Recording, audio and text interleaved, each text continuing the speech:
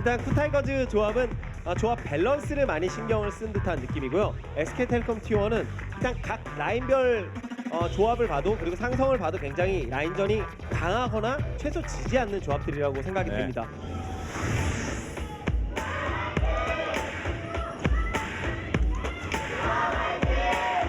갱을 먼저 누가? 자, 먼저 투. 예, 여기서 봐야 돼요. 쪽으로. 자, 먼저 봐야겠죠. 네, 보일라. 데미지 보일라 전사. 데미지가 너무 네, 세죠. 프레이 넘어가고요. 네. 자, 세 명이 다 던지고 세 명이 다 던집니다. 윈스턴. 한번 더. 네. 윈스턴 추가팅. 말이. 잡았고요. 네, 살았어요. 자, 1대1. 다음, 1대1. 다음. 뱅기. 오! 와, 실패인데 말 그대로. 피즈 상대로 마우카이 라인전이 많이 힘들다라고 얘기하거든요. 어디로 와 이거? 밀려가지고 방금 밀고 밀었어요. 계속 때릴 수 있죠? 이블린 왔어요. 자, 이블린. 서로 어, 랩이었어요 이블린이. 피세라 자, 보나요, 그리고? 네, 순간 이동으로 오죠. 맞아, 뱅기를. 볼킥! 뱅기를 잡았습니다. 야. 요거 길게 한번 들어가죠. 걸렸어요. 길게 한번 제대로 돌려주나요? 당했습니다. 제대로 걸렸어요. 네. 도로가 소환사정으로 이블린 잡으러 와요. 네. 이게 하나 더. 탈출 걸어놓고 띄우고 계속 때려요. 토스. 토스까지 완벽하게. 마무리. 야. 조금 더. 뒷라인 네. 노리죠. 뒷라인 이런 거 봐야 노리죠. 돼요. 자, 빅터 오고. 야, 이거 스 먼저 왔어요. 뱅은 잡았어요. 네, 잡았고. 잡고 네. 밀어냈고. 자폭. 자, 페이커가 왔습니다. 4대3 아, 뺄것 같은데요. 자, 골레 잡자. 이게 이블린 카시오페아가 좀 멀어서 최대한 네. 자, 도착해서 다시 쿵. 아이고. 밀고 애매하죠, 각이 안 이게. 나오죠. 예. 그냥 빼나요? 이블린도 공을 탑에서 써서 뭐 괜히 뭐 들어갈 상황은 아니고요. 네. 그렇죠. 또 줘요. 아이고. 네, 스냅. 눌러놓자. 오지마 윈스턴. 카시오페아가 어떻게 한번 네. 해주나요? 오지마 윈스턴이 아니라 카시오페아가 윈스턴을 죽여. 어떻게 안 돼요. 예. 지금 회복까지 쓰면서 받는 데미지도 그냥 커버를 해버렸고. 네. 강한 이니시에이팅 순간이동 합류로 바텀에서 이득을 보내는데 SK텔레콤 T1이 너무 잘 받아쳤죠. 자, 물었어요. 스냅 물었어요. 잘 불었죠. 네. 근데 오기 전에 뱅기를 끌었습니다. 다 끌었고요. 네. 자, 요거 되겠다라는 나왔고. 생각이죠. 네. 자, 그냥 깨지는 거 허용할 겁니까, SK? 알리스타 뒤진님 깼고. 자, 밀고. 알리스타! 이게 연계가 자, 스킬 연계! 윈스턴 아직까지 살았어요. 일단 윈스턴. 바로 죽었고 이거는 한타 끝났는데요. 네. 이거. 안 되죠. 프로. 그리고 두명 전사. 이게 진짜 대단한 게 네. 방금 전에도 카시공을 또 다 피했어요. 네. 잘 피했어요. 자, 프레이 어떻게 끝까지 반대쪽에도 울프가 한번 빨리. 뜯어주고요. 자기 팀이 열면 좋은 거예요. 근데 문제는 열지 못한다는 마지막 거고. 한번 시간 되는 건차이 걸어지. 자, 마우카이 진입 베이커를 녹였습니다. 와, 순식간에. 싸움 끝까지 한번 보죠. 네. 시즌 넘어왔거든요. 네. 끝까지 봐야 돼요. 자, 뱅 뱅이. 상황도 봐야 되고 안쪽 상황도 봐야 되고. 자, 뱅이 물렸어요. 피지가. 뱅. 아, 근데 피지가 다 녹이고 네. 다녔죠. 3명, 4명. 트리플 킬. 네, 슬링 딜러. 전진 전면 활용해서 네. 빠지긴 했네요. 네. 또 별거 아닌 것 같아 보이지만 일로 와. 네. 울프의 알리스타가 상대가 딱 이니시 건 타이밍에 한 번 또 합류 못하게 로스를 만들어냈어요. 네. 아 이거 뭐 사냥이 10초 이상 되고 있습니다. 네. 나무 장난감을 데리고 네. 노는 것 같아요. 네. 아직까지 끝까지 버팁니다. 마지막 마무리. 레이스. 상대가 마법 데미지 있으니까 물어보자. 많이 한번 물어보자. 자, 빠져나가서. 지금 이쪽에서 합류하거든요. 본대가 네. SKT 본대 왔어요. 와, 네.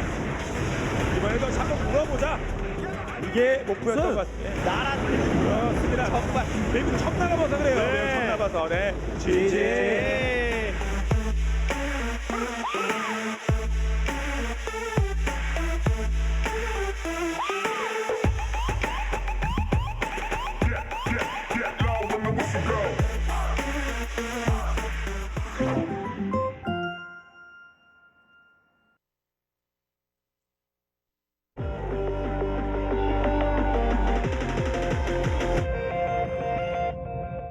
그래서 SK텔레콤 T1가 라인전 단계에서 무난하게 버티는 건 기본이고 그 전까지 과정에서 좀 득점을 해야 앞서 나갈 수 있을 텐데 마린도 그렇고 페이커도 그렇고 주도권을 좀 잡을 수 있는 그러니까 상대의 그 챔프를 견제할 수 있는 픽을 가져갔기 때문에 또 골치가 아프거든요.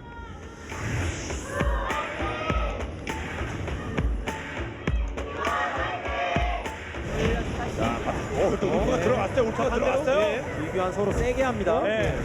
네. 야 이거 바텀 라인전을 이깁니다 이러면. 그렇죠. 자, 정아. 안 끝났다. 네. 올라. 맞았어요. 아, 울프. 이제 채로 돌면 안 되거든요. 자, 전멸도 있고. 전멸. 오릴라. 꽝. 네. 킬. 와. 네. 니네 다 보고 있어. 우리가 한번 들어와만 봐봐. 이 3대3은 애니가 바로 죽으면 네. 애니가 바로 잡히면 곤란하죠. 자, 아직까지 애니인데 결국 애니는 잡혔고요. 우승을 타고 왔습니다. 울프. 울프. 예. 프레이를 누가 뱅크가 아, 이 싸움은 안 돼요. 2대0, 3대0. 사딘이 와서 네. 어떻게든 한번 아지르는 아예 뒤로 네. 투자된 자원의 공백 타이밍에 SK텔레콤 지원이 진짜 너무 잘 찌릅니다. 여기서라도 자, 3명, 4명. 와. 이런 거뭐 살아갈 네. 대단히 없죠. 아, 뒤쪽엔 윌섬. 그런데 아지르도 아지르, 기지가 참유. 레오나. 오히려 조여져요. 네. 오히려 자, 조여져요. 피지도 조여져요. 한번 풀장ski 풀었고요. 벗겨냈고 프레이 죽었고요. 피지 와서 자, 올리는 올리라. 라이브를 잘하고 더블 더블킥. 여기서 먹이감. 사딘이 오긴 오는데 레오나를 네. 꼭 일시켜 타이밍에 충분히 탱킹하고 있죠. 스맵까지 터뜨립니다. 돌아와줬으니까 죽어라. 마무리. 에이스. 늘 찍어 누르고 있어요. 네, 스냅이 이거 어떻게 해야 되나요, 이거를? 탱커 녹여. 세개 쏙. 뱅도 일단 살아갔고요. 네. 와, 그럼 누구부터 잡을까? 추격 안 끝났나요 아직? 그럼 프레이 네가 내시 죽어라. 아, 피하면 도망가야죠. 프레이. 극복. 아, 2명 전사 실패 2명, 3명 전사. 아, 이 경기 너무 힘들어요. 먹기만 제대로 때려요. 네. 경기. 그런데 스맵이 먼저 터졌어요. 네. 그리고 4대5예요 네, 지금. 밀어내고. 조냐? 아, 조냐를 버텨줍니다. 지금 4대5 싸움이에요. 네. 베이커는 조냐? 아, 베이커 전사. 네. SKT도 4대5엔 장사 없다. 10명이 하는 게임이다 보니 정신 없거든요. 그렇죠. 깐사하다 보면 선수들 오도하는 걸 들어봐도 자, 들어갑니다 또. 자, 저로 빠져. 뒤로 빠져. 자, 바람 바쁩니다. 네, 과감하게 스냅을.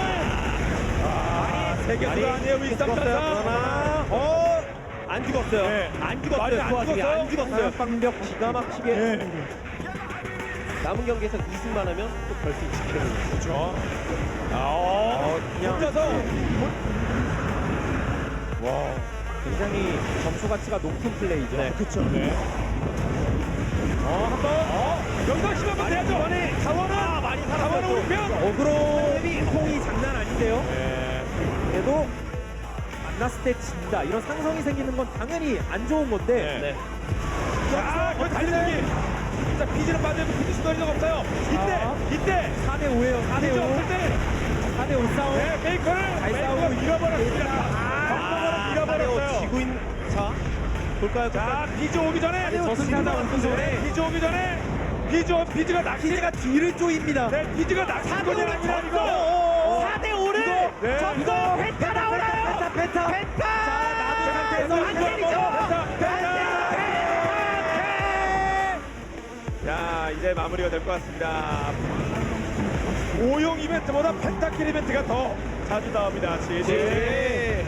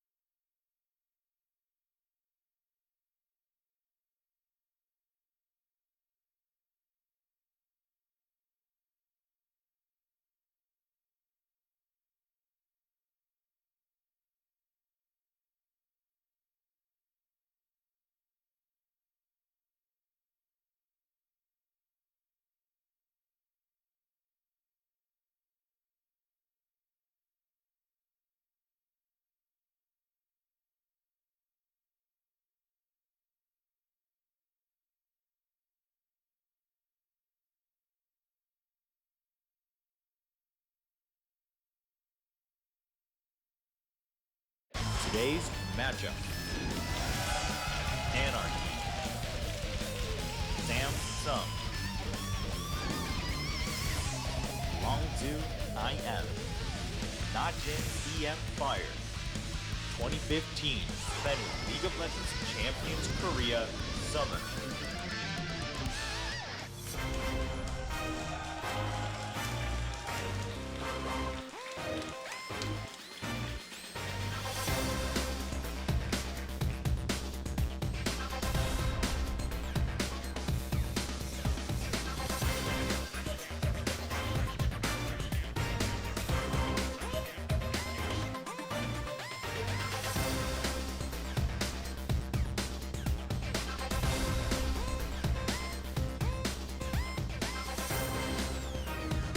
Hey guys, welcome to Champion Summer. I'm Doa, that's Monte Cristo. Today, things are going to get messy. We have some interesting matches for you. It's going to be Samsung versus Anarchy first off, then Najin versus IM. Samsung versus Anarchy, two teams that really are kind of out of playoff contention for the most part. But our second match, IM really with a chance to play spoiler against Najin, who really is kind of in a tough spot after their loss to CJ the other day. Yeah, Najin kind of on the outside looking in of the playoffs at the moment. They really need to get it together if they want to solidify their position in those top five so they can actually take a stab at the playoffs, take a stab at the World Championship coming up too, because they have no circuit points right now pretty much, or very few. It would be the first time that we haven't seen a Najin team in the World Championship since Season 2. Since Korea actually was Since Korea able started being in the World Championship. to go to the World Championship, Yeah. right? So, and since Korea's had a server, actually, is Pretty the much.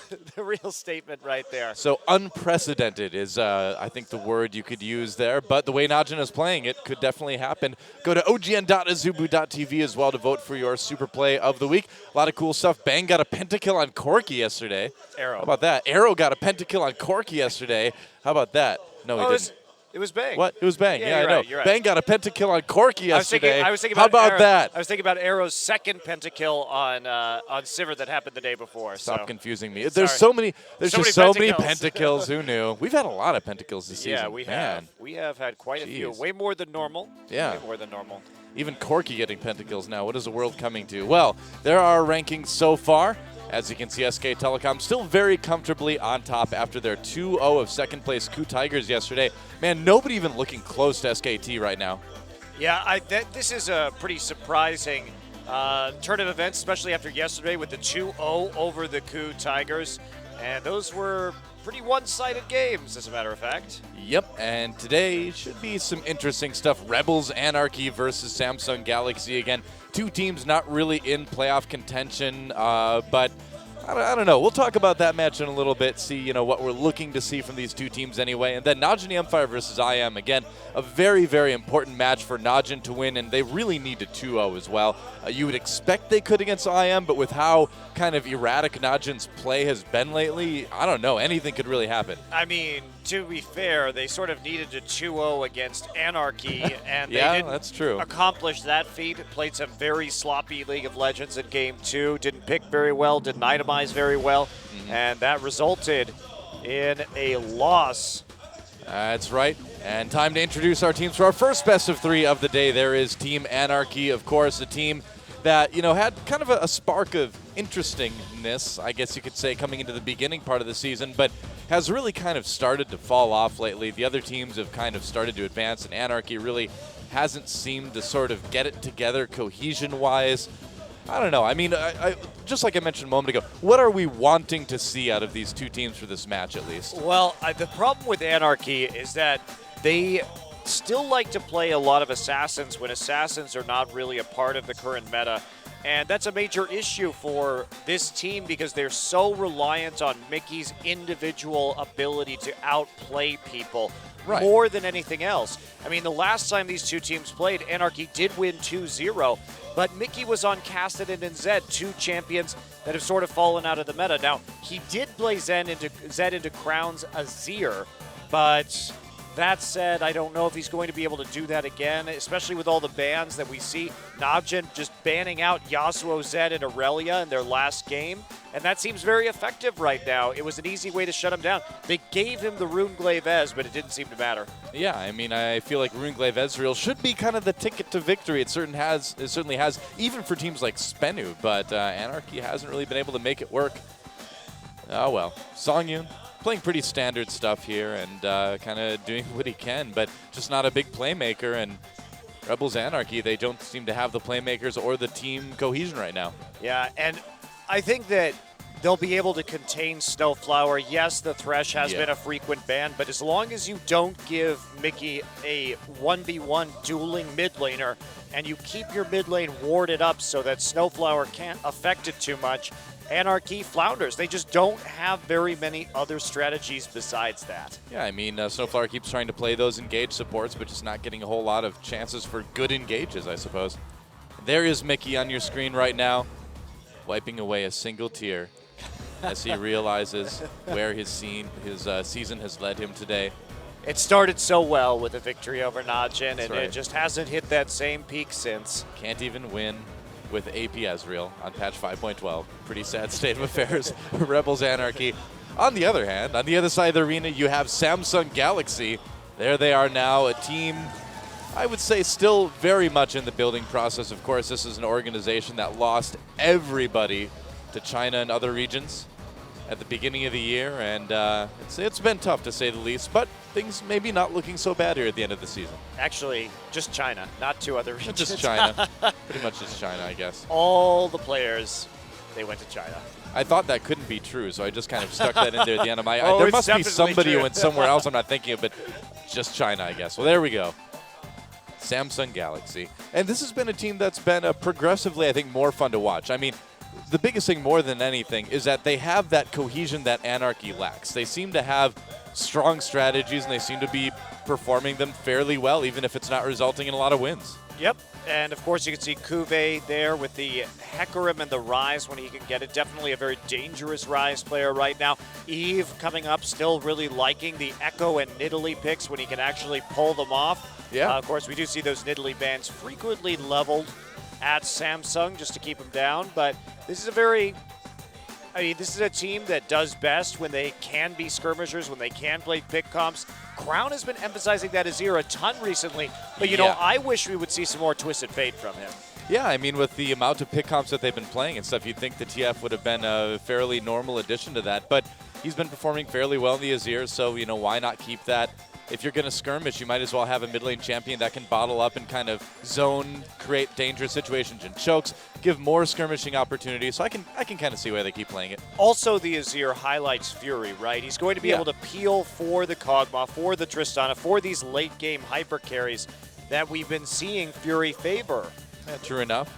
Down at the bottom, Wraith, of course, quietly doing his thing here. A couple more Janna picks than we see from Average, but I really like to see this guy's Thresh. Yeah, I think that is a pleasure. We have two big Thresh players in the match tonight, but I think Wraith kind of does more what his team needs rather than just gravitating towards the Thresh as a way to advance someone else on his squad. Yeah. If Fury does well in the laning phase, they can typically pull out some pretty impressive plays come the mid and late game, and they do seem to be building more and more around Fury these days. And as for the TF, they played it early in the season. We just haven't seen a whole lot of it since. You know, I think the big thing going into this match is really the story with Anarchy falling off even more, and now they really just need to avoid relegation more than anything. Yeah, that is quite problematic for them, to be sure. They are 1-3 in their last 4 best of threes, only a win over Spenu. Yeah, I mean, if 2-1. Look at the match score right now, they are tied up with IM, so if they lose, IM jumps into that number 8 spot and avoids having to play in relegation. So, Anarchy really, really needs a win here, but I don't know, I think it's going to be tough, even against Samsung. Coach is getting in the booth. There's Hachani himself, and we'll be moving into picks and bans fairly soon here. Hachani, he's back to coach Rebels Anarchy. That's right. And so, it is time to move into picks and bans for game number 1 between Rebels Anarchy and Samsung Galaxy. I wonder if we're going to see Anarchy maybe change the name like before Anarchy. I mean, that was just Anarchy. Then it became Rebels Anarchy for some random reason. I think they should just change it to Democracy Anarchy for the ultimate memeing. Confusion effect. Yeah, exactly. Maybe just total anarchy. I like that. There's a Hecarim ban against Cuvée again. You know, Maokai, Hecarim, pretty much Cuvée's bread and butter these days. Does have a win on Rise recently. Yeah, Ixu's been playing more Rise too, but he also has this weird top Gragas pick that he chooses from time to time. He's the only player in Korea who plays that champion, but it allows Anarchy to take a couple of junglers and try and deny that from the other team, and there's the Azir ban. Yeah, so the first time in a long time we're not going to see Crown play Azir. That's going to be interesting. And there's a Zed ban against Anarchy, keeping that away from Mickey, of course. But interesting with the Azir already banned that they would ban the Zed. Well, there's still the possibility that Crown will play Victor here, and in that circumstance, you still maybe don't want to play against Mickey's Zed because he has been good on that champion. Anarchy will just go ahead and lock in the Alistar right off the bat. Grog is still available, but Eve has been preferring Echo, and of course his Nidalee is up too, so I think Anarchy believes that they will get Lyra's best champion in the second round of the draft. Certainly could. There's a Gragas pickup. We'll see what they decide to go with. Maokai for Cuvée would be pretty par for the course there. Right, and they're taking it away from Ixu too, because Ixu's main champions are also Hecarim and Maokai. So when you take the Maokai away, you deny that pick. It's going to force Ixu onto something kind of uncomfortable. Gragas taken by Eve, not a champion that we really associate with Eve, but certainly quite potent in the current meta. It basically fits into any composition: engage, disengage, has early game strength, has late game tankiness. He's pretty much the total package jungler right now. Yeah, and they're going to go ahead and pick up Kog'Maw for their second choice. So Songyin will be taking that. Pretty standard stuff. We've been seeing play a lot of those late game hyper carries. Yeah, I don't know about taking the Kog'Maw this early because you might be setting yourself up to a lot of disruption and an all-in composition with Sivir. Sure, you'll do okay in the laning phase, but you're going to have to build a lot of peel from that point forward. I feel like this is a spot where maybe that TF would work pretty well. But I agree. You're going to pick the bot lane right now. Yeah, I agree. It could work well. They could be setting themselves up here for a quirky Ezreal composition. They already have That's some true. good tools to deal with a Runeglaive Ezreal on the other team should Anarchy select it because it is available. I think the Nautilus is better here than the Janna. It's one more lockdown tool for the Ez. Yeah, certainly a little bit stronger in terms of creating the picks and staying safe against that mid lane Ezreal that Mickey has been playing a few times lately. So the question what's is, it do gonna they be? go for it Yeah. in a situation where mid lane Ezreal would not be an ideal pick? Yasuo's still available. We do have the knockup from Alistar, and Mickey has played a lot of it, but I don't know. I don't think he's going to pick it blind when he doesn't know what his mid lane matchup is. Pretty Ixu dangerous. is going to be going the Fizz into Maokai, that very common counter pick that we see more and more of. So many pro players loving to take that Fizz into top and just 1v1 with a lot of jungle pressure to take out the Maokai early and start 4-1 splitting. And with the TF, there's going to be two people that could possibly come top to help out, feed Ixu's Fizz, so a nice Yeah. composition for sure. But the problem is, there is virtually no peel for the Kog'Maw, like none. So Songyun, good luck and Godspeed, sir, this game, because there is nobody to help you. He's going to have to hope that just TF decides to stick around and just gold card whoever comes close, but I don't know if he's going to get so lucky. Is Crown going to grab this Victor here? Yeah, I think you just take the Victor. You get some explosive burst damage to take out the TF. You have a really good kiting composition if you're Samsung with It's a solid squishy team. with a solid front line. So having Victor burst here is really, really nice. Yeah, Anarchy is a pretty squishy team aside from Alistar Rek'Sai, so if that Victor can get a GBM-style flank off, you could pretty much wreck whoever's around. Yeah, they have Anarchy's in a bit of an interesting situation where they are so squishy, except for the Alistar while he is ulting, that the Victor's burst damage is going to be, and it's AoE burst damage too. That's the difference. Of course, you do have the Runeglaive Ezreal, which provides some of those same factors, but it's nowhere near the same amount of AoE as a Chaos Storm, Oh, yeah. plus a Death Ray, and then the consistent damage too from Victor's Qs. when coupled with a Lich Bane. Well, so if Anarchy groups up, Victor's just going to destroy them. That's like one combo from Victor would take off like 75% of the health of most of these champions. basically, Anarchy is hoping that they can super feed Ixu here and then get him in a good position where he can take over the game. But Rebels, basically Rebels is saying, if we don't win the laning phase very, very hard, we are going to lose this game. Because if you go into late game approximately equal in gold against this Samsung composition, they are just going to wreck you. That you have no safety. You have no way to prevent the Gragas and Maokai and Nautilus from getting on your carries. Yeah. And basically, Mickey's going to have to pull off some insane Twisted Fate moves to get onto Crown and Fury if they even want to start to turn that around. But that is, it's going to be really hard. So Anarchy this is a huge snowball comp. I'm surprised we didn't see something like a Lucian for Songyun instead. But who knows? Going to game number 1, Anarchy versus Samsung. Anarchy trying to avoid relegation. Let's see if they can. It's game time.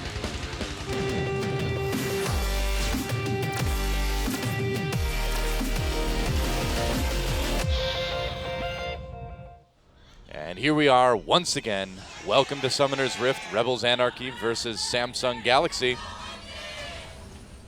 And when I say avoid relegation for Anarchy, obviously even if they lose today, it doesn't guarantee any really bad news for them. But it's late enough in the season where you don't want to be put in that situation. We don't have a whole lot of weeks left here in the second round.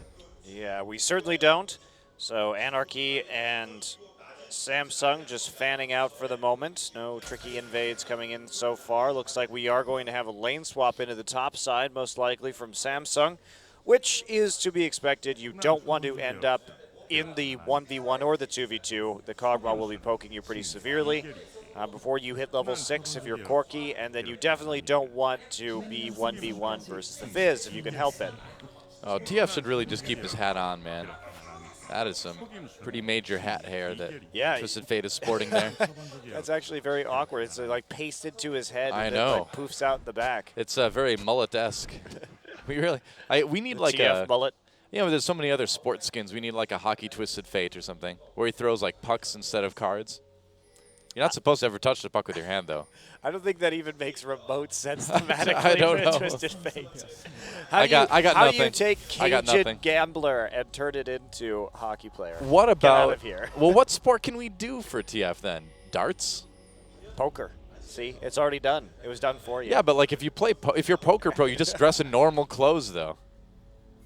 No, I'm just saying it's already been done. I mean, there is no other sport that will fit Twisted Fate. I don't know. Maybe maybe like Magic the Gathering TF or something. For that beautiful crossover. There you go. And instead of gold card, he has like a foil card, something. Yep. He says things like, "Can I trade you for your ball lightning?" That's a card that I used to use a lot. in I know, Magic I the Gathering. remember that. Yeah. I think I have a German version of that card. Really? Yeah. What's ball lightning in German? I have no idea.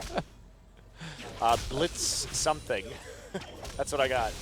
All right. I don't know what ball is. I don't know either. Twitter, help us. Somebody out there knows. Twitter speaks every language. Mickey pushing Crown under the turret pretty fast here. But not a lot of early ganking threats for this TF in mid lane, so he can do that.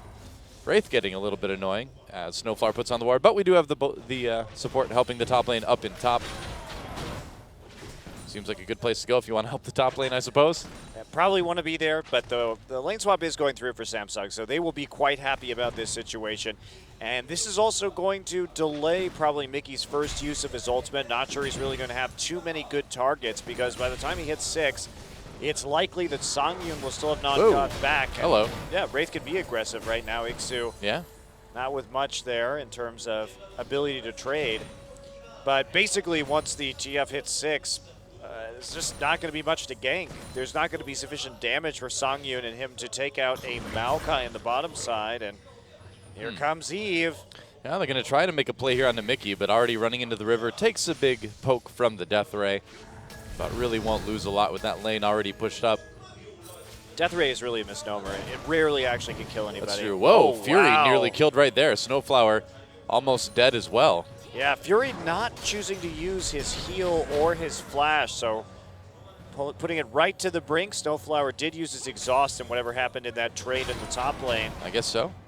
Wraith back up now. Rek'Sai there. Lane gank might be coming in for Eve. This could be really dangerous for Fury if Lyra He still decides has to go Summoner through try heal. here. He still has Summoner heal. He's okay. Yeah, I guess he does have both summoners. He's going to go ahead and try to recall right now. Looks like he will with that lane pushed up, and so no more danger for Fury. You're right though, for Victor. It's not so much of a death ray. It's more of like a pain ray, because it does hurt. It's not a tickle ray, that's for sure. Depends on how fed you are. It definitely can be a tickle ray.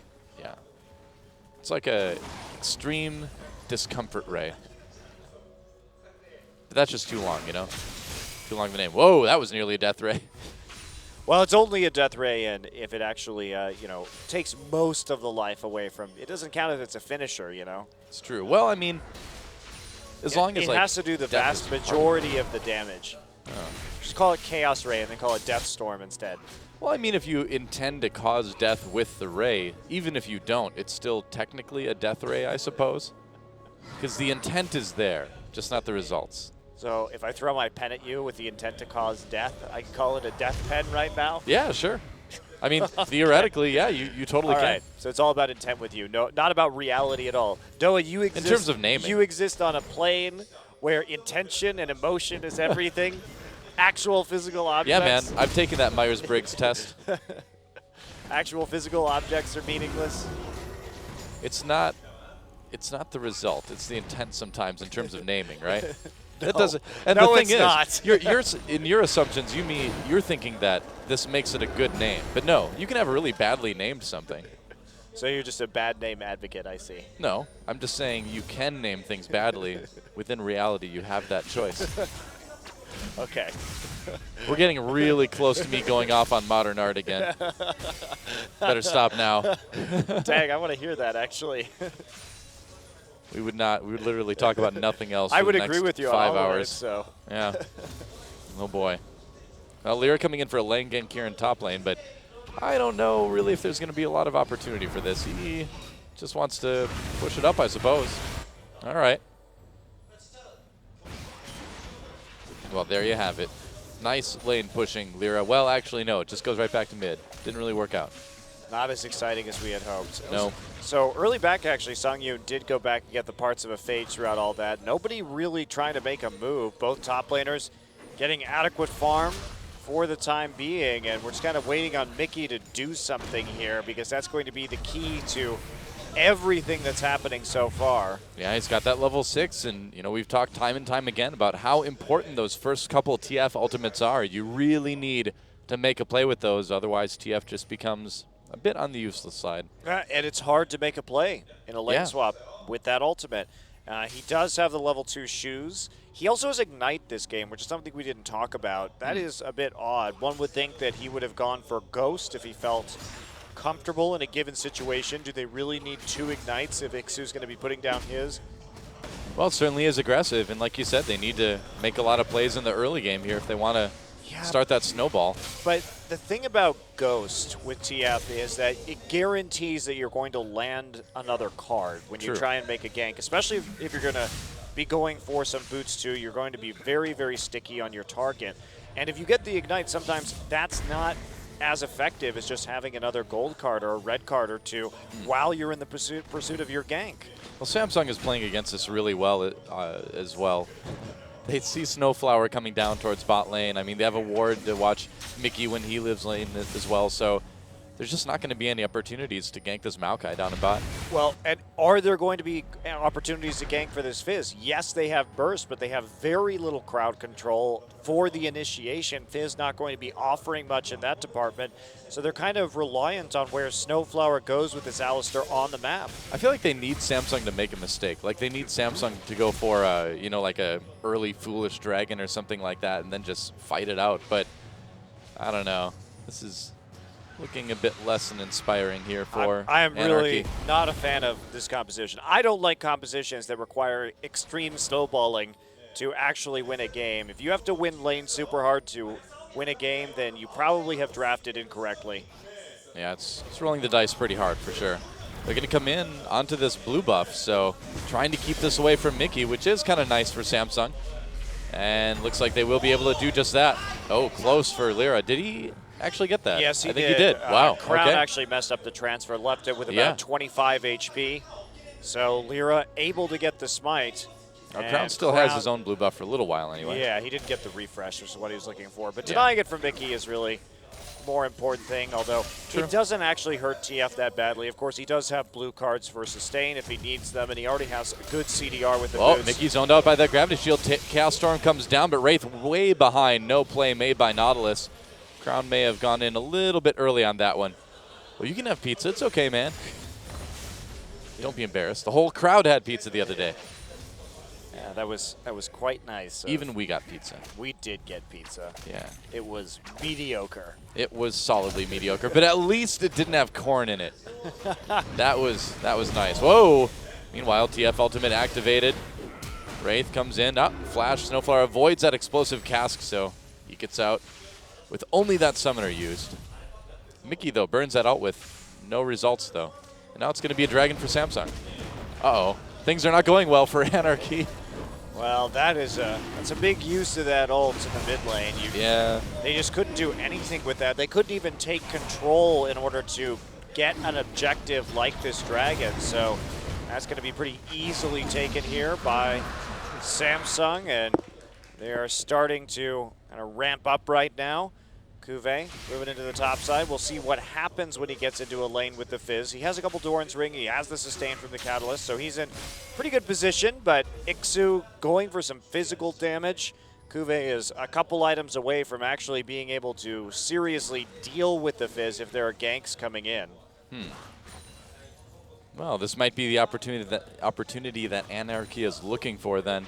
If they can get things in position when that TF ult comes up again. Maybe, just maybe, they can make something happen, but it's already getting a little bit late for snowballing the early game anyway.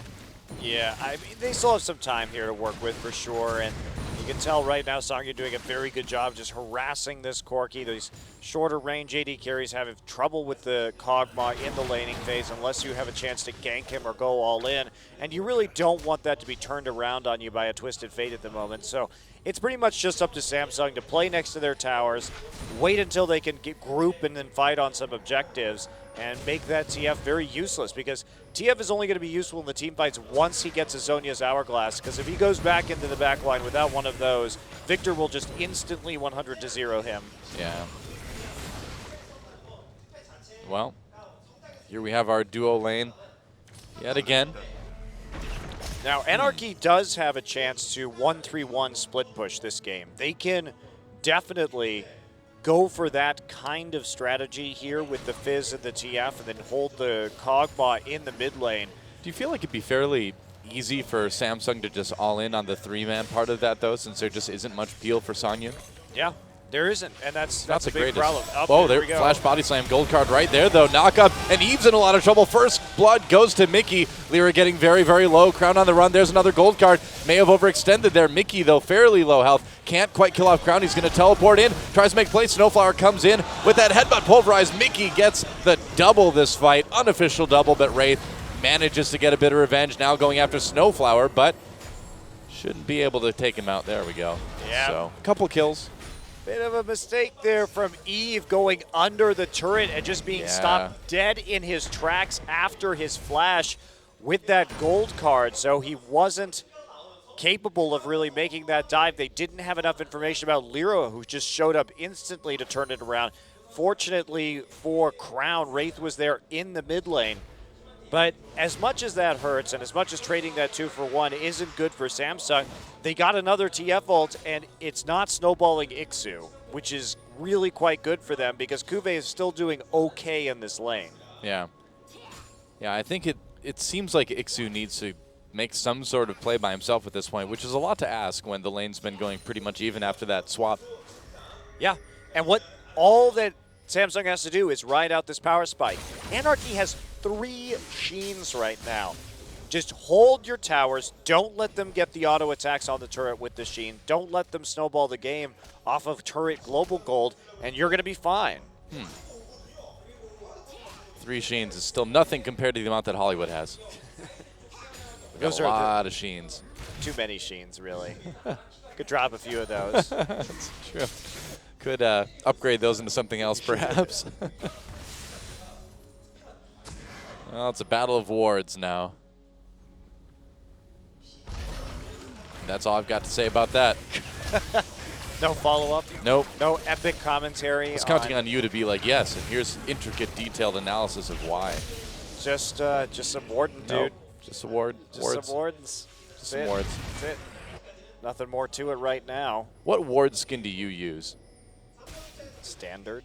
Really? You don't skin your wards? I haven't played League of Legends in 5 months, so I played some last night. how was it?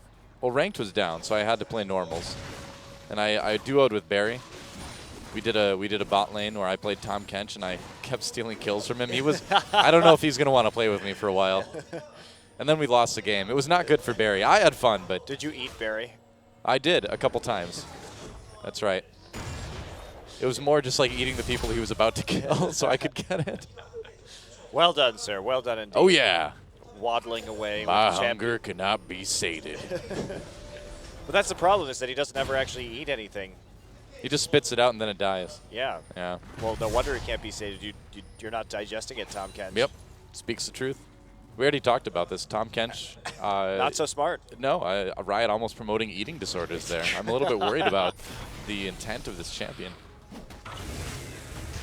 They're just promoting just licking things. That's right. Don't eat it. Just lick it. Lick it good. That was on the list of rejected mottos for Nike.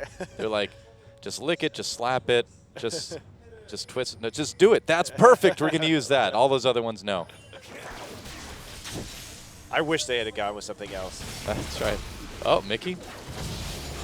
Getting a little bit aggressive with Crown here, but with no Ignite on Crown, he really can't push this too quickly, can he? Nope, just want to be there holding it. They're getting some damage down onto the tower. Fury right now, going for those auto attacks, and we do see Eve there just to zone the Kog'Maw off, so they're able to start to reverse the pressure on this wave right before the dragon starts. Anarchy trying to stack up right here. TF ultimate is up. Yeah, TF's ultimate is up, but Kube's back in base right now, so buying that Righteous Glory. They just want to prevent the dragon from going down. Again, it's all about Samsung's ability to hold right now. This isn't a bad timing for Anarchy to try to contest this dragon, though. They just finished both their Trinity forces. Mickey's got his Lichbane as well. I wonder if they could fight this. Oh, I they feel like definitely can. They definitely can if they could push up far enough to make it worth it. But there is good wave clear on Victor and on this Corki at the moment. And we see Eve just hanging around at the bottom side of the map. So there's a choice to be made. And Anarchy, basically by Eve staying bottom side, this is very smart. Because if Anarchy commits to top side, well then, okay, fine. Samsung gets the dragon. Yeah. And if they commit to bottom side, well, Kuve's going to be safe enough in this matchup. Sure, he's falling behind by a few CS, but that's to be expected if he doesn't want to get all in and killed right now before he has any MR or armor to deal with this Fizz. Yeah. You'd prefer to be not dead. I often prefer to be not dead, Doa. It's my favorite state of being. Mickey just going to recall. Picks up a Blasting Wand, a little bit more damage for him. And Samsung knows that this dragon is a little bit difficult to take right now, a little bit unsafe, so they're just going to go ahead and leave it for the moment. Yeah, they're trying to recall right now before the TF can get back into lane and before the setup could happen on the dragon, but both dual lanes actually recalling simultaneously. Yeah, but Fury cancels his, as does Songyun. This is kind of letting Ixu get even farther ahead in CS. Oh, Mickey found by Eve. He has a gold card loaded up, but he flashes over the wall. A little bit of damage. Lyra comes down as well. Even a little bit of trouble. Has to use his flash. Ixu fish right on Eve. Oh, he missed it. Didn't hit him, so it looks like Gragas gets out. Teleport coming down from Kuve as well. Wow, really surprising that Kuve actually didn't cancel that TP. Maybe a little bit worried about what could happen to his team if the TF came in with the ultimate. I think they're just going to take the dragon now. Well, they can try for sure, but the problem is we have a Void Rush that's still available. I suppose with the health so low on Eve, it's just a little bit dangerous, a little bit too dangerous. But Ixu does go back up to top lane, so it looks like if anything else, they'll try to trade this top lane turret for the Dragon, depending on how Anarchy can do, because Ixu's not going to be there if there's a fight. Yeah, Maokai here right now in the mid lane, just holding the minion wave while they wait for Eve to approach. Mickey feints going up into top. Instead decides to get back into mid, and now Maokai just has every opportunity to go back up top for free. Yep. That was not very well played by Anarchy. And just going to give Samsung that second Dragon, and will they even get that top lane turret? It had a lot of health, but it looks like Ixu has just enough to take that down. Yeah, and that's nice at least. You want that immediate gold if you're Anarchy. It is about the split push right now for you. So it's definitely a trade that you're going to be willing to make because you just need the items now. Yeah. To make that impact and to create a big enough gold gap. And they're starting to move in that direction. They have a healthy lead at the moment. And Mickey has that. I mean, they've got 2 Trinity Forces and a Lich Bane. Their burst damage is pretty crazy. Yeah, so do you think they could put some pretty decent pressure on some of these turrets right now, despite the wave clear from Samsung? It depends on if they can get Mickey out of the mid lane or not. Again, you really are going to 1-2-1-3-1 this once the TF ult comes back up, which isn't too long now because he has so much CDR already. True. Songyun's been able to farm pretty well this game as well. A little bit of wards in the river there. And it looks like they will just push up this mid lane for now. Yeah, but there's so much wave clear that is that actually going to do anything? Teleport Fury, coming in. Nice job. Just Val could flash out. Yep. And there's no follow-up. They can't take that dragon anymore. Already gone. Taken by Samsung. So instead, what they're giving up is just a Maokai freezing in the top side. They can't actually stop Cuvée from doing this unless they go all in. Small consolation that Fury's flash is going to be down longer than Mickey's Gate of Destiny, I suppose, but it's really not that big of a deal. Yeah. I mean, Samsung can just sit back and play relatively safe. Yeah, there's the Wolf Spirit. So Anarchy, knowing that they can't do anything about this freeze right now, instead is just going to commit to the tower. This is getting to be a pretty serious gold lead, actually, for Anarchy. They're going to be about 5K ahead after this. Yes, they are, but again, their 5v5 is not going to be strong in the late game, so they have to have this kind of 4K. They need more than this, actually. They need to keep rolling with these outer turrets. Yeah. Now, we can question Cuvé's kind of delayed push on Maokai. Of course, he is trying to concentrate that farm, catch up personally, but when he's doing that, there is no other place for Ixu to be, and that means that he is able to threaten a dive on the bottom side to take another tier 1. Yeah, it just doesn't seem like Anarchy's ever going to find the time to get the kills on their carries that they need, specifically on Ixu and Mickey. Yep. I guess if they stay even, can they still split push enough, you know? Yeah, and they have an advantage where the Aegis is very effective. I mean, Aegis is very effective for both teams in this particular circumstance because Kog'Maw does so much magic damage too. True. But yeah, they may be able to out team fight if they can continue this lead. That's going to be it. They're really teetering on the brink right now of what they're going to be able to do in this game. And you can see the Luden's Echo finished fast for Crown. He just wants more wave clear right now. Right. Makes sense. And Samsung coming in. They may be able to find a pick on the Snowflower here. Exhaust used on the Crown. Oh, nice dredge line. Max range for Wraith. He pops the ult onto Songyun as well. That's going to be a lot of damage coming in from Crown with that Chaos Storm. Looks like Songyun's going to get out, but a kill for Samsung. Fury picks one up. Mickey, though, starting that split push. And they want to do this. They're committing to it. No one is there to stop him. Mickey has to leave. He doesn't have the wards at the moment, and there is Corki coming in. He's just going to try and ult right onto Corki. Not going to work now. Has to go back again. Yeah, just running away. Oh, Without wow. that ghost, he can't actually complete a play like that. It's interesting to note. I mean, this is one of the first Ignite Twisted Fates we've seen in a while, and it definitely kind of showcases, I think, the usefulness of Ghost specifically. Well, at the very least, even though he didn't have the ghost, he did stop the push in the mid lane through the pressure onto the tier 2. So he is able to make sure that Samsung doesn't get anything at all off of the kill that they picked up in mid onto Alistar. All in onto Cuvée. Ixu trying to get the kill there, doing a lot of damage, but Cuvée able to hit him with the Arcane Smash. So Ixu not getting that 1v1. Split push continuings though.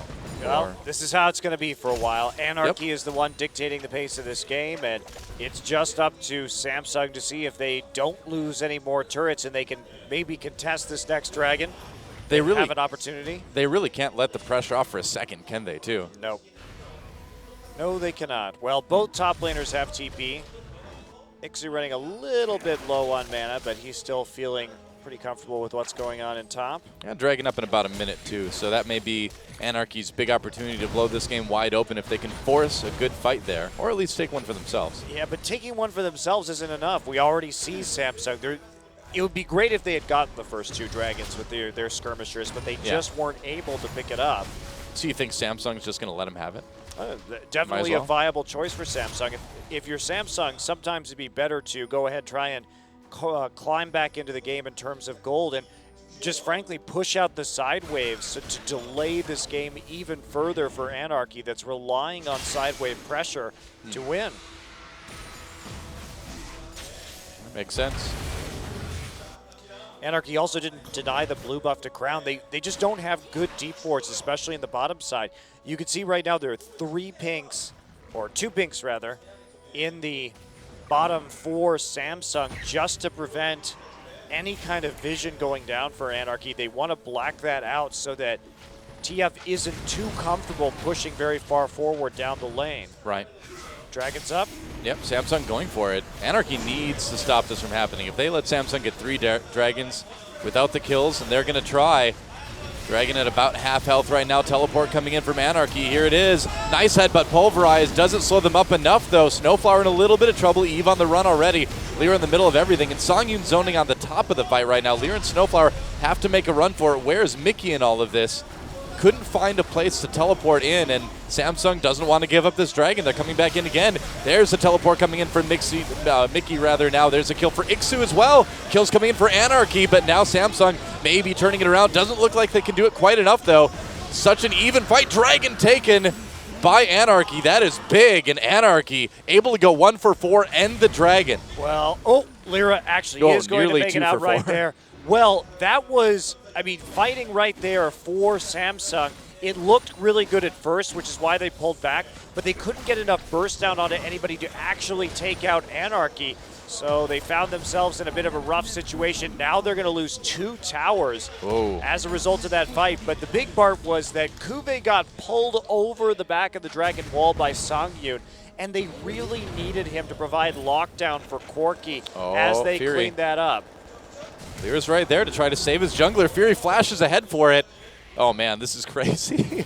Lyra could be in a lot of trouble.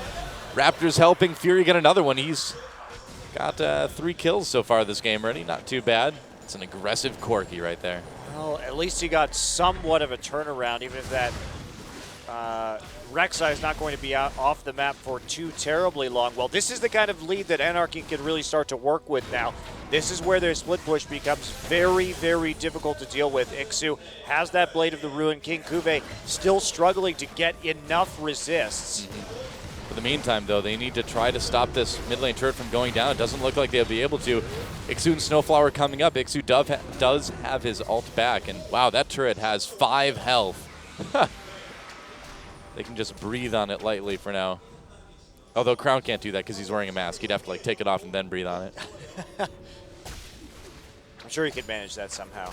It's true. He can just wave his hand in the small The third hand. waft of air. The third hand even. Yeah, it's true. He can just poke it with his third hand. Well, Anarchy, like you mentioned, jumping out to about a 7K gold lead right now. Getting some of the kills they need. And getting some kills and assists onto Ixu, too, helps out quite a bit. Yeah, it does. It's all coming in for him. So, and with the Zhonya's Hourglass complete now for Mickey, they have another way to engage. And if he can lock down the Victor and prevent the burst, that could be pretty nice for Mickey in that back line, and could give Fizz and him enough time because they have the item advantage now, and they have this huge amount of burst as a result. While Samsung's still struggling to catch up. as Kuve definitely not as tanky as he would like to be. Crown still a little bit low on damage. Samsung, though, seemingly just kind of walk around the map to bully their way through some turrets, so. Ooh. Crown, okay, ultimate used. TF's going to try to come in, going to find Kuve. Kuve in a little bit of trouble with the damage from Songyun as well. This is bad news for the top laner. That's another kill for Mickey. Meanwhile, Snowflower gets all in by Crown, trying to get away, but he's right under that Chaos Storm. Looks like he'll be able to make it out with that tankiness from his ultimate. Alistar is pretty hard to bring down sometimes. Well, Kuve just has no MR yet. He's trying to build into this Frozen Heart, but he just has the Ninja Tabby and the components for the Frozen Heart. So there's really nothing that he can do to stop Mickey's damage that's coming in, nor the percent HP damage from Kog'Maw's Bio-Arcane Barrage. So he's going to be very vulnerable to a split push from the Twisted Fate or any pick attempt. That's why the kill was so easy, even onto a Maokai. Yeah, that split push starting to really do work now, too, for Anarchy. Pressuring the top and the mid, or the top and the bottom, and the mid, really. All three. Mickey taking the blue buff. And Samsung is really getting to the point where they either need to win a massive fight right now, or they're going to just continuously be pushed back for the rest of the game. Yep, and Anarchy, to their credit, is doing a good job of keeping them split up. They broke the last fight around the Dragon into a series of small skirmishes, which does favor them, especially when they have that large gold lead. So, and they've played out the laning phase with Mickey in bottom and Ixu in his lane assignment at top, just kind of going for it, while they have advanced their ward line deep into the enemy jungle. Look how many deep wards on both sides are there for Anarchy right now. Warding has definitely been a strength of theirs this entire season. They've had the information, just not the play to back it up or the decision-making to play around that vision. However, this time, it's all going quite well. Well, it's funny to see how they've been able to make this Kog'Maw work, too, because it's not really peel in the traditional sense. It's kind of peel by fragmentation, right? You just split up the other team so much that there's no way to really go in, and then this Kog'Maw can just pick somebody out on the outside and 1v1 them. Well, yeah, especially if he has his flash up. That probably is the bigger factor here. Is if he doesn't have his flash, I'm not sure he's going to be doing so well, because, especially in that last Dragon fight, if he had not flashed over the back of the Dragon Pit, we're going to see him just TP right here for a ward. Not going to commit to a 1v1, just using the Destiny for a little bit of vision. Yep, well, with Dragon coming up in 30, they certainly want all the vision they can get on the map right now, and they pretty much have all of it. Yep, and now they can start thinking about this Baron. Baron is dangerous, though, because they're not very tanky. Yeah, they started it, though. And they're going to be going for it. Somebody needs to start getting vision here from Samsung. There we go. This is the opportunity that Samsung has been looking for. Wraith immediately flashing in to just start to upset the Anarchy team. Eve gets knocked up as well. Kuve getting in the back lines, not even needing to teleport. Ixu picks up a kill here. Anarchy turning onto everybody. Samsung coming in very fragmented. That's a double kill for Ixu now. Baron doing a lot of work as well. There goes Rek'Sai finally. Double kill for Crown coming into all of this. Meanwhile, Fury on the run. They're going to chase him into their own jungle. Songyun can chase him down just fine, it looks like. There's a kill. Meanwhile, Crown picks up another one onto Snowflower. A massive team fight. Ixu, though, finishes the ace for Team Anarchy. 3 kills for him in that fight. And Anarchy, really, again, it looked a little bit dangerous, but now you can see they're pretty happy about that. They're getting the skirmishes, and that's working. And they can take it to the Dragon next. So let's take a look at that fight again. And Wraith comes in, has to commit. He wants to stop the DPS, so he goes on to Songyun. Somehow, though, Eve actually picks up the Baron aggro. Takes a bunch of damage from the Baron. Fury already low, but he and Crown are able to burst out Mickey nearly immediately. And there's a Death Ray to take yet another one, but it's a 2v3 moving forward from this point, and Snowflower's going to die as Songyun pursues. A little bit of a messy fight from Anarchy. Songyun and Ixu both going over to the flank. Well, it was messy, but that's exactly what they wanted. I mean, they ended up coming out really well in that team fight. They're 10K gold ahead now. I mean, Fizz and TF both have 4 kills. It's looking really, really good for Anarchy right now. Yeah, and this kind of composition, it can work if you get enough of an advantage in the laning phase. Like I said, I just don't like betting on that because it's an unnecessary risk. But here we go again. Anarchy living up to the name here. This is what they want to cause. Snowflower coming in with that Righteous Glory. And where's the rest of the engage here? He's going to teleport just to the bot lane and try to push that up, I suppose. One thing we have seen from Anarchy, though, is when Mickey can split push, he typically makes pretty good decisions. We've seen how he does on Zed. That has come up big in some of the Anarchy's wins, that when he gets fed and when he's allowed to split push, he knows how to and when to apply pressure. Well, the 5 hit point turret finally goes down. That's survived for like a good 5 minutes at least. Wow. Samsung invading the enemy jungle as well to try to claim this blue buff, and it looks like they're going to go ahead and give that up. Nobody's been able to get the Baron quite yet. Mickey moving into the mid lane. Looks like they're going to maybe make a play for the tier 2 there. It's been an exciting game. Certainly has been. Plenty of kills. I like it. It's been messy.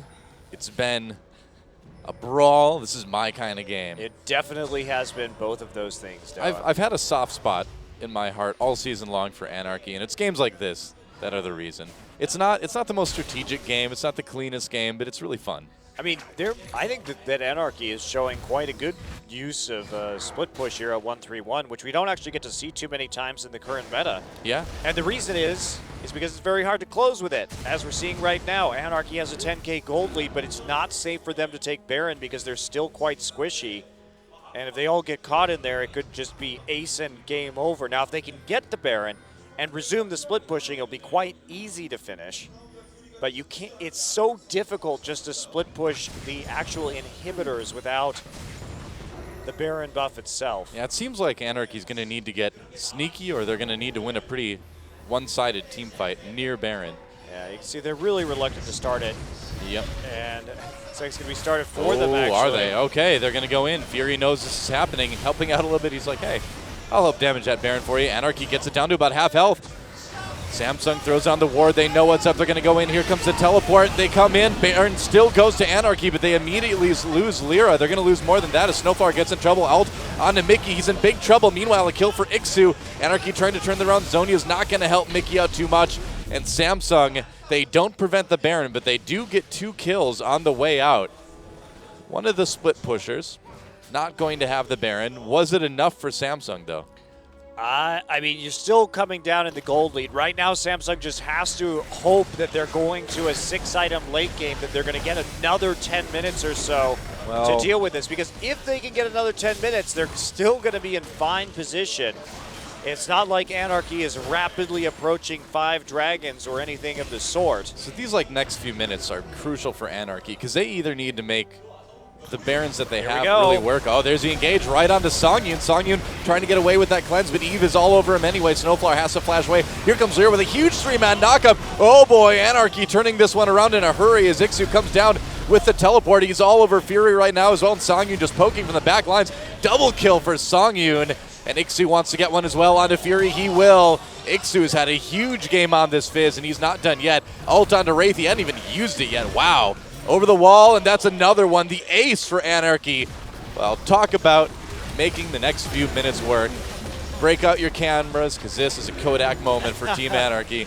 Well, yeah, they should just be able to push to victory right here. At least they're going to get 1 Nexus turret. That's the bare minimum. I think this is going to be it. Actually coming up big in some of these fights. Still hasn't died yet this game. Yeah, Crown and Eve coming up in less than 10 seconds. So but in less than many 10 seconds, this game's going to be over. Too many Sheens for Samsung to handle, and this game is over. Anarchy takes a pretty bloodthirsty game 1. I like it. Yeah, well, they played out that comp nicely. Yes. They understood the risk with it, but they got ahead enough due to the tower kills and the picks they were able to set up, and especially Samsung not just kind of playing too aggressively in multiple situations in that game. You don't have to go for every dragon. You could have let that one go right when you didn't have necessarily the items to go ahead and finish that one off. Samsung, remembering right now, they lost to Anarchy 2-0 earlier in this season. Are they going to repeat that same fate? You know, if I thought this match was going to be a 2-0, I thought it was going to be for Samsung, if anybody. I think we're going to go to 3 games still, but a bit of a surprising early win for Anarchy. We'll see if they can keep it up.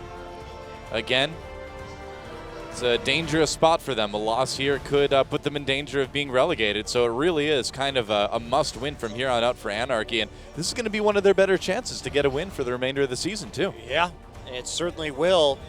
These wins do matter for the bottom side of the standings. They may not really have any or very much playoff hope unless something drastic occurs, but they still need some victories to kind of stay out of the bottom in the danger zone.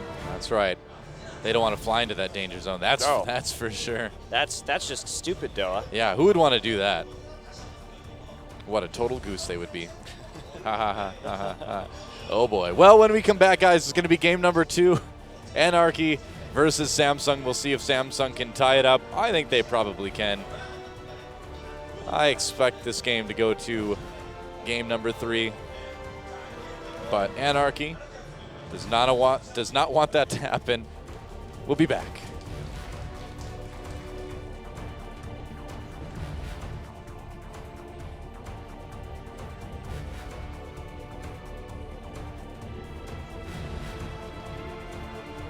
I don't know where you're going, but do you got room for one more troubled soul? I don't know where I'm going, but I don't think I'm coming home. And I said I'll check in tomorrow if I don't wake up dead. This is the road to ruin, and we're starting at the end. Say yeah, let's be alone together. Stay young forever. Speaking from the top of your lungs.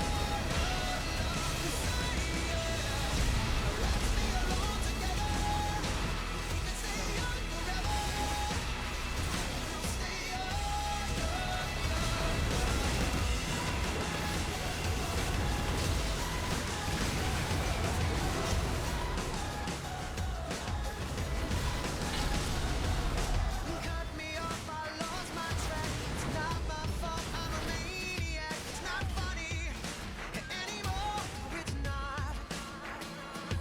My heart is like a stallion. They love it more when it's broken. Do you wanna? 예. 제 생일이 지나고 있어서요. 오늘 무슨 날이에요? 오늘 금요일. Never heard of it. No. 네, 오늘은 7월 17일 우리나라 대한민국의 헌법 제정 공포를 기념하는 날인 제헌절입니다. 네, 요즘은 제헌절이 공휴일, 그러니까 쉬지 않아서 예전에 비해서 관심이 조금 떨어진 것이 사실이겠습니다만 대한민국 최고의 규범이 만들어진 날이라는 그 의미만큼은 절대 잊어서는 안 되겠죠?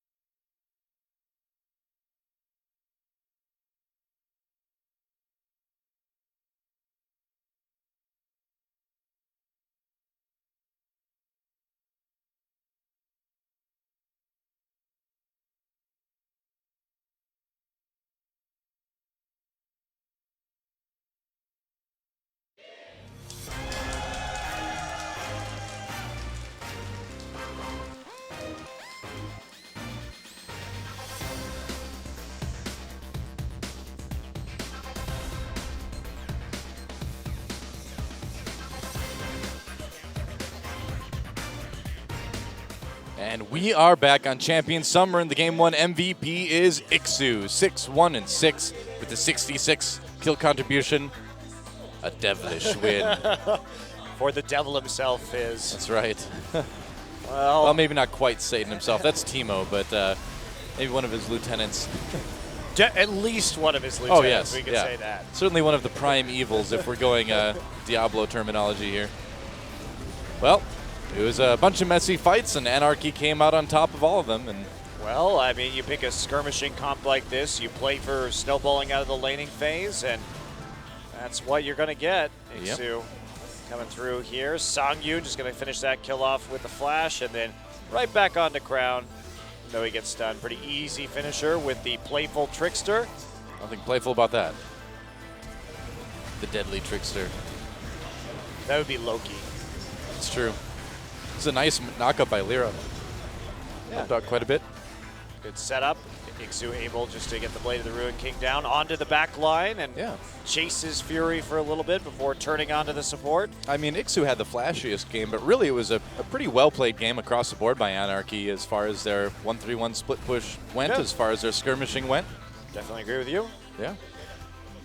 I liked the timing that they had with their split push, and they managed to keep that pressure on, and Samsung wasn't able to match it. They took fights that they didn't need to take when all they had to do was hold on and scale just a little bit more, turtle up. They had the first two dragons. There was no real need to stray too far outside of their base until they had the necessary tankiness to deal with some of these champions. True enough. Well, you can almost say Samsung, they just had to hold on to what they got. Didn't even matter if they liked it or not. Yeah. And now they're living on a prayer, man. I mean, they have to tie it up right here. They're not halfway there yet, though. Maybe No. after this game. they After will- this game, they will be exactly halfway there as far as getting a win in this match. Could be they're halfway there to a loss. That's true. They might be halfway there already. Yeah. Hence living on a prayer. Yep. Anarchy wants to end their hopes and dreams, though, in this match anyway. As we go into game number 2, picks and bans between Samsung Galaxy and Rebels Anarchy. No roster swaps with either team. And with the way Ixu played, I don't think Anarchy's going to be doing that anytime soon. So Ezreal is going to be the first ban, followed by the Rise. And so is this going to go into the banning of Mickey, as we frequently see on the blue side? No. Gragas. actually taking Yeah.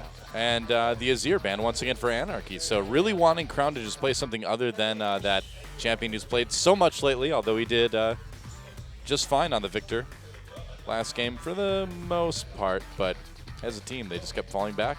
So will it be the Callista banned last here? If you give Fury Callista, I was going to say that is a dangerous prospect. I agree with you. We haven't even seen a Callista game in what seems like forever. Yeah, she's just been banned pretty much nonstop. Permanently, definitely for the last few weeks. So, Alistar, the first pick here. Lyra hovering over that Nidalee. Probably much more likely to take the Rek'Sai, though. Will we get to see some of Eve's Nidalee in this next game? I think- really think you should take the Rek'Sai. Yeah, I think he will too. He's not going to bother to deny the Nidalee. It's either ban it or leave it up and just take a different jungler. I think that's the philosophy you have to go around with these jungle Nidalee players. Now, in could you Champions. just grab the Hecarim right now to keep that away from Kuve? I mean, you could. They banned it last time. They're obviously concerned about that, which makes sense considering they were picking the Kog'Maw. But an early Cog pickup here, they are supremely confident in Songyun, it would appear. Yeah, well, Nope. he had a pretty great game in game number 1. But they're going to go with the Shen. Huh. Shen and Rek'Sai. So, If they end up taking the TF again, this is like the ultimate global pick comp.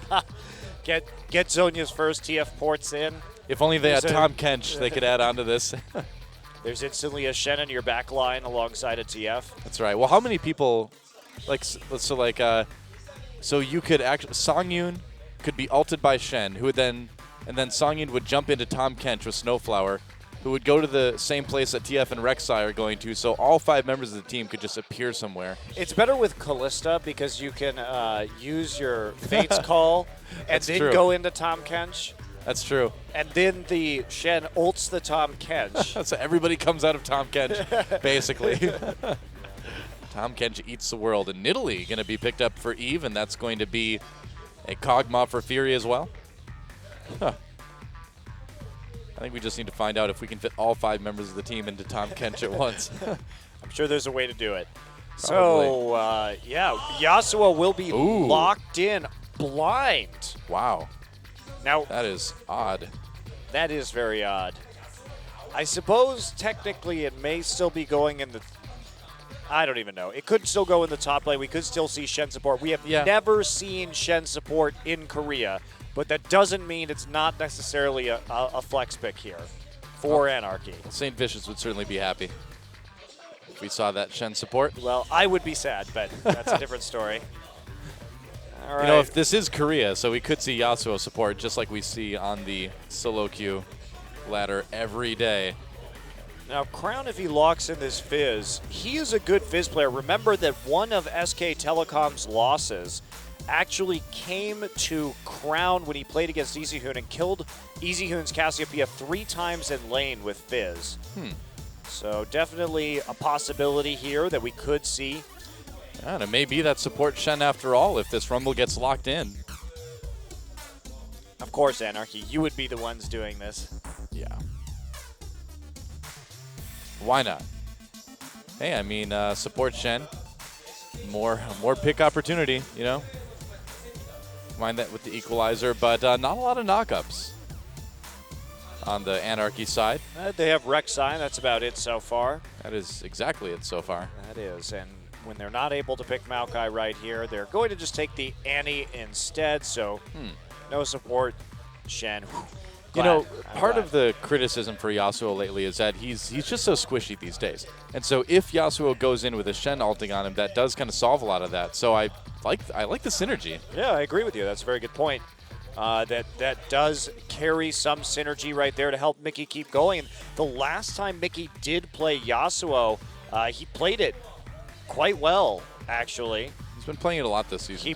He won a game against Najin with it, and he looked really good in the skirmishing and the team fights. He wasn't playing the same kind of one-shot style. He found clever ways to skirt the edges, get some damage down before actually triggering that last breath and going all in.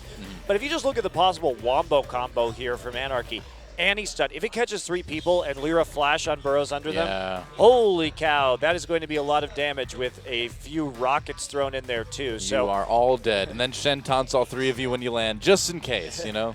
Yeah, this is actually a pretty fun combo composition from Rebels Anarchy. Meanwhile, Samsung, they've got some skirmishing power, but it's mostly just going to be a little bit of poke from Nidalee and the Kog'Maw, and then a finisher once they can actually go in with the Maokai to get some executes for the Fizz. So pretty standard actually from Samsung, even though we don't see the Fizz mid that much. Well, anyway you slice it, it's going to be an exciting game. Can Anarchy get the 2-0? It's time to get into game number 2 and find out.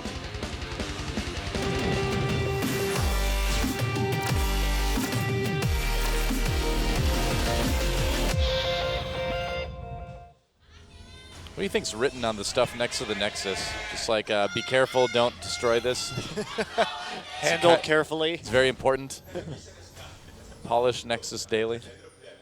Welcome once again to Summoner's Rift Anarchy versus Samsung. You know, the better question is what exactly does the Nexus do? It makes, well, no, it doesn't make the minions because supposedly, like, actually, I bet now it does make the minions because before it was summoners in training that were making the minions. Summoners are gone now. But who cares? Like, if you're a champion on Summoner's Rift, okay, why do I care if my Nexus is destroyed or not? Because it makes the minions. If you have no minions, then what? Then the pushing is going to be, well, then just more of their minions getting your base. Hey, I'm a champion. I know I'm just infinitely safe in my fountain. That's true. Why am I even fighting? Well, eventually, I'm basically just safe forever. I mean, eventually, then just waves of minions start walking into your fountain, and you just get unlimited gold. It seems like a way to just become super rich to let your Nexus die and just sit there. We've actually figured out, we've broken Summoner's Rift, man. That's the key. You just let your Nexus go down, let the minions walk in, and live like a rock star. That's right. The problem is Fountain is very small, though. So with 5 people there, you know, it gets kind of Yeah, kind but of you got awkward a after a while. shop next to it. You can get whatever you want. You don't have a instantly. bathroom though. Well, I don't see any bathrooms anywhere else. There's no bathroom in Summoner's Rift. There's a lot of bushes though, so I mean, It's okay, just use Maokai. take your pick. If Nasus was in this game, sure. Oh, Snowflower trying to be annoying on this Annie, and he's got that stun to try to maybe steal this blue buff. Nope, not going to get it. Smite used, of course. Snowflower being very annoying. Meanwhile, Wraith trying to be irritating as well. They're going to chase him away, though, early on, as Anarchy goes for their blue buff. Well, they're not going to chase him away quite completely. yet. Both teams. He's got to be a little bit more careful, though. Yeah, freezing with their AD carry here. Lane swap coming in again. We don't want Anarchy. Oh, he could have autoed that and taken it. I think he could have. Oh, really? Yeah, it was after he pulverized. see how it low had it like was. no health. Well, in They any wanted- case, yeah. doesn't quite get it. And we're going to see the same thing. Corki swapping out of the Kog'Maw lane. I'm not sure what the Yasuo Fizz matchup is like, really. You'd think that would be probably a skill matchup for both sides. I don't really see a reason why I would go in favor of one or the other. You'd imagine. Now, Ixu was recalling for a while, but he canceled it to just go right to lane. Just feeling the need to get these minions right away, I suppose. And he can heal up, I suppose, off of his Q. Yeah, it's a small heal, but it'll do something. And Over time, if he avoids the damage, it might work. yeah. Well, looks like Fury's just a little bit nervous about getting close to XU right now. Just wants to go ahead and freeze this lane right on the next wave. So he's maximizing effectively the amount of distance Ixu has to go out into Whoa. the lane. Well, this is going to be an interesting lane to watch. Exhaust on Crown already. He's a little bit behind enemy lines here. The comes Lyra. knockup misses. Crown flashes. Here comes Eve. Mickey in a little bit of trouble. Ignite used. Will it finish off Mickey? One tick too short, I think. Yep. Not enough. Lyra gets low as well. Yeah, they can't quite finish it off, but Eve Italy coming spear. in with a little bit of a counter. Lyra a little bit late to justify the use of Oh, that boy. exhaust in the mid lane. Snowflower's here. Snowflower's only level 1, though. Wow, and they're just going to go after this turret. I suppose they can throw a spear and keep Oh, this could get crazy. Mickey away. Flash over the wall. There's a stun. And Crown gets caught underneath the turret. First blood goes to Mickey. They're going to turn it around. Whoops. Nice play by Snowflower. This series is funny. I love it. I love it.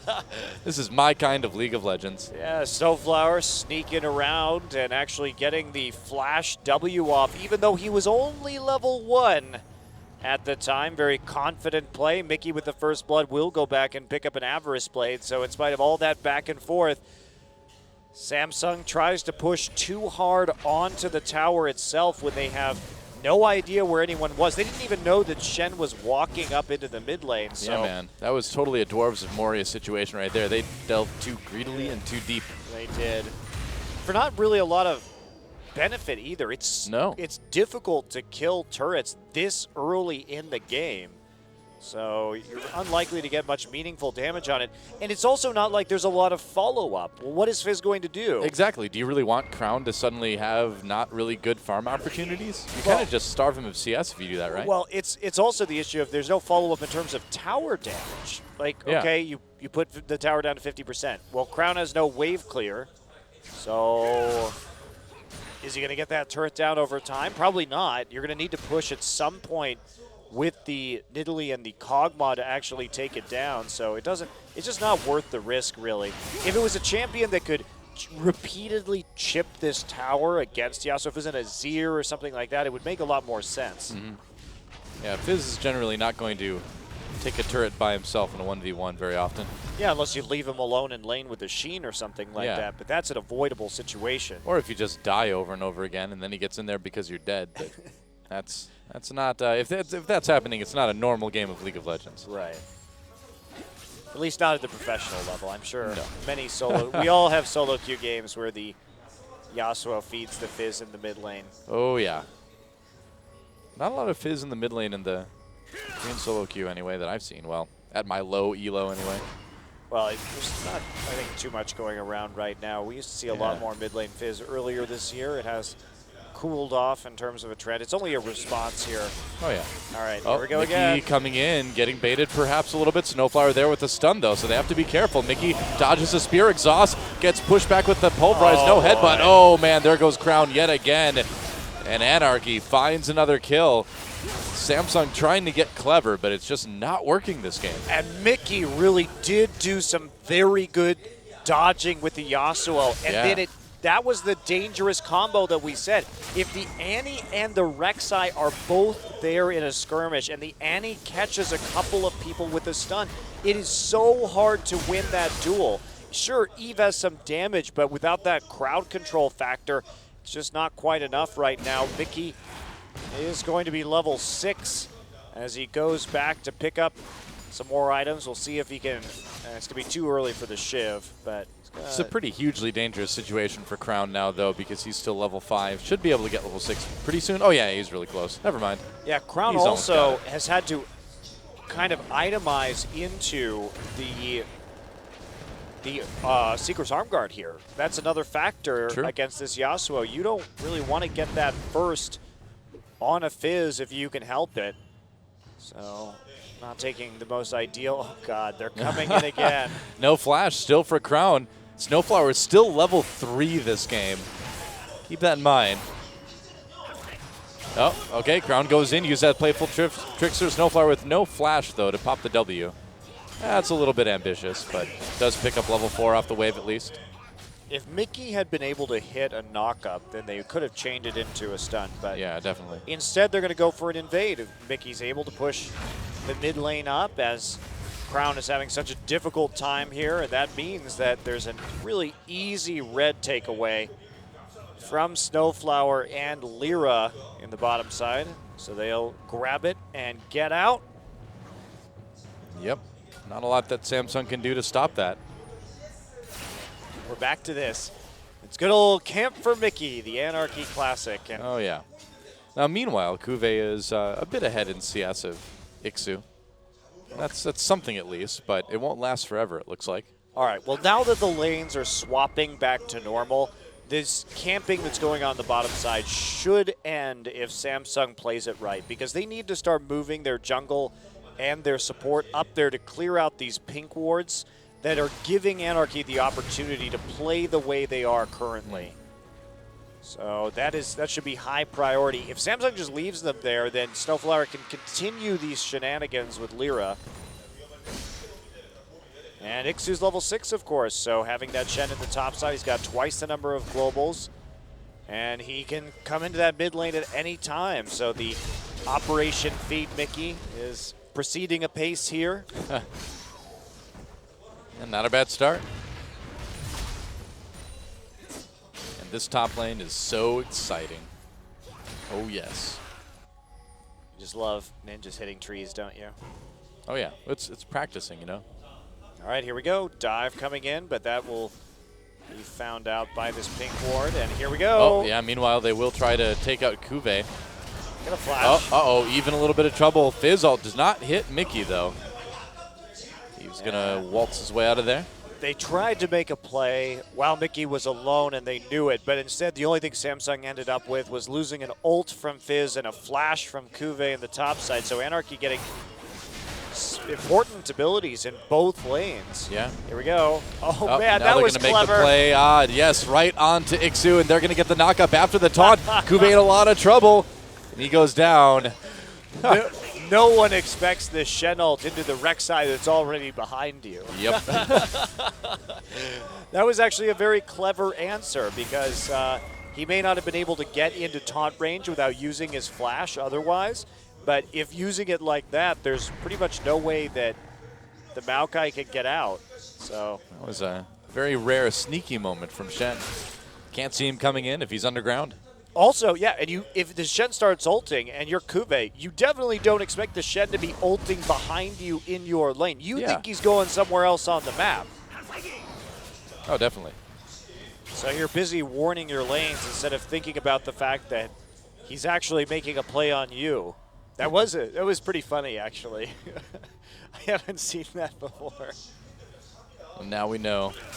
I mean, it seems like a fairly well thought out composition by Anarchy. Again, you know, we talked about the benefits that Shen gives Yasuo too. That maybe makes him a stronger pick than he's been recently. Yeah, I like this composition better than I like the last one. I don't know the Fizz. I'm not sure.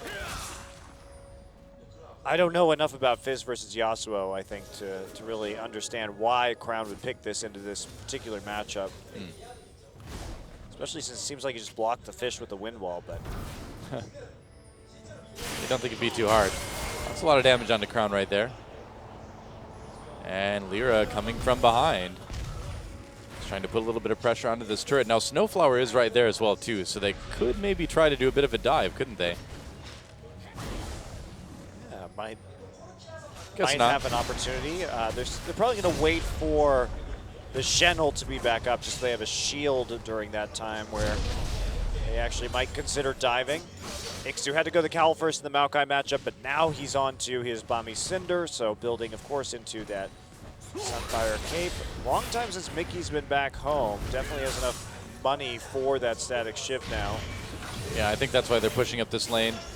Just to make sure Mickey can go back. Oh, Fizzle used onto Lyra, actually, just to try to save the turret, but I don't know if that's really the time you want to use that. Either way, Mickey's going to go back.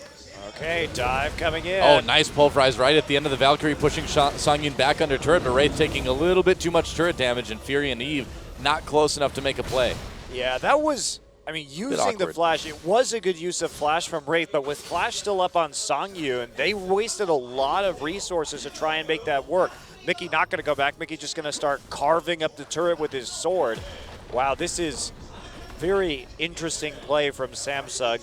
Trying that dive, it was uncoordinated and unsuccessful, and they just basically, I mean, I guess it's worth it to trade a summoner spell on your support for the AD carry, but when you show your jungle at the same time, that's where it crosses the line a bit. Because by showing the jungle, Mickey knew he could just walk up to that tower and start autoing it. Right. One of these times, Crown's going to use his Playful Trickster for wave clear, and then Snowflower is going to be all over him again. I'm waiting for it. Yeah, and yeah, I haven't seen his abilities yet, but he probably only has 1 point in Playful Trickster right now. Yeah. And that makes it difficult to clear waves. He may have more this game. Oh, he does. He actually has 5 points in it. So, yeah, he has it for the wave clear at the moment, and to make sure that he has it up to dodge what he needs to dodge, considering how hard he's been camped this game. Well, Mickey getting ulted by Crown. A lot of damage onto him, but he's going to go in anyway. Snowflower can still flash tippers, and he does. Eve getting very low. Exhaust onto Mickey immediately. Yeah, Doesn't just last very some long, damage, though. Mickey doesn't actually get the last breath, but by playing aggressively, they will get the turret. Yeah, and that's a nice little bit of gold. They're already 3K ahead now. And Anarchy starting to build that early lead, just like they did last game. Well, Anarchy, if you want to play League of Legends with your wacky assassin picks and your mid lane camping, I'm not going to stop you. Nobody can stop them from doing it. You can stop them from winning with it, but you can't stop them from doing it. Maybe Samsung can't, actually. Yeah, Samsung looks like they're really struggling with this. I mean, Crown just does 0 damage right now. Mickey going for the BF sword before he even gets boots here, so just relying on Yasuo's mobility from his kit rather than actually going into any kind of movement speed items, and he's just going for the big combo, the big damage. Now he's not anywhere close, but here comes the split pushing, starting from Mickey as they transfer him into the bottom lane. Timing couldn't be better. After this Dragon Song, you can just recall and move into mid lane with the Trinity Force. Yeah, so game number 1, Samsung got a couple dragons to start things off, but the first dragon of game 2 goes to Anarchy. Or he did pick up some boots in the end. Now he is a Shad Samurai. It's different than a Shadi Ninja, which is what Shen is. That's Shen, yeah. Subtle difference. You know, Yasuo is a little bit of a shoddy samurai, though, according to his lore. Nobody really likes him. The general opinion of Yasuo is not good.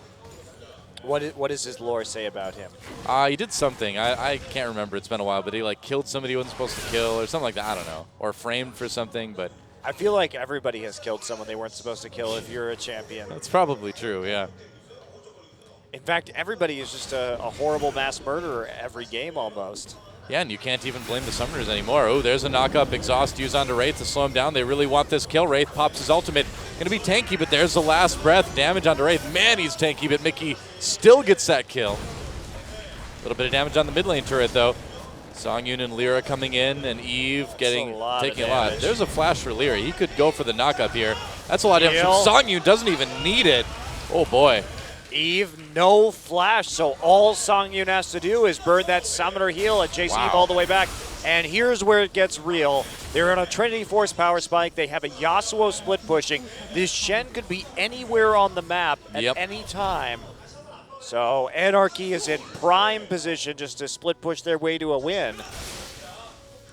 Well, we don't get to see too many split push comps, but we're getting to see 2 from Anarchy tonight. And they're both working really well, too. It seems like they really brought something that Samsung wasn't expecting to see and is certainly not ready to handle.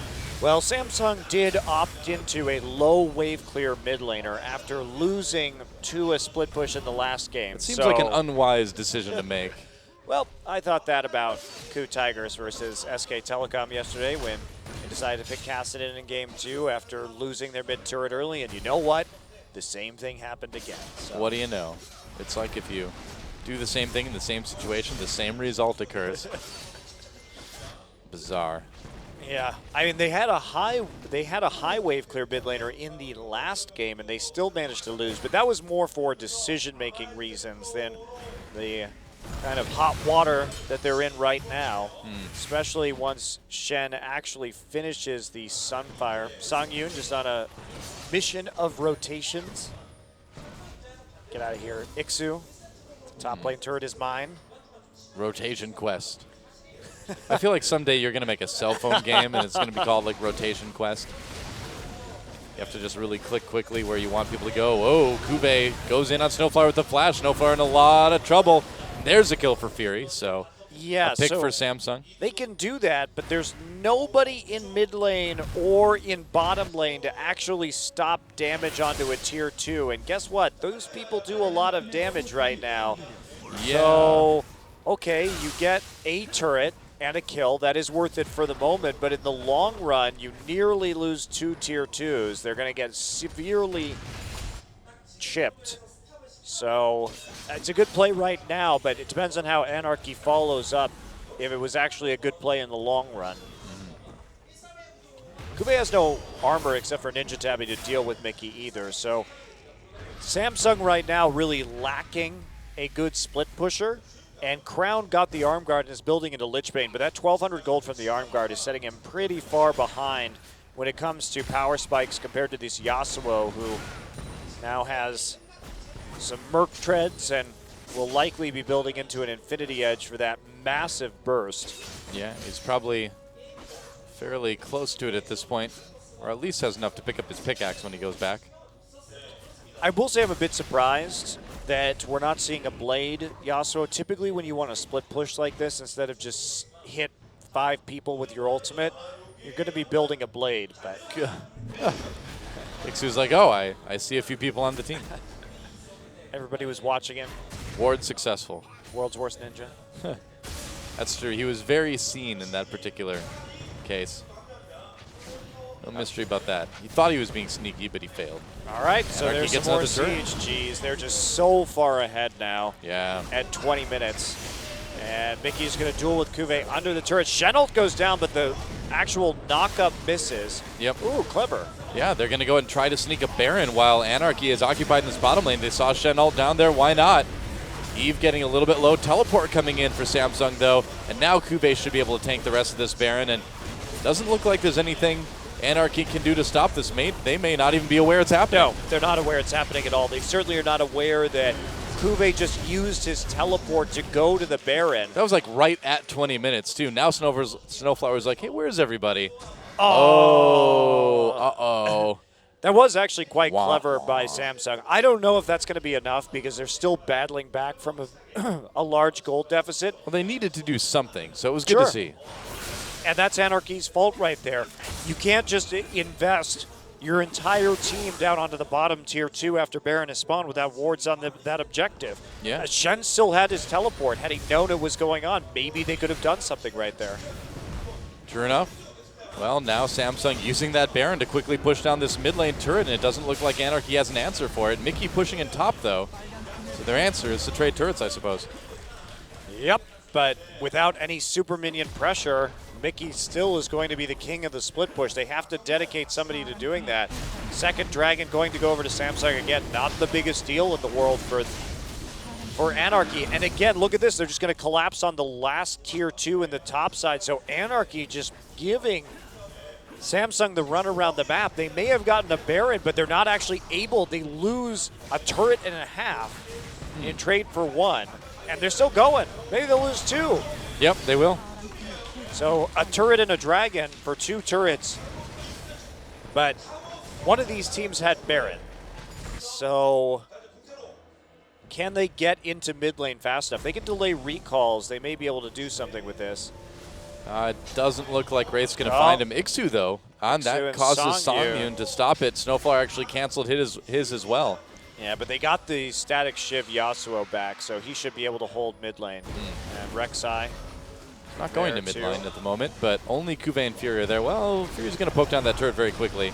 They are actually going to lose this tier 2. Mickey went to top lane first, and he should have went to right to mid. Yeah, that was a nice delay, though. Yeah. All the same by Samsung, canceling 3 of the TPs, which made that defense less appetizing, less appealing to Anarchy. But even so, still that needle really hasn't moved since the Baron on the gold lead. We're looking at about 5K. And Mickey going to get chased. Shenold goes down. Yeah, just kind of keep him safe. Are they going to turn onto it, though? Lyra's coming down as well.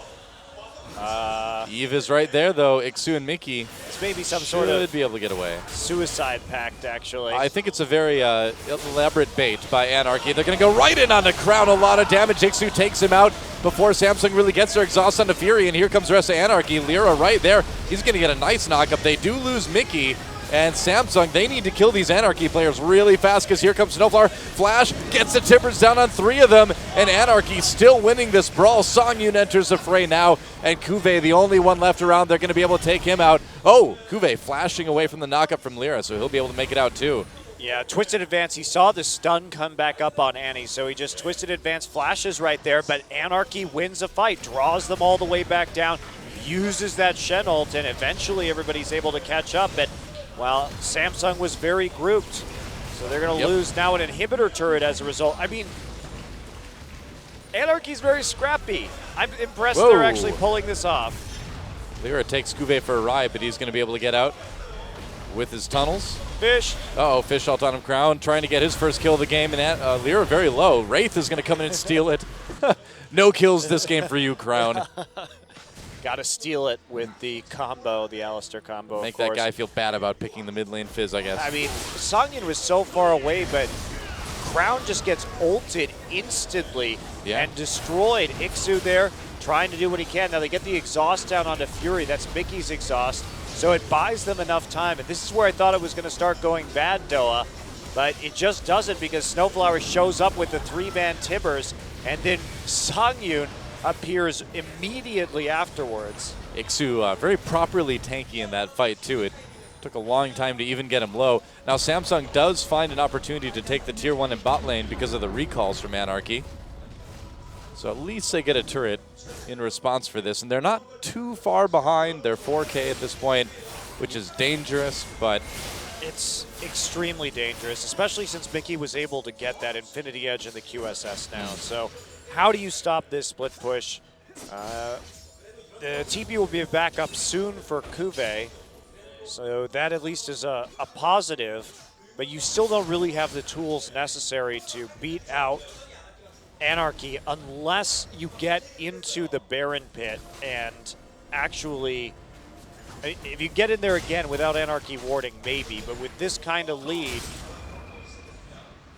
it's just the composition. They don't have that burst from Victor this time around, and if Fizz gets caught out by this Yasuo first, it's pretty problematic. And we saw Crown could just be one shot there. indeed. Only that Lichbane really to speak up for Crown. I mean, he's got his Seeker's arm guard, but that provides pretty minimal defense and offense at this point. Yeah, he's severely under-itemized. You take a look at that, you're looking at 1 core item compared to 3 completed on Yasuo right now. So a massive disparity in terms of the gold. Probably that entire gold lead is almost all of it's going to be between Fizz and Yasuo. I like the bloodthirsty justice from Wraith, though. He's like, you know what? You don't deserve to kill this game, Crown. Here we go. Well, Mickey trying to do a little bit of split pushing on this inhibitor as the rest of his team goes to mid and top. And Samsung trying to make a play onto it. Mickey going to get knocked up by that Pulverize. He's going to turn right onto Fury, though. A little bit dangerous as Lyra comes over the wall. Kube pops his ult. Going to go in onto Mickey with that twisted advance, but Lyra's right there to zone with the knockup. Here comes Snowflower with another big Timber Sun exhaust on, and Mickey's going to back out the fight for a moment, but Samsung players already going down. Or never mind, actually Ixu goes down. In that case, Samsung players getting a kill, but they're going to lose the inhibitor. Yeah, barely. Kube barely getting out of that, but still, he's going to Here try and we go. TP in. Kube trying to flank, and Crown coming from the side. Kube gets exhausted immediately. Fury doing a lot of damage from the back line, so there's a kill for him. Lyra trying to come on to him there. Finally a kill for Crown in the mid lane. Songyun doing damage, but the double kill comes in for Crown, and Samsung is actually going to find an ace here as they take out Eve. Goodbye. Fury with the triple that fight. Now they can go directly to the Baron. Kube is just zipping out of base with those home guard boots, so they were able to turn it around. Kube gets back in, and he punishes them with that home guard teleport flank onto the back line. So can they get another Baron? This is what they need to get back into this game. They've almost equaled it up in terms of gold. They will have after the Baron dies. So Samsung, are they over the hump? Do they have enough tankiness now to survive this Yasuo? Could be. I mean, they've also lost their bottom inhibitor, but if they just push bottom lane with that Baron, maybe they can just go right back. Yeah, it's still going to be tough. So let's take a look at this. Ixu already dead. So it is actually going to be a 5v4, which is one of the major problems, but it was a good engage there by Wraith. Gets the knockup, and without any ultimate left onto Mickey, he's not particularly useful. He still doesn't have any kind of armor penetration in spite of the fact that he's against a Frozen Heart and a Zhonya's Hourglass now. Right. Samsung able to muscle their way into the Dragon Pit as well, too, and picking up a second Dragon isn't the most amazing thing in the world at this point in the game, but it certainly does help. Yeah, Anarchy going back. They know they have the side waves under control. It's much better for Mickey just to go out and push this top wave and nullify the Baron buff than it is to commit to a second Dragon. Not a ton of wards in that bottom jungle. It looks like Mickey's going to be able to scout things out a bit. Anarchy moving in. They need to kind of provide the means for Mickey to split push here. It's suddenly become a very close game. Yes, it has, but again, this may be a Baron that Samsung really can't do very much with because they're constantly on the defensive. Every time Anarchy does something, they get a slight more advantage. Sure, the gold is evened up, but just the pressure on the map and the fact that Samsung is going to have to play the rest of this game against a split-pushing Yasuo or Shen on their inhibitor means that they're always going to be playing in a reactive manner. Yeah.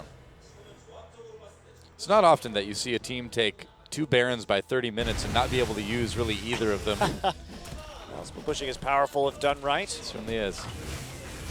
Lyra just taking more of Samsung's jungle. Not having too much of a problem there.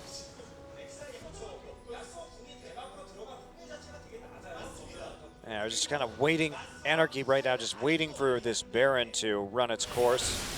And we can see what their game plan is after that. Probably just going right back to splitting. And actually looks like a BT next for Mickey, so no concern whatsoever with any kind of arm penetration. Here we go. Oh, yeah, knock up on the Songyun. They have an opportunity. Crown gets the ult, gets the kill. Gets out. For now, he's got that Zhonya's. Anarchy's going to try to finish him off, but he playful tricksters away. Meanwhile, Wraith in the middle of the fight. Mickey tries to get the kill, but gets taken out by Fury. And Samsung is starting to look a little bit too strong for the scrapping of Anarchy. That's a double kill now for Fury, taking some turret hits. And meanwhile, Eve finds Ixu on his own. Can he get the spear? Misses it. Ixu very low, though. Looks like he'll live for now, but their inhibitor is not going to. So, wow.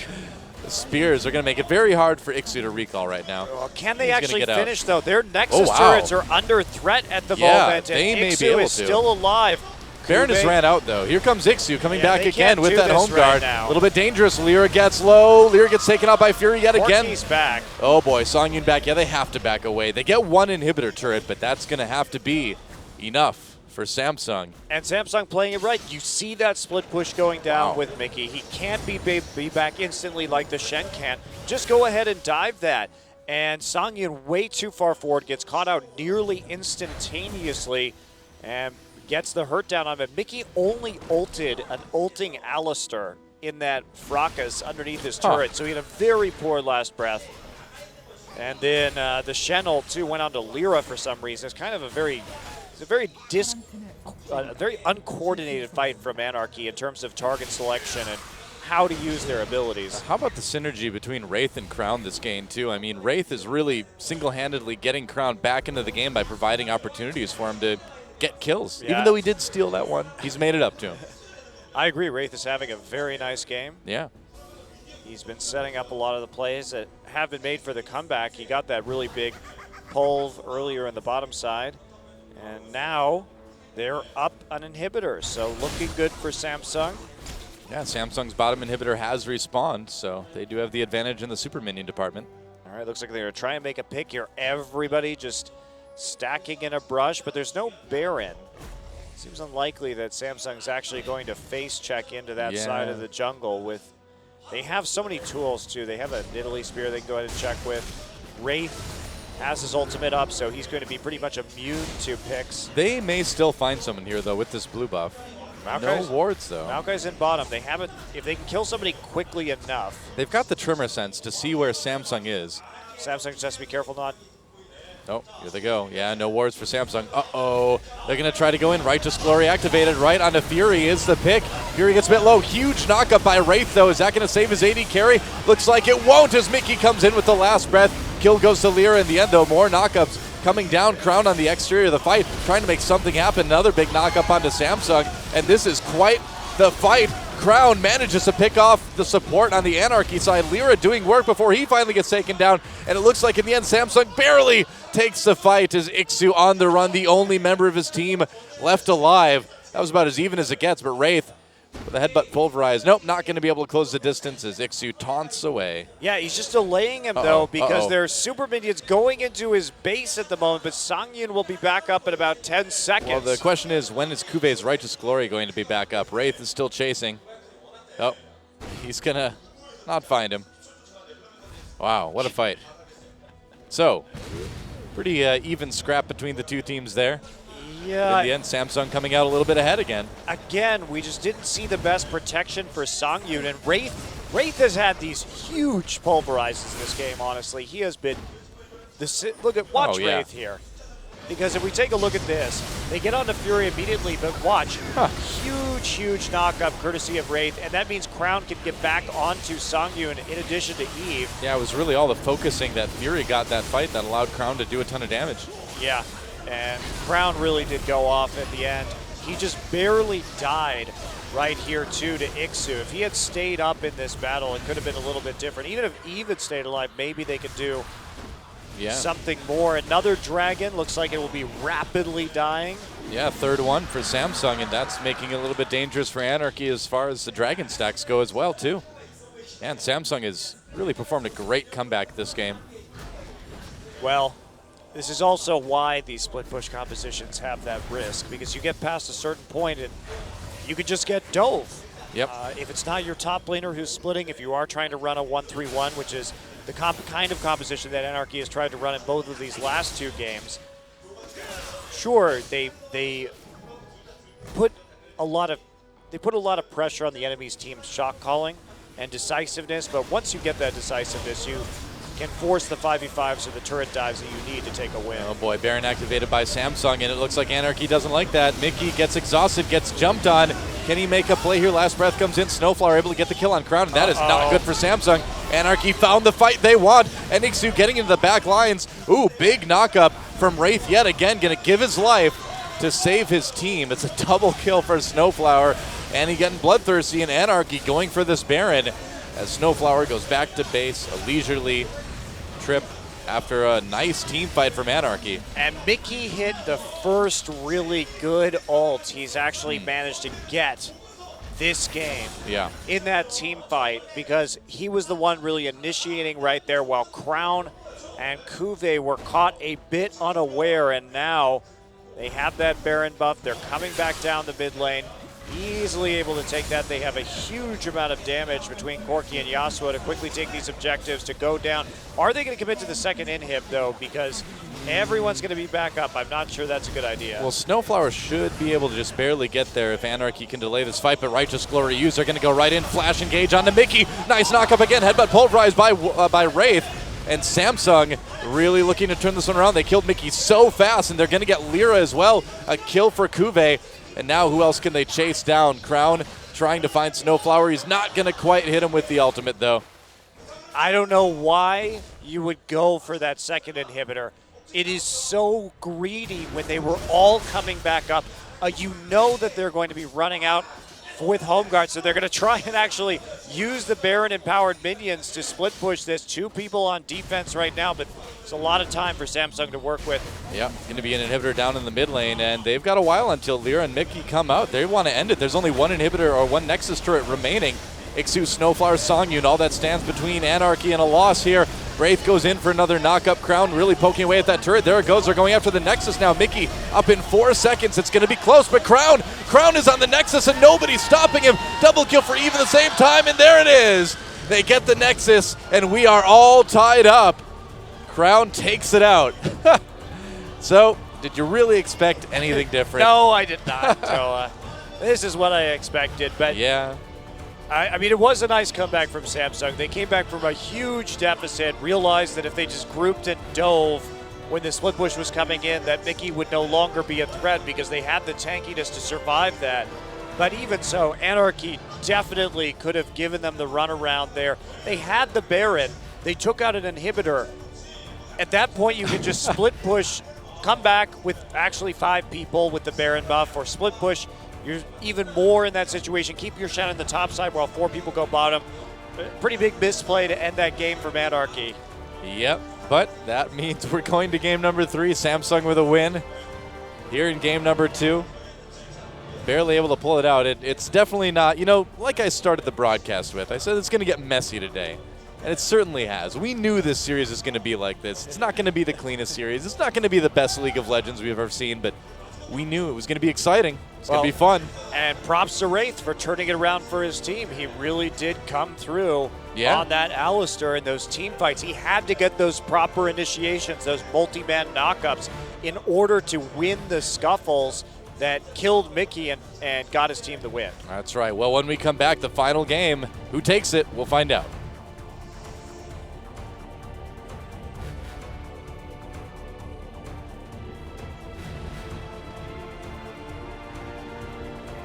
I don't know where you're going, but do you got room for one more troubled soul? I don't know where I'm going, but I don't think I'm coming home. And I said I'll take leave tomorrow if I don't wake up. This is the road to ruin, and we're starting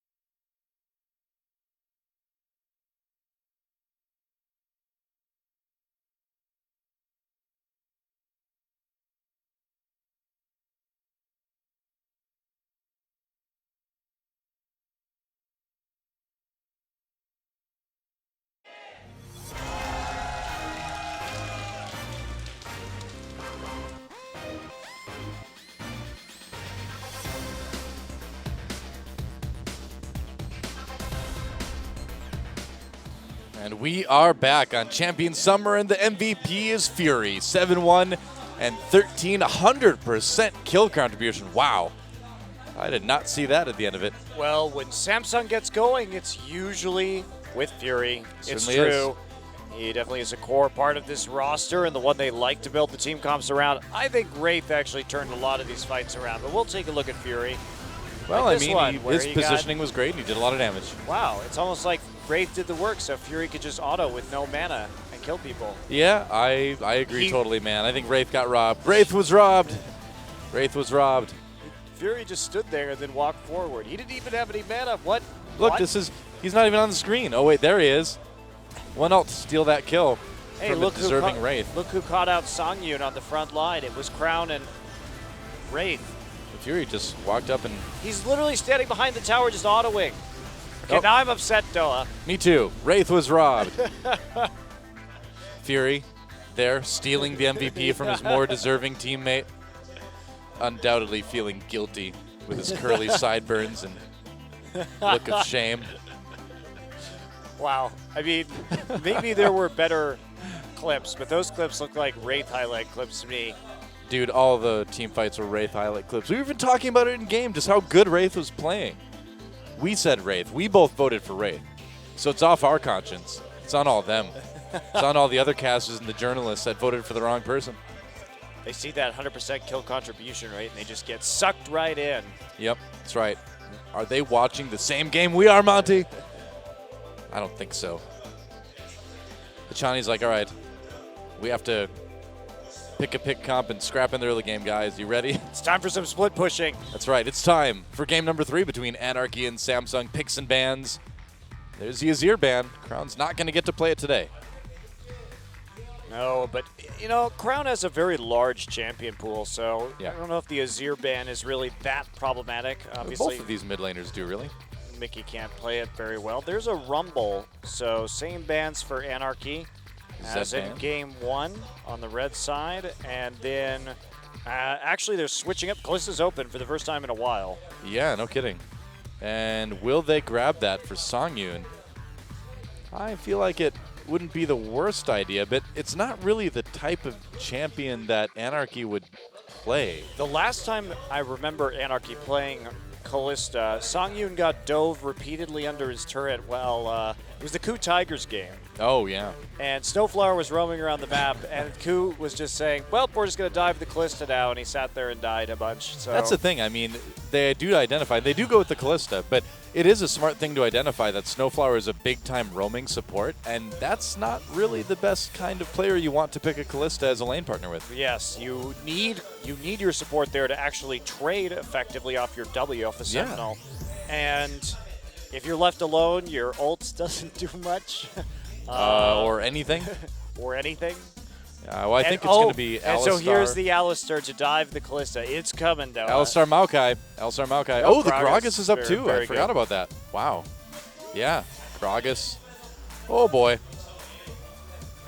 The doom of Songyun. Well, I think Samsung may have baited Anarchy pretty hard with this Callista pick.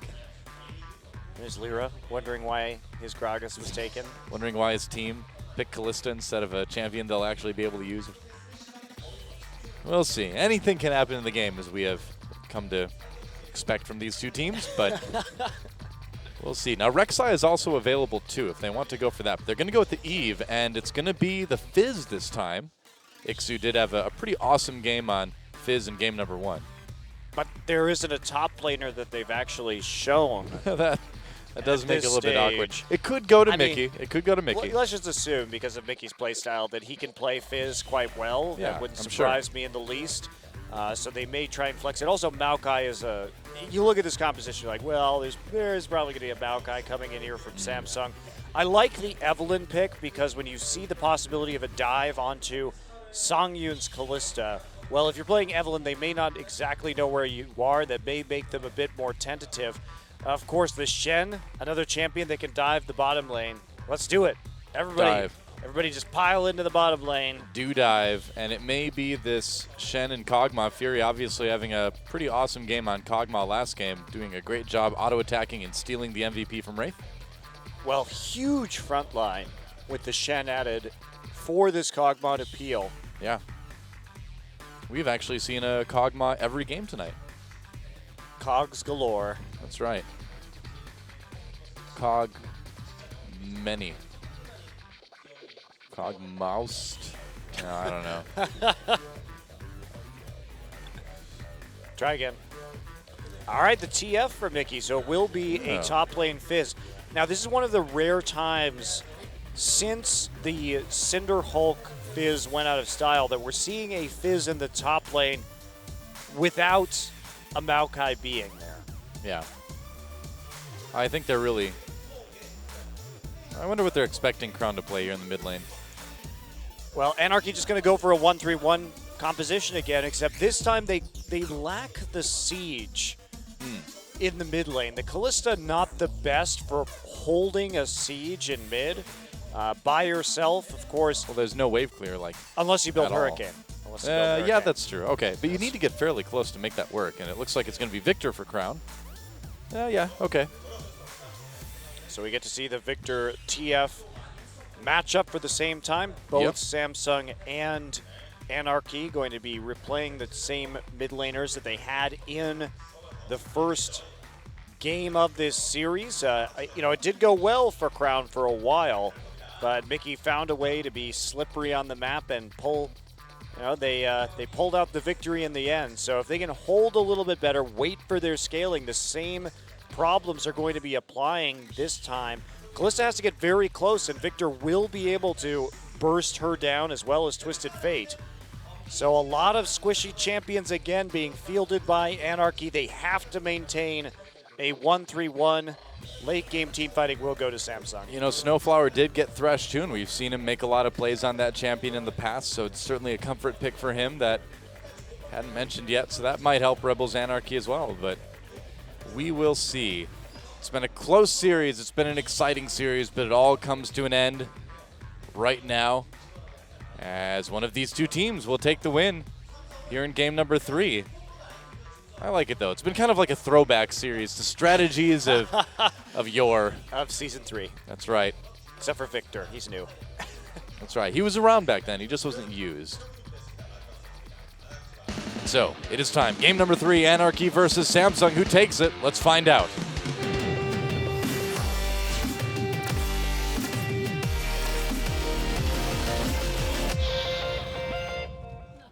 All right, welcome to Summoner's Rift. An exciting series, a down and dirty brawl between Anarchy and Samsung Galaxy. And we make it to game number 3. And I would imagine this one's going to be just as action-packed. I hope it is.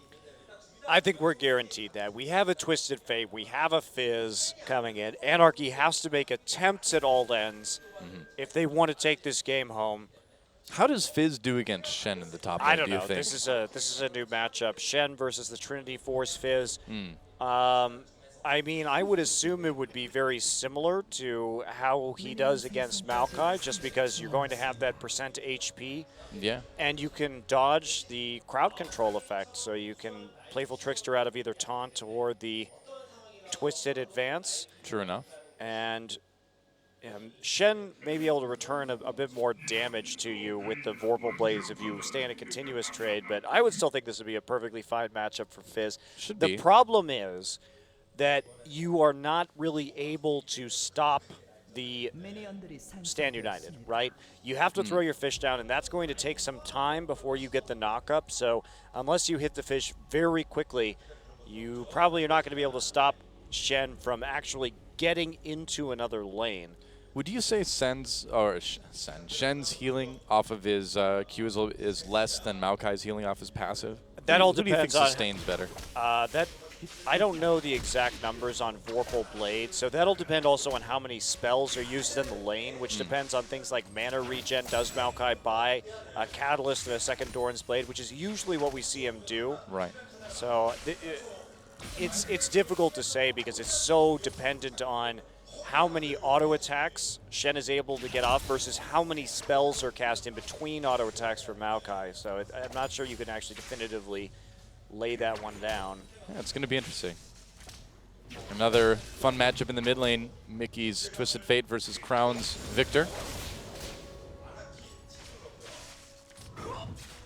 So some interesting picks for Anarchy. I like it. And the big question is, what's going to happen to this Kalista down in bot lane? Is Samsung going to completely raffle stomp it like we've seen Songyun's Kalista suffer before?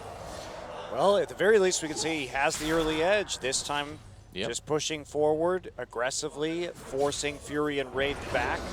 And if Fury can't keep up on CS, that's going to really hurt Samsung's chances in the later parts of the game. He's always going to have time to come back, but it is much easier for a Kog'Maw if you're at least able to stay even. He's going to get the good amount of farm under turret now, though. Yeah, he evens himself right back up with one after that wave, so not a big issue so far. And it's going to come down to a lot to Eve and what he can do in conjunction with Kuve for these ganks. And it's rare when we see a Gragas pick get through these days.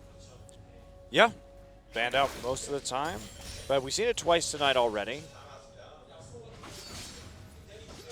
True enough. And Kuve just hanging way, way back. One nice thing, too, about this Shen, that having that MR per level now does help him a lot in terms of these AP top lane matchups. Sure, the Fizz will be building into more attack damage, but still the natural magic damage from his abilities. Threatening. Eve coming in. They might get a flash out of Mickey, and it looks like they do. Eve flashing for that as well.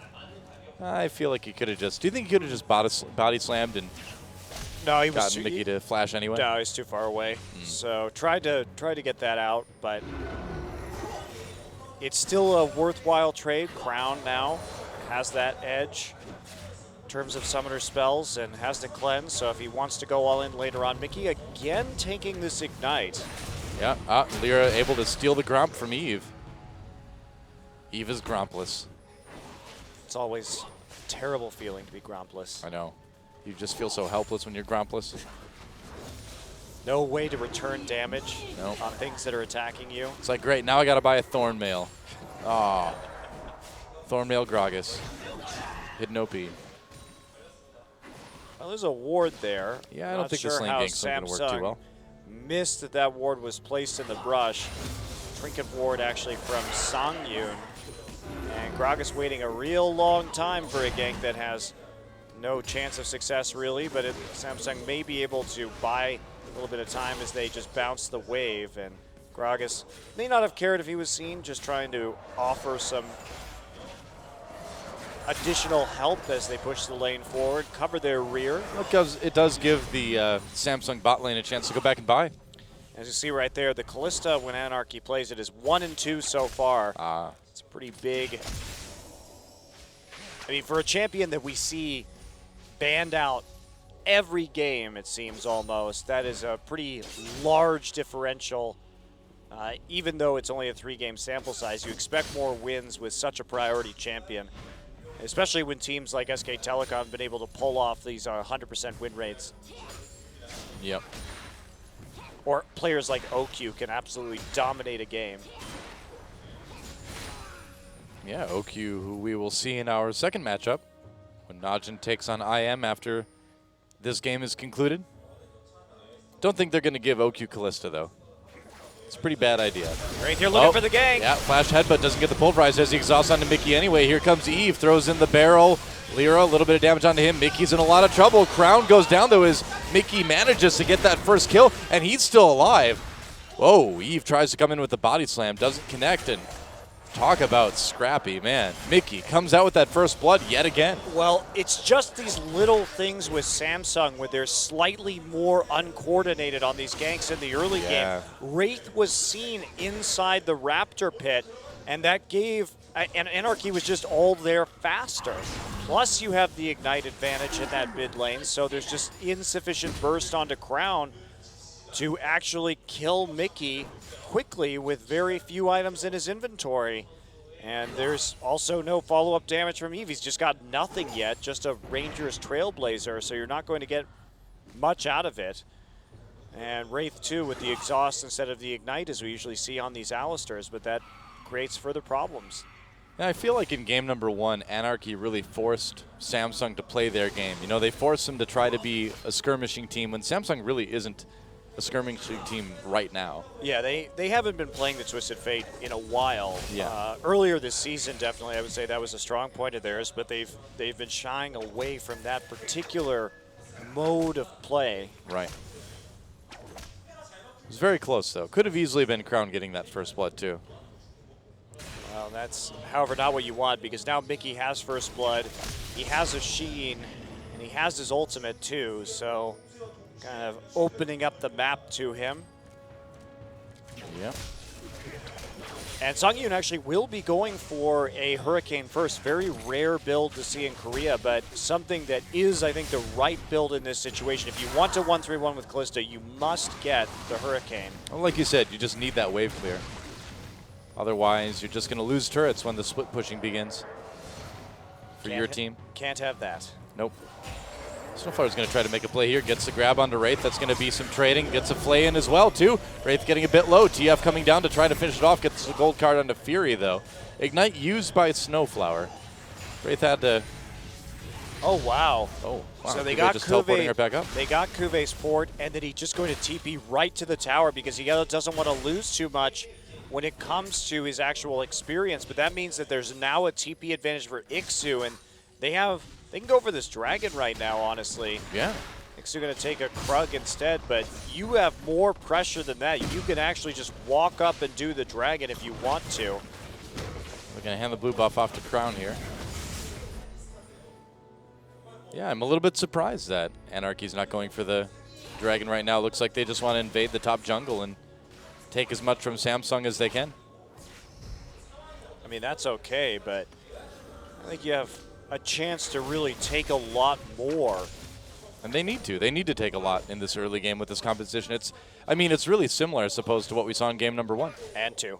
I mean, it's all Yeah, these true, comps true. from Anarchy have been quite similar in their desire to 1-3-1, except last game Anarchy had a little bit more of a front line with that Shen. This time, not so much. But they also have that big lane bully in the Kalista, although not too terribly far behind now. And Ixua really hasn't been able to zone Kuve off of much CS, even though he popped both of his globals. So Gragas wants to come up into top lane right now. Ixu only has that Sheen. Could be dangerous. Yeah, Ixu going in, uses that playful trickster. Uh-oh, here comes Gragas. Ixu uses his ultimate, gets Kuve low, but there's the headbutt. Nice barrel from Eve, and that's going to be a dead Fizz as Eve picks up a kill for his team. Ixu is baited pretty hard there. Yep, and without that flash, that's what can happen. Yep. So Kuve tries to bait out that all-in. One thing I didn't mention actually with the Shen is what's important too is that Maokai tends to itemize Glory first, whereas Shen goes immediately into armor and resists, which really does help a lot more. So True. considering that he is going to be picking up a Sunfire cape early, and then he can go straight into MR against the Fizz, he doesn't have to wait quite as long as Maokai does to be relevant in the 1v1. Because Maokai really does need, just for his role, to get onto the enemy team, he does have to have that Righteous Glory. Well, in the meantime, Mickey pushing that lane up to the turret. A little bit down on CS at the moment, but he has moved around the map a little bit more than Crown, so that's not too surprising. Mickey has had that level 6 for a little while now. So I'm wondering when we're going to see the Gate of Destiny come in here for Anarchy. Maybe around this next dragon. Although no teleport for either top laner, so it's going to be a 4v4. Well, Shen can come down, though. Oh, Eve goes back in with the body slam, gets hit with the gold card. A little bit dangerous going in there as Lear puts down his ultimate from Evelynn. Eve taken out. Shen comes into the fight. Looks like both junglers are going to go down. Mickey getting a ton of damage in, though. And Anarchy's going to leave it at that. So both teams lose their junglers. Ult burned by Kuve, though. Yeah, but Anarchy's going to get the better end of this deal. Right now in the top lane, they're getting a ton of Fizz auto attacks with that Sheen down onto the objective. So even though Anarchy playing a little bit fast and loose when they didn't have a global ability, the burst was enough to net them a trade. And Ixu should be able to slowly whittle down this tower and keep Kuve using his abilities. He's gotten quite a bit of damage done to it already. Not too bad at all.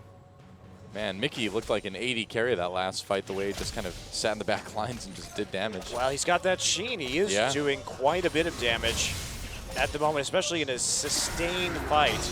Oh, Flay does not hit Wraith. Wraith, though, pulled in by that Death Sentence teleport coming down, though.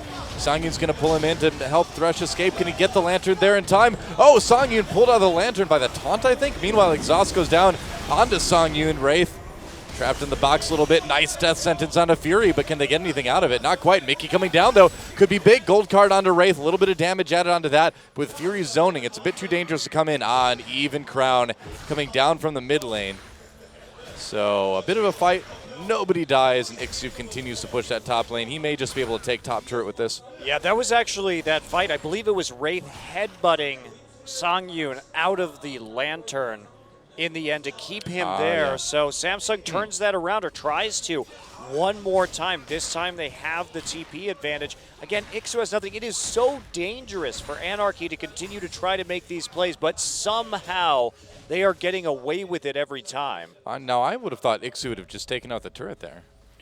I don't know. Yeah, he can just push it in on this next one. I think he wants to just push the wave back, just bounce it off the tower. Just deny as much CS potentially to Kuve as he can, I suppose. Well, you just don't want it to freeze right at the tier 2, Yeah. because when you have two, basically there's no problem for Samsung to do that, because you can just freeze right at tier 2, and with two globals, there's pretty much nothing you can do. It's not like if Fizz goes elsewhere on the map that Shen can't show up there at any time and keep on doing that multiple times in a row before you get your TP back up again. So a freeze in this situation is particularly dangerous to Anarchy. So Ixu will prolong that lane as long as he can, but it looks like it's going to go down now. Yeah, there it goes. And a nice little gold lead for Anarchy, about 2K up here at 14 minutes. Still no one with the dragon yet. Oh, they're going to try to make a plan to Kuve there. Gold card onto him. Ixu comes in, doesn't hit the fish, though, and everyone knocked back by Eve's ultimate. Kuve still very low, though. And there's a flash gold card. Lyra picks up the kill off of the stun from Mickey. So baiting that out right there, left a few minions in the wave. Kuve goes up to take them, doesn't respect the gate coming in. Wow, it looks like another 2v2 here for Songyun in the bot lane, but Snowflower gets poked pretty hard.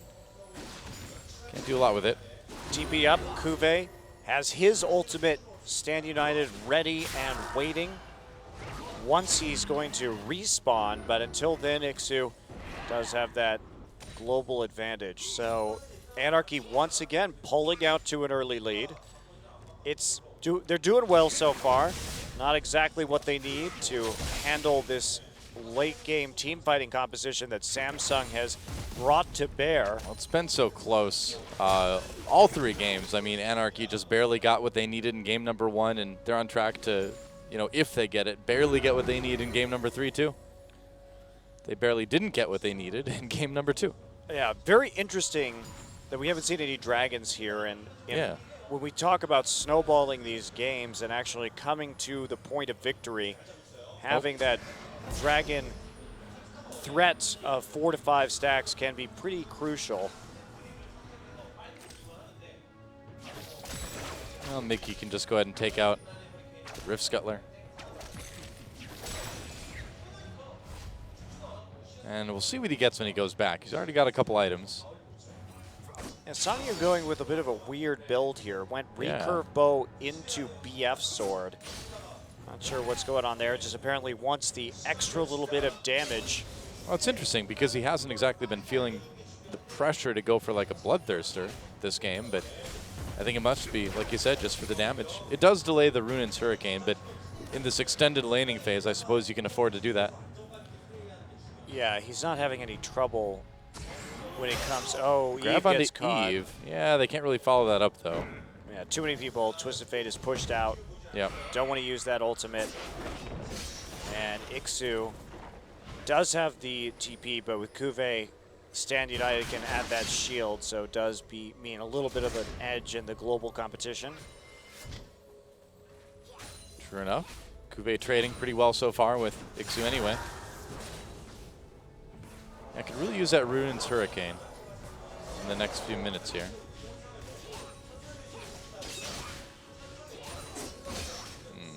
Ixu has a lot of wards in the top, so he can push pretty safely here. I feel like Samsung really wants to try to set up a dragon if they can. If nothing else, just to take the pressure off the map. Yeah, well, they don't really have. I mean, they have to go at it from the mid lane. They have the blue buff now. Can Lyra and Crown get into the river to take it will be the question, because they definitely are not going to be able to push up that bottom wave particularly quickly at the current point in time. They may have found an opportunity, though, with this Kalista recalling. Well, Dragon gets grabbed, gets a bit of damage onto Samsung. They're just going to go for it. Okay. Yeah, there's no Kalista. Definitely can. Yep. Why not? And so it looks like Samsung will take a pretty clean first Dragon here. Yep, and there's the gate. Got to make a play on the top side. Yep, trying to take out Cuvée again. He does have flash this time. Fizz grabs him with the ultimate. Cuvée trying to stand united away. Can they get him in time? They can. That stack deck passive hit him with that last auto attack to make sure they got that kill, but Samsung isn't done. They want to turn on to the mid lane tier 1. And they'll get it too. So the gold lead staying pretty even. And now that Hurricane done for Songyun, so he can start to push these lanes pretty hard if he wants to. He's got the wave clear. Yeah, good on Samsung, though, to take out that mid lane, because now TF has to walk up very far, or Kalista, both of whom are very vulnerable to getting all in by the Alistar, the Gragas. So this is a nice way to keep their own mid lane tower up, even as their bottom turret gets quite low. So this should slow down Anarchy. It should. And slowing down Anarchy is exactly what Samsung needs to do this game, as much as possible. Yeah, and this time it's not so bad compared to game 1. They're only 2.5K down. Cuvée is just happy to sit here, go ahead, take all this farm, slow push it all the way back out. Victor can keep on controlling the Twisted Fate, keep him back in his lane, because now that TF has to farm back by his tier 2, it takes him even longer to TP up to the top or the bottom sides of the map, especially since those towers aren't down yet, so nobody's going to be split pushing from the Samsung side very deep into that side. So he's in a pretty bit of a tough position right now until he swaps out and maybe can play a little bit more forward in bottom lane. Well, the Gate of Destiny is almost up again for Mickey, so we'll see if Anarchy has a play in mind to use that. Gate's up, but Yep. no one really wants to play around right now with the bottom side. Samsung's been very aggressively controlling vision. Look how many pink wards they have. They don't want Songyun moving up and taking out this tower, which just has a tiny amount of HP left on it.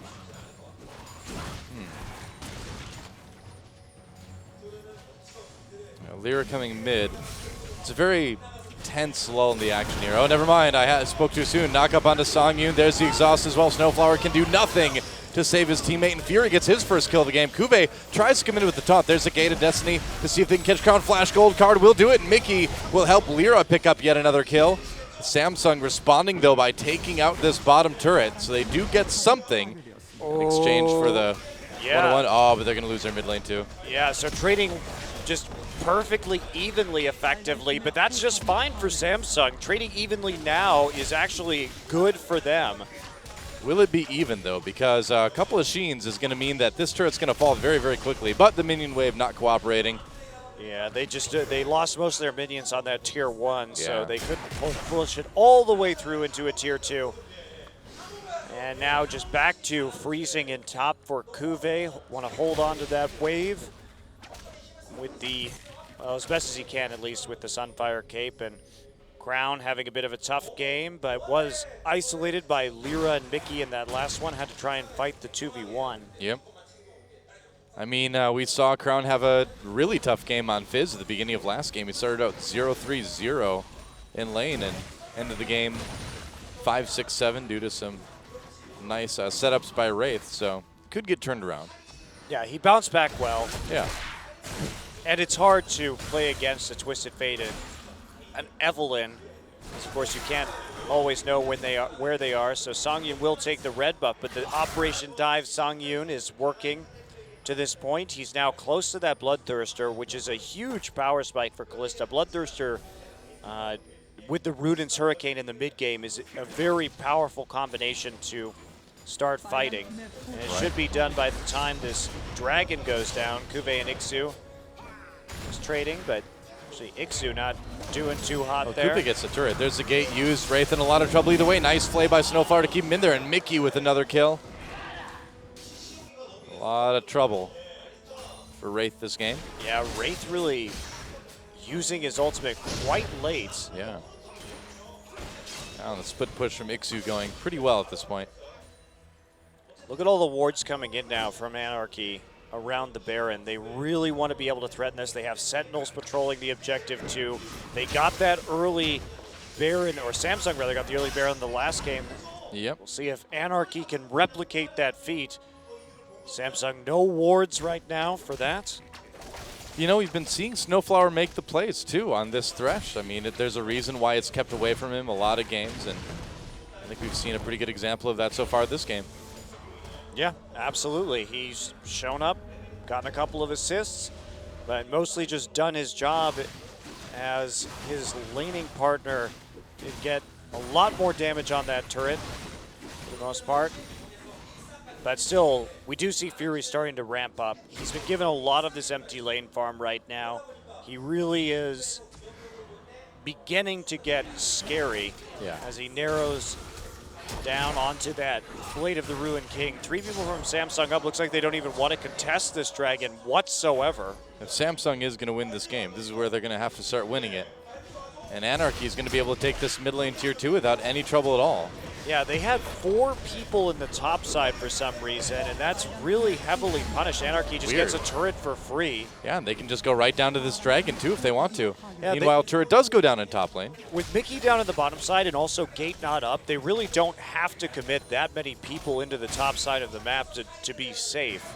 Only need a couple under these particular circumstances, so they trade a tier 1 for a tier 2, but Anarchy also going to pick up the dragon. Yep, they'll pick up their first of the game, so it will be all tied up dragon-wise. Oh, meanwhile, they found Fury in the jungle. What in the world was he doing there? Wow, easy kill for Ixu, and they're going to not stop there. Ixu very low, though. They probably should stop there. Kuvei comes in, helps set up a kill for Eve. Another one comes in for Kuvei as well. And looks like Anarchy needs to go on the run. That was a bit of an odd series of events. Fury somehow baiting Anarchy into a couple kills.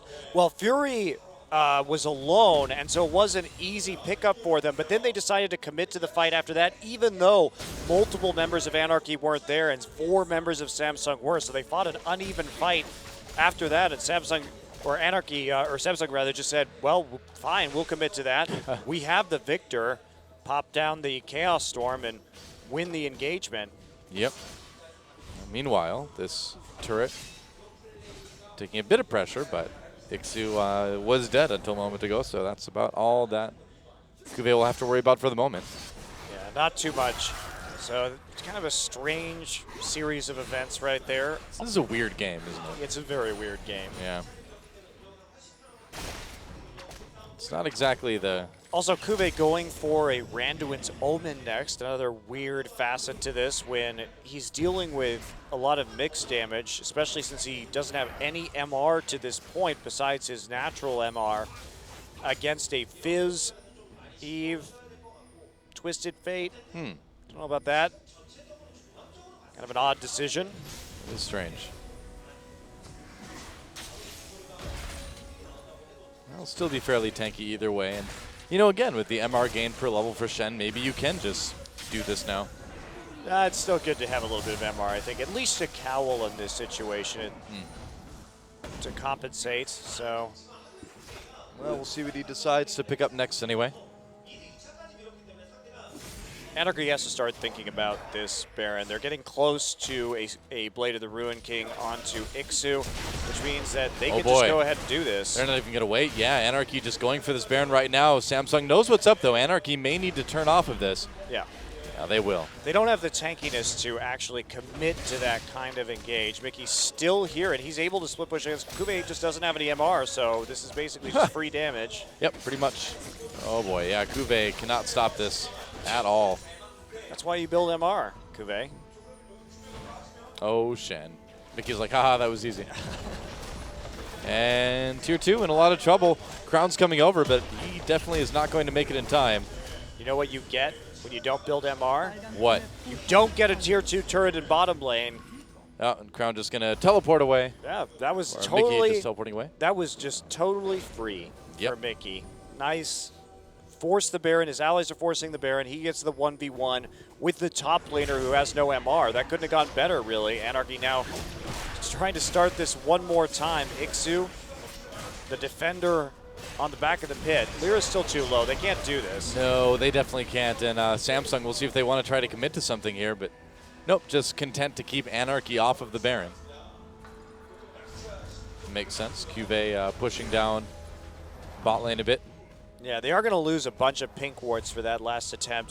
When you don't have somebody in the bottom lane to actually force Samsung to react, it's not so much of a good idea to start going for that Baron again because you're just trying to make Samsung make a bad decision, right? I mean, they're sending Mickey to push in this bottom lane, but he's really not the one that's ideal to do it right now, it seems like. No, he definitely is. And here Even we go, without TP. the global?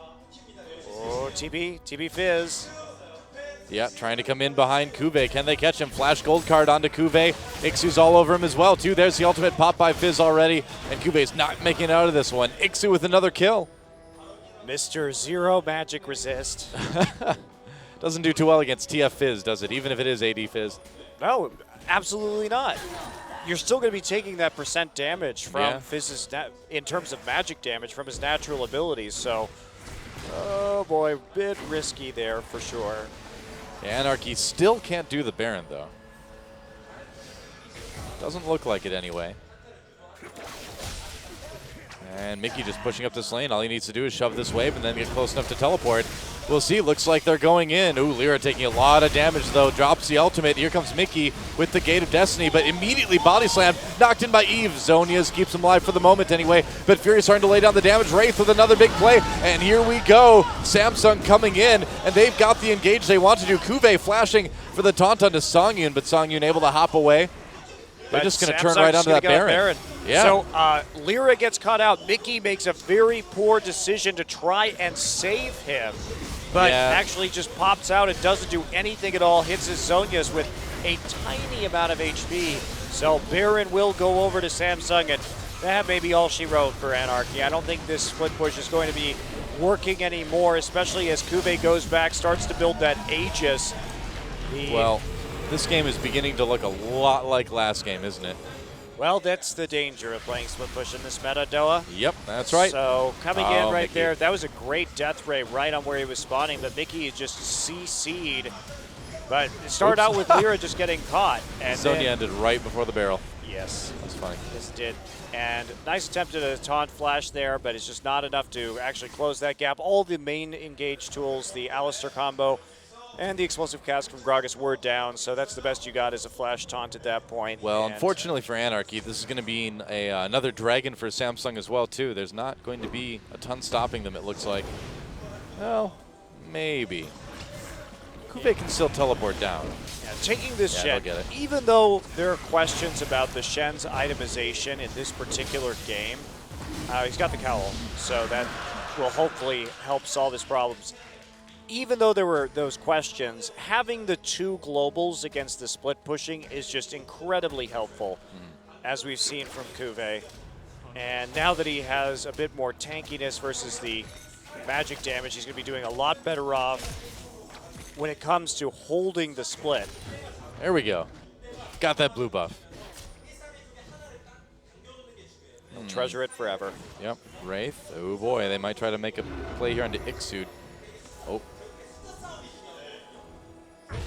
Trying to be sneaky. Looks like it's just going to be a recall for Eve and a few other members of Samsung just to reposition themselves a bit. Well, Samsung really isn't turning on the heat right now. They have to do something to actually push their advantage. Shen is still very scared to push it up. They don't have any deep wards or really They only have a couple wards past the river at all, so they don't want to just be soloing this. However, they have to be decisive right now while they have the Baron buff. Maybe take a tier 2. At least one. Sure, they're going to be in a good situation come the late game, but you can't just let this go completely by without actually putting any pressure. You're just going to lose your tier 2 and top like we're seeing right now. Yeah. Yep, Ixu's just going to poke away at it. Kuve's going to try to save it. Goes in for the top, and Mickey's just taking out bot. Oh, boy. Meanwhile, Samsung does Samsung push needs down to the middle. dive. Stop being a pansy and just dive with your Shen. Just do Wow. it. Monty just laying it out there. And they will just walk up. Looks like they're going to trade inhibitors, though, unless Kuve can stop this. Can he do it? Tauntaun to Mickey. Kuve trying to do it, but nope. Actually, that inhibitor's still alive. No, never mind. Never mind. So inhibitors traded. Anarchy gets the bottom one. Gold card. Oh, boy. That was a nice gold card. Mickey trying to teleport away. Makes it. I think you just have to go all in right there. Samsung's response is going to be Hide. hide. Very afraid. Well, that inhibitor on bottom side is way more valuable than the one in mid too, because if you're trying to contest this Baron when it comes back up and you're Anarchy, pushing out the mid wave is what you're going to be doing anyway, so clearing out some super minions isn't going to bother you that much. Meanwhile, being all the way on the other side of the map, much more problematic. Oh, totally. So Anarchy could get the drop as a result of which inhibitor is down for which team. Well, the split pushers have become together pushers for Anarchy. Together on a ward pushers. That's right. Hiding the brush pushers. Oh, and now they think they haven't been seen because that ward just expired. They're so sneaky. They think they are. Little do they know that Samsung knows exactly what's. Oh, Oh. surprise was ruined. Wow. How did they see us? Right now they're blaming each other for stepping out of the bush at the wrong time. That's what Samsung wants. Descent in the ranks. Tilt them from within. That's right. Just tilt them. Come on, man. TSM's not. That's their patented strategy. Just split push them. Just tilt them. Anarchy is just split push them forever. Yeah. Just skirmish them. Came with 3 different 1-3-1 comps tonight. Well, Samsung trying to chase Lyra down. Nope, they're not. I just said that because it sounded exciting. I guess. Live for excitement, the dull way. It wasn't originally one. By the end of the sentence, I was like, oh, it's not really happening, is Bye, it? Mickey. See ya. Oh, didn't go very far. Tip of the hat to you. Takes your tier 2 and then salutes you. What a jerk. What a jerk. Showing signs of politeness. It's the sign of politeness while he's killing your base that's offensive, Doa. It's the manner politeness. So when I say manner, I mean bad manner. The bad manner politeness. That's right. That's He's right. polite in a very impolite way. You have to take everything in its context, right? Of course. The Wraith hasn't been able to quite find the plays that helped Samsung do so well last game either, so this game is still very close. Samsung, I feel like, could win a team fight. Really, either one of these teams could win a team fight, but Samsung has much less of a chance if they stand in the ward. Yeah, they've got to do something here. Mickey's playing it smart. There's not a lot of wiggle room for Samsung. Samsung just has to be decisive about where they're going right now because they're going to get picked apart. And they have to be okay with really never having control of these minion waves. I feel like the award for the least used Barons in this tournament have gone to Samsung in this series so far. Get the Baron, do nothing with it. It's pretty disappointing. So, I mean, sure, they have to respond to this. All right, here comes Mickey. the Baron. Anarchy they are totally controlling this game right now. Yes, they are. And Dragon and Baron are going to be up very soon, and there just aren't any wards for Samsung either, so Anarchy has been tightening the noose very slowly with their split push. One good team fight, though, is all it would take for Samsung to come back, though. Well, if they can ever catch them. I mean, Anarchy's being incredibly annoying by putting pressure on without even being in a position to fight. Yeah. Samsung has had enough, though. They are going to just bull rush down the mid lane. They want to make something happen here. Well, they have to, otherwise they're going to lose absolutely everything. But they still don't have the wards. Here we go. There's the gate just into the mid lane, actually. Dragon and Baron coming back at the same time, too. And they see the gate not used, so they're just going to go for Baron. Samsung, they're seen, though. I mean, the gate was still up when they started this. Lyra going to wait to come over the wall. TP coming in as well, too. They back off from the Baron for the moment anyway. Grab onto Crown, but it gets cleansed.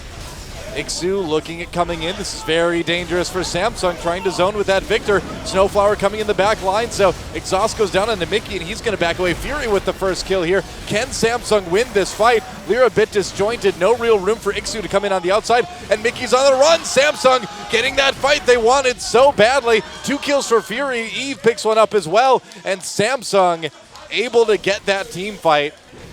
Songyu not even there to really participate. Well, that's how you do it, Doa. Yes. You have these people who refuse to fight you. Well, you force the fight. Shen was in the base. Shen had a way to get in. And you say, we're going to take Baron, and we're going to just run down mid lane with our super minions unless you do something about it right now. There are no minions. Are they just going to try to end it here? Taunt onto Songyu, and he's the only one left. There's a knock-up, another kill for Kuve, and it looks like Samsung just wants to end the game right here. That's a lot of turret damage. Snowflower's up. How annoying can this guy be? Probably not enough to stop Samsung from taking this turret. We'll see. That turret doing a lot of damage, getting down to low health. Looks like Samsung, though, should be able to close it out, and they will. So one back team fight, and like we said, that's all Samsung needed to take the game and take the match. GG. Yeah, very nice play at the Baron at the end. They finally actually, you just can't be a pansy, because the more of a pansy you are in that situation, the easier it is for the split pushing team to just slowly pick you apart. You have to be so decisive at that objective. So they push up the mid lane with their supers. They say, screw it Fizz, screw it TF. We've got one Shen in our base. He's at least going to save the base, if nothing else. And we know that if we get Baron and we just walk up mid lane, you cannot resist our pushing power. We will win in a base trade scenario. So worked well. Yep, good call from Samsung. Split push still has problems closing in the current meta, and that's that. Yep, pretty much a win for Samsung. Went the distance, went to 3 games, but in the end, the more meta strategy prevailed. Anarchy still showing that they're a strong skirmishing team, but just... I mean, Anarchy's good at split pushing. It's just that if you are actually, if your shot calling is on point and you're making the proper decisions, it is so hard to actually win a game with splitting. Yep. Very true. So, in the end, Samsung restores order to the Anarchy that was created in game number 1. And that means that we are moving on to our second best of 3. That's right. Najin versus Incredible Miracle. Yeah. See if Expression can take on Duke, some of the great laners of top lane here. Should be really cool to see, and it really is a must-win for Najin, too, after a loss to CJ. A lot on the line in our second best of 3 tonight. I am with the chance to play spoiler here. But Samsung, even though their hopes of the playoffs are not really around, it always feels good to get a win, and they're able to do it. So when we come back, second best of 3, don't miss it. I don't know where you're going, but do you got room for one more troubled soul? I don't know where I'm going, but I don't think I'm coming home. And I said I'll check in tomorrow if I don't wake up dead.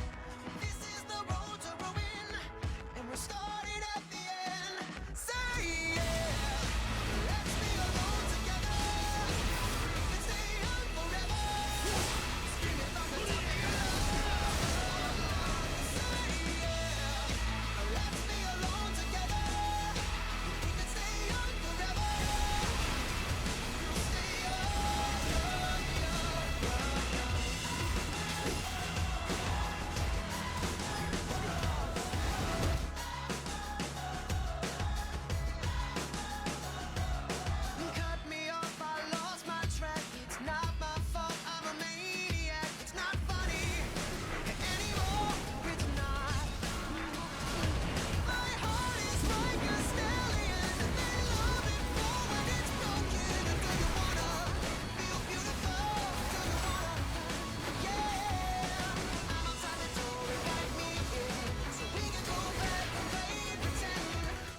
오늘 7월 17일 저희 대표님 생일인데 너무 축하드리고 오래오래 계속 좋은 인연 나가면서 계속 생일을 함께 할 수 있는 그런 사이가 되었으면 좋겠습니다. 대표님 생일 축하드립니다. 안녕하세요. 나진 이석진 대표입니다. 오늘 제가 생일을 맞아서 딱히 슬프게도 약속이 없어서 저희 동생들 게임하는 거 한번 직접 보러 왔습니다. 얘들아 오늘 제발 꼭 이겨가지고 같이 사이좋게 맛있는 것 좀 먹으러 가자. 기분 좋게. 화이팅!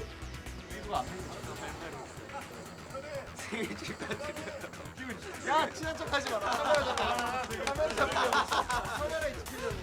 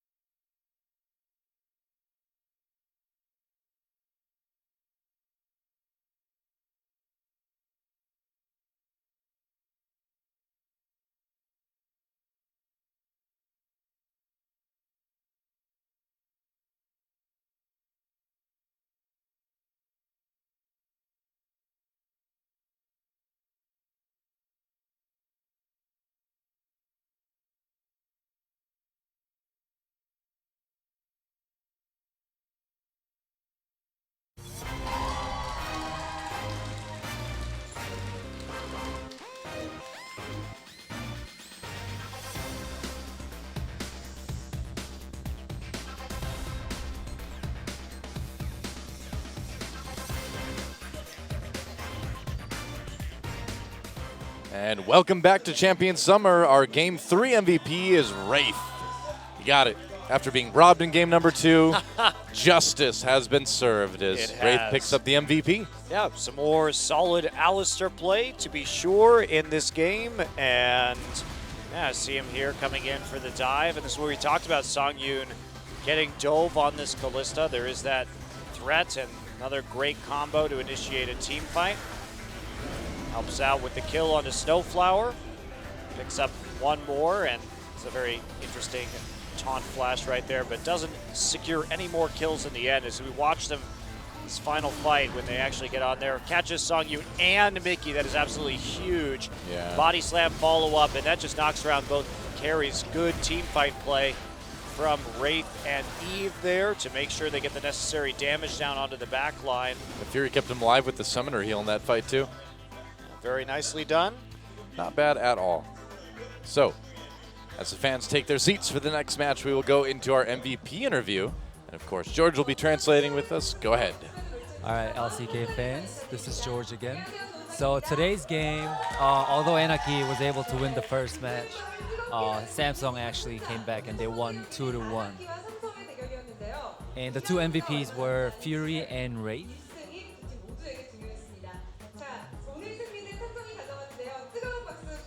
Round of applause for everyone. Congratulations.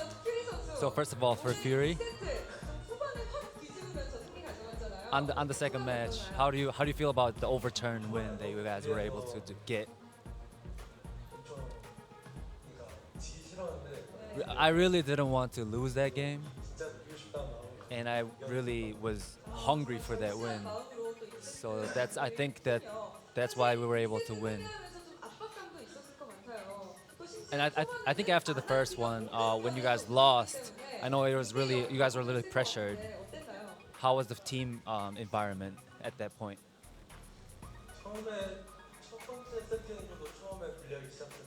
At first, we started off in the inferior hand, I guess. And so after we were losing in the beginning for the second match, we really wanted to get that win. So we all played very hard.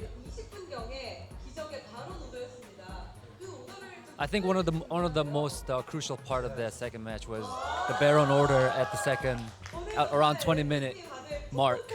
So who ordered it? And Fury said he actually did the order. So what did everyone say after you guys were able to get that Baron? I know we were really having a hard time. It was that point when opponent's Yasuo was at bottom lane. And I thought we were gonna be able to get that Baron, so I just ordered everyone to get that get that Baron. So I think that Baron was one of the crucial point of you guys will be able to win the second match, I think.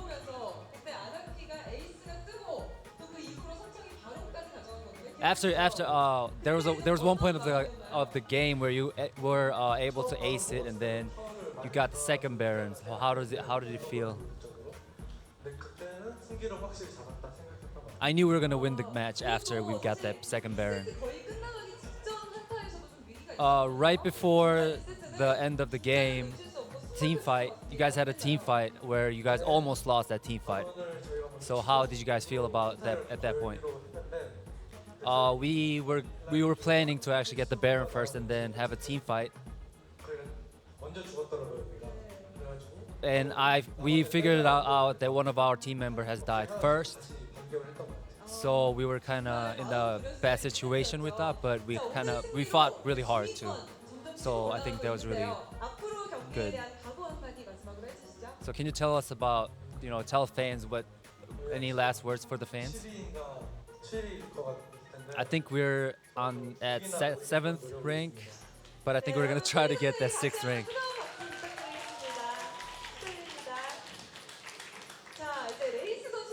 For Wraith?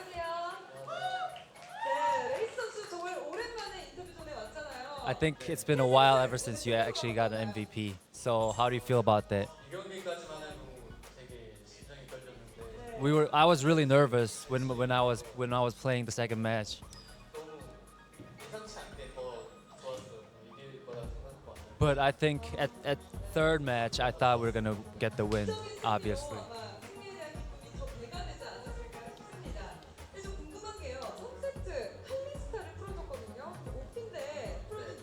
I know you guys let the other team to have that Kalistar.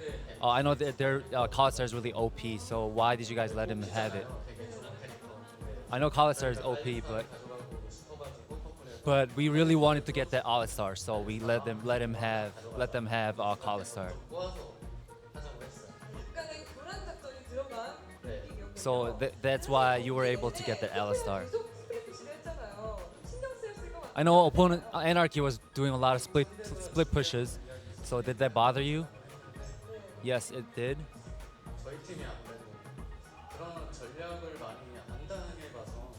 And we were actually playing bad because we never actually faced such split push before, so I think that's why we had a hard time. Not many do today.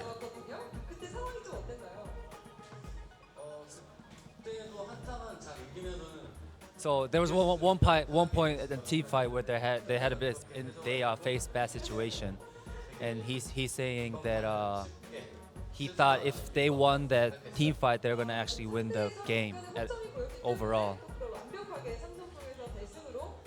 So I think that team fight was one of the crucial points of them getting the win. I know there was a Baron fight where one point Anarchy was trying to stop you guys from getting the Baron, and I think that was really important point. So what was the situation there? So and then he's saying like everyone's just excited to get the Baron and then finish the game. And because Wraith looks really handsome, that's why he has a lot of girl fans. Can you say anything to the girls fans? He's saying thank you. There's nothing else that he can say, I guess. He knows how to please the ladies. Yes, Wow. yes, obviously. That's right. Knows how to hit those hooks. Yep. So although that was a really good win for the Samsung, they need to play better as they go on. All right, that was it for the MVP interview, and we're gonna play Najin and Lonzu. So back to you guys. All right. Well, thank you, George, for the translation. And so that does bring us, after Samsung's 2-1 victory over Najin, to our second best of 3 of the night. It's going to be, Samsung versus Anarchy. Najin versus IM will be our next match. And Najin, even if they lose today, they won't move down in the standings, but it'll just be really hard for them to move up. Yeah, I think at this point, IM kind of has to look forward to next year, if anything else. But Yep. It is important to Najin if they want to stay in the playoff hunt. That's right. It is kind of a must-win for them to stay in it. And there is Incredible Miracle over on the far side of the studio, and a tough season for them. They're 3-9 right now in the standings, minus 13. Things have not been great for IM yet again. They've made some interesting changes, though, to their roster. Right. Things have been okay. And since the most recent round of changes, you could really tell that IM is trying to figure this out. They have Expression, as you can see in the top right now, the longtime veteran, bringing him in, bringing Paragon back. They have Sonstar. They're using him now more than they did Roar. So ever since they actually changed their roster, remember they started out with a 2-0 against Anarchy with the new roster, then got 0-2'd by Ku, but they're only 1-1. We haven't seen that much of this new roster, but Expression, of course, Aurelia Jax Vladimir, his split push style is still intact. He hasn't changed at all. Oh, yeah. And it'll be interesting to see what he picks today, because these are kind of 3 very interesting picks for the current meta right now. The Aurelia probably the most normal, quote-unquote, of all of them, but I really like where Jax is at right now, so I hope we get to see more of that. Yeah, it's definitely something that has been the Expression special for a while. Yeah. And Tucson starting to kind of shape up as a jungler after struggling with it. He still has a very high rating in the solo queue ladder as a jungler. It was a rocky start, but, I mean, it was a lane switch, so... Yeah, Frozen or a 2. Position switch. Switching over to the Azir and Victor ever since he got his new teammates, and kind of shying away from the Varus, the Xerath, some of these poke champions that he was more known for. Yeah. Playing around team fighting better. Sonstar coming in, having some solid games, particularly This first couple on the, or his game on the Lucian, actually, a champion that he's known for, was A-OK. And for IM, it's just a matter of that synergy right now because they have the parts to make it work. Ignar has been actually having a very good rookie season so far. He's still number 5 in kill contribution. It's over 76%. Yeah. So he's been there, and Ignar's been delivering. It's just their coordination has been off. Chusen's jungling was off earlier. And honestly, Najin is not the most solid team right now. If Incredible Miracle comes in strong today, maybe they can take it. Well, Najin, as we move over to the other side of the studio to talk about them, has been probably the most wildly inconsistent team lately in Champions. And I know this is a tournament with CJ in it, so that's saying a lot.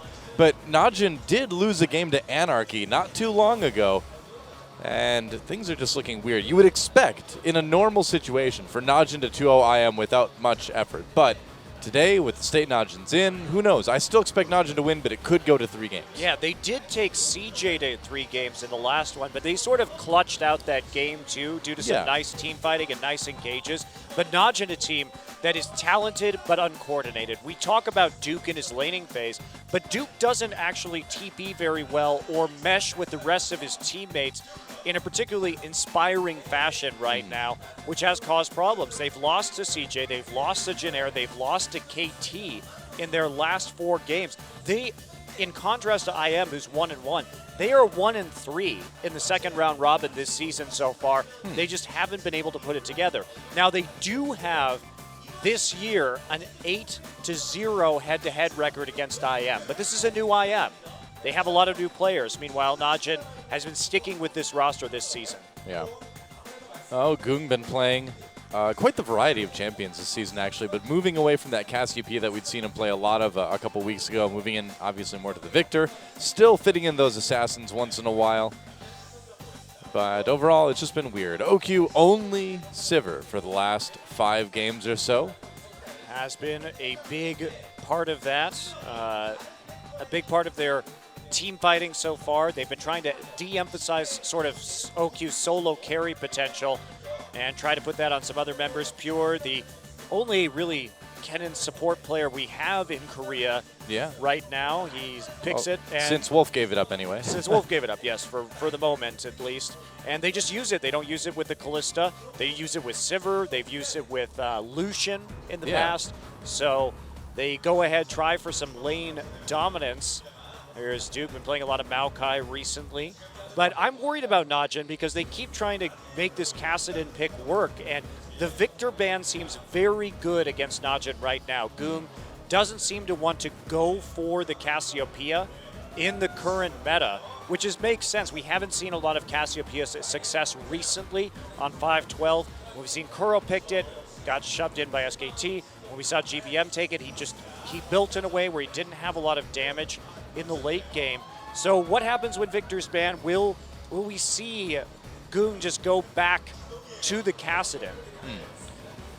Maybe. I mean, I still question whether it's wise to take OQ off of all of these playmaking AD carries because he is so good. He's like easily one of the most mechanically talented players in the league. And so to just take that away from him, I've never thought that was wise. But it seems to be what Najin has wanted to do lately. Especially when you consider the fact that Sivir is reliant on your team grouping up at the right time. Yes. Especially with the Sivir ult nerfs that came through that shortened that duration. It's even more important that everyone be there when that Sivir ult starts. Yeah. Yet, what is Najin's strength? Oh yeah, it's dumping on people in lane and trying to translate that into a victory. Yeah. And Sivir just isn't the same sort of lane bully as a pick like Lucian. I still feel like Najin can win the match again today.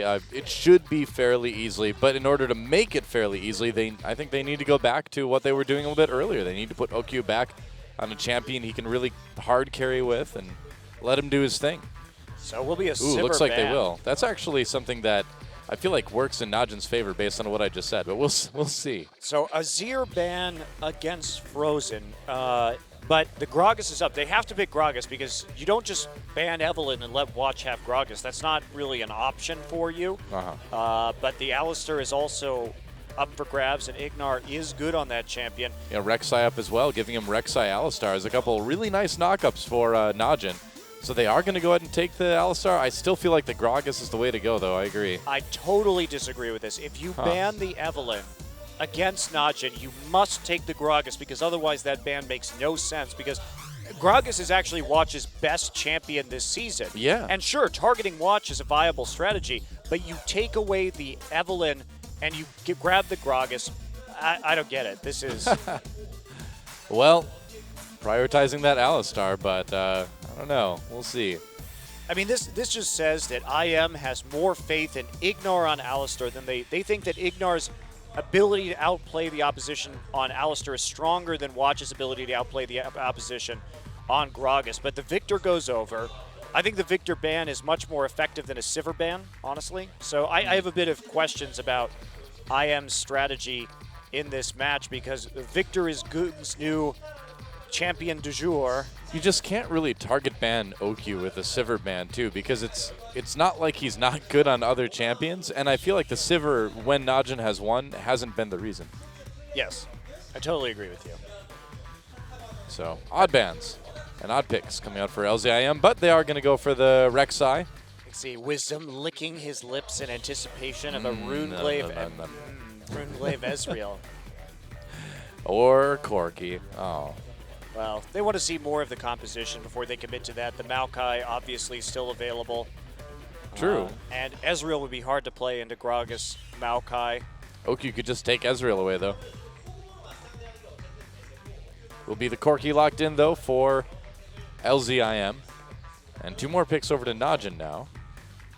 So what do you go with? Do you grab the Maokai? Maokai falling pretty far down pick ban this game. Yeah, interesting that IM wanted to take that Rek'Sai before considering anything else. Kog'Maw, definitely a possibility for OQ. We'll see what other kind of peel they decide to give him in this game. You know, I wonder if they're trying to set up a Fizz pick for Duke, if they're trying to purposely leave the Maokai and get Expression to take it so they can last pick it.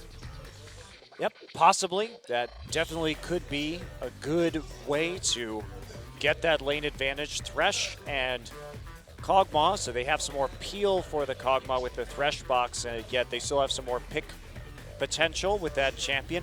Pure hasn't played a lot of Thresh this season, interestingly enough. It's been mostly Nautilus, Alistar, and Kennen. So Yeah. a bit different. A little bit of Annie in there as well, too. But Yeah, not much Thresh. yeah. Huh. So now IM's in an interesting spot because I guess if you go for like the Hecarim or something, then Duke can just pick Maokai. But if you go for the Maokai, he can just pick Fizz. So it's an interesting last pick that Najin has kind of given themselves this time. Well, it's also Expression, so Yeah. maybe he'll just blind pick Aurelia. You never know. That's true. I mean, he hasn't really played much meta champions in the 3 games he's played so far this season. Will be the Orianna, though, in mid lane for Frozen, and looks like it may be the Gnar here. Okay, so pretty standard comp from IM. Very safe, very conservative.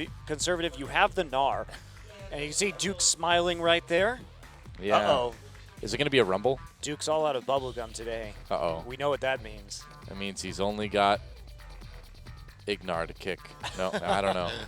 Oh, Kale. Huh. Nah. No. Definitely not. So the Gnar pick is interesting, though, as a blind selection because you'll have the advantage over the Maokai, and you can't get fizzed with a Gnar because of the range. Yeah. Really. So this is a solid blind pick against a potential top lane tank. And when you see the Victor and the Kog'Maw there, these big, less than mobile late game carries, you have to... Wow, that would be quite interesting. They would have no way to move the Olaf, actually. I think he should go Yasuo, but he Nah, might he's be gonna going go Maokai. Maokai is definitely the right pick for this composition, even if Duke is going to have a tougher laning phase. Now the question is whether or not we are going to see Expression's Gnar go for more of a split push style, because this will be the first time we have a game in which Expression and IM can't just 4-1 split. Right, they actually have to group to use the Gnar ultimate, which is something that Expression was never really good at, even when he was in his prime. Yeah. Well, he's had plenty of time to work on it, and Expression is still sort of an unknown quantity. We've only seen him in 3 games. We've seen him on 3 relatively obscure champions for the top lane, so we really don't know what this guy can do right now. Yeah, we certainly don't, especially when it comes to that teamwork. But this is going to be an interesting game, an interesting test of his ability to use a very difficult champion in terms of managing the Gnar bar and joining team fights in a timely manner. Yeah. Otherwise, very meta composition. They're relying on Ignar for engage here and then follow up from the Rek'Sai and the Gnar. So they have a good engage with the Orianna Alistair Ball combo. Meanwhile, Najin playing some very heavy damage late game carries. They've got Peel, they've got good engage. So pretty standard compositions from both sides that we're seeing here. Both really set up for some 5v5 team fighting. Should be pretty awesome. Najin, of course, coming off of the highest kill game we've had this season. 59 kills in 55 minutes against CJ the other day. So these guys like to fight. That's what I like too. Let's get into game number 1 and see who takes it.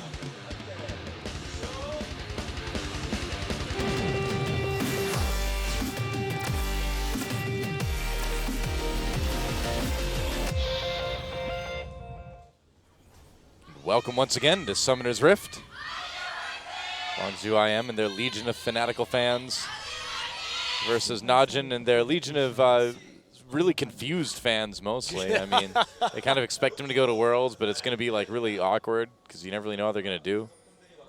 Yeah, are they going to tear through the gauntlet this year and then I show hope up to not. Worlds a month later and I hope have not. 0 new strategies? That'd be exciting. Oh, don't remind me.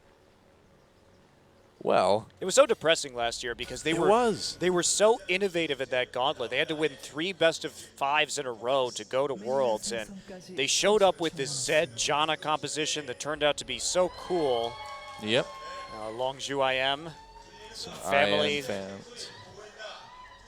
That's right. But It's like Tucson's family. And there he is, Tucson himself. The support, gone jungler, gone Rek'Sai this game. You know, I feel like Riot should market like an energy bar called the Gnar bar, and it starts off like with sort of like a silver outside, but when you unwrap it, the inside is red. So as you work down the wrapper, it like becomes red. And at the end, it's like you're powered up. can it make you angry too? Well, that wouldn't be the ideal. Well, it depends. Are you an MMA fighter? You probably want to get angry. Yeah, that's true. You do want to psych yourself up in an angry sense. Yeah. You're welcome, Riot. Yeah, and plus, I'm sure they want really angry people playing League of Legends. That always leads to a non-toxic environment. There's not really very many right now. You know, everyone's pretty calm and collected when they play League of Legends. I know I am, so so I think it'd be just fine. I never get mad when I play League of Legends. No, it's the least frustrating game of all time. Yeah, you're totally in control of everything that happens on your team.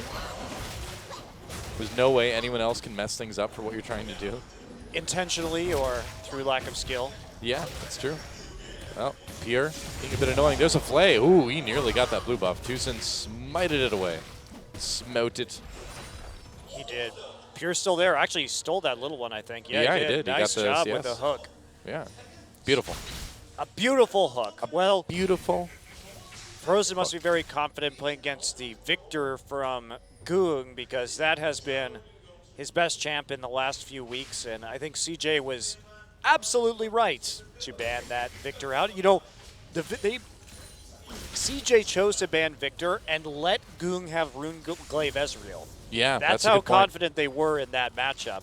So they instead said, nope, you can't have that Victor. We'd rather you have Watch. Runeglaive Ezreal, and he has the smite. Gets some HP back from the red buff. I was very scared there for a moment. Santa Claus likes to live dangerously, Noah. He does, man. He like flies through the air at 1,000,000 miles an hour and like drops down chimneys. Yeah, I'd call that living dangerously. And he puts his lives in the hand of flying reindeer. I know, that guy's psycho. What happens when those reindeer get spooked, man? You could just go into a flat spiral, and that's it for you. Like flies into the engine of a 747 or something like that. Yeah, it's dangerous to be Santa. Yeah, you have to go, like you're saying, you have to go so fast to deliver billions of presents. Yeah, It's not easy. It's not easy being Santa. it is. Too bad he's not real. Oh. Spoiler alert! Oh, no. I'm sorry if there's any little kids out there that believed in Santa Claus.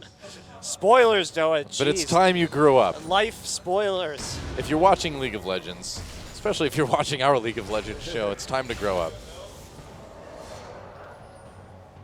Don't say that. There are kids in Europe, and it's probably in the morning there. They just opened up their Twitch streams Hey, where they've got 6 months to get over it. you know all small children love Twitch chat and think it's perfectly appropriate. That's right. They're like, Mom, Dad, Doa said Santa wasn't real. They're like, oh no, we didn't want to have this conversation for another 3 years. And also, chat said things I can't repeat on air. Yeah. What? I'm not even gonna go there. Nope. Well, oh man. Well, fairly slow start to the game here.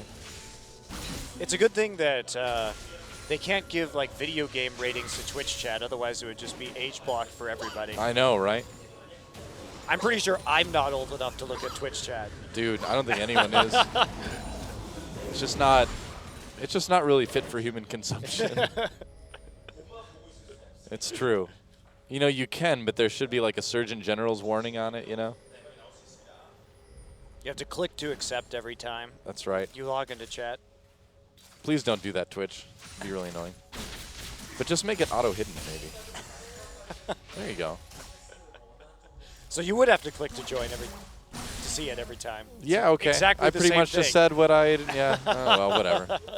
You can't have your cake and eat it too.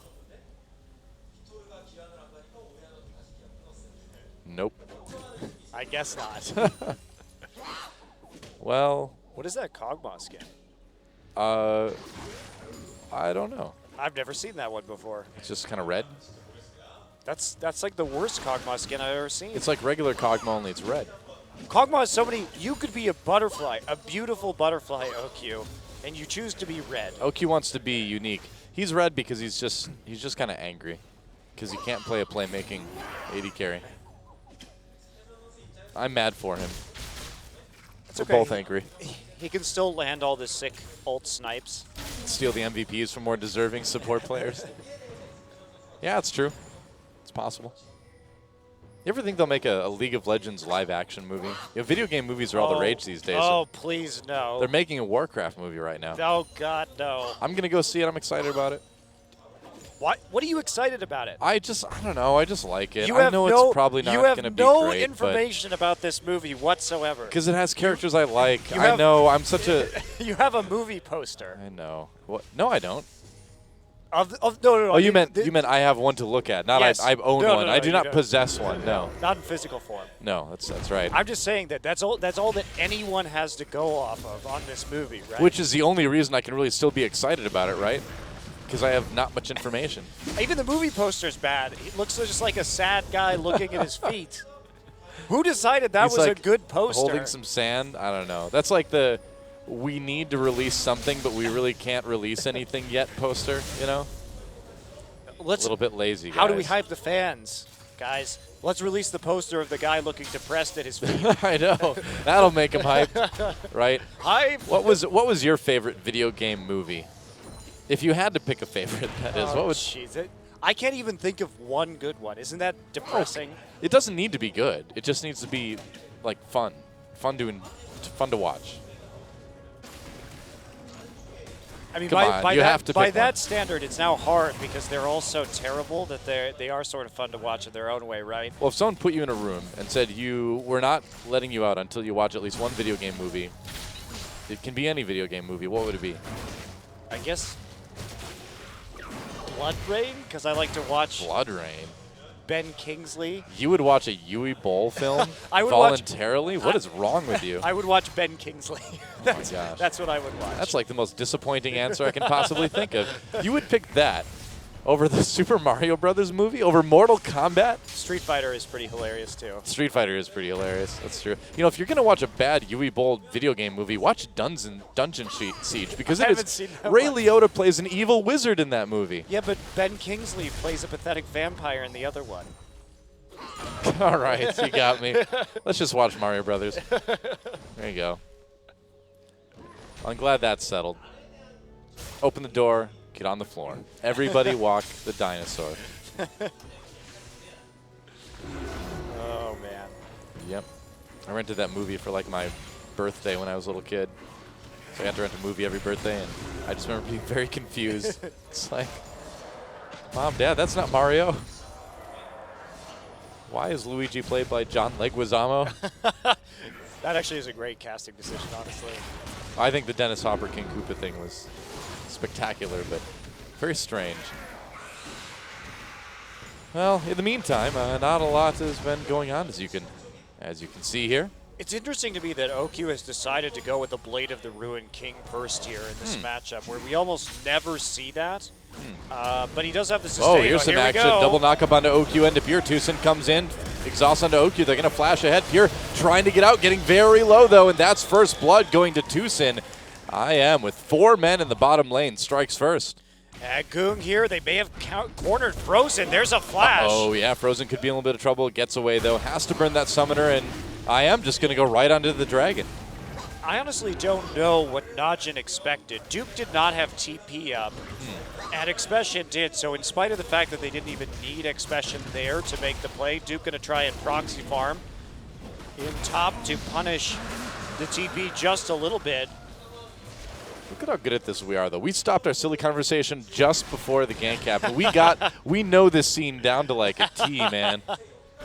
Uh-oh, Ignar in a little bit of trouble. He's got to get away. A lot of trouble. Gets knocked back, pushes away Goong, but I think it's still going to be a kill. Yeah, Goong picks up his first of the game.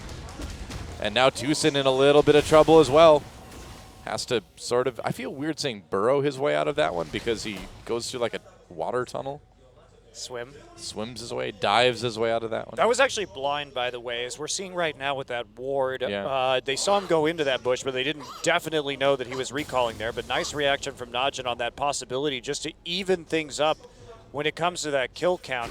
And Duke actually got a healthy CS lead. Now, Duke has the TP advantage for a little bit. Can they make a different play? As for Oki's Blade of the Ruined King, that is interesting to me, but we'll see how it goes. I guess he's taking a different approach, which is that he wants the sustain instead of trading with Corki for burst with the Sheen or something like that. He says, well, I'm going to get more consistent damage down because I can stand behind my minion wave and use Bioarcane Barrage, and you're not going to be able to hit me with rockets. Oh, nice hook attempt by Pure. Yeah, just like that. So if you do get an auto attack on me, I'm still going to be autoing you more frequently. Right. And I'll be topped up. So just not something we typically see in this matchup. It's a very Goong thing to buy, though, you know? Or OQ thing to buy, rather. Yeah, it's good for dueling, too. Yeah. Obviously, you have that sustained dueling, and you can also chase somebody down, which this blade will actually be very useful if Duke decides to come into the bottom side.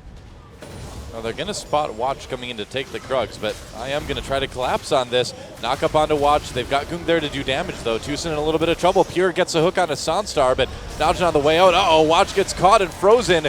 Picks up a kill with that shockwave. Where is Duke? It's a good question. Well, we mentioned his teleporting has not been spectacular, and He was sitting under his tower away from the Meganar while that was going on.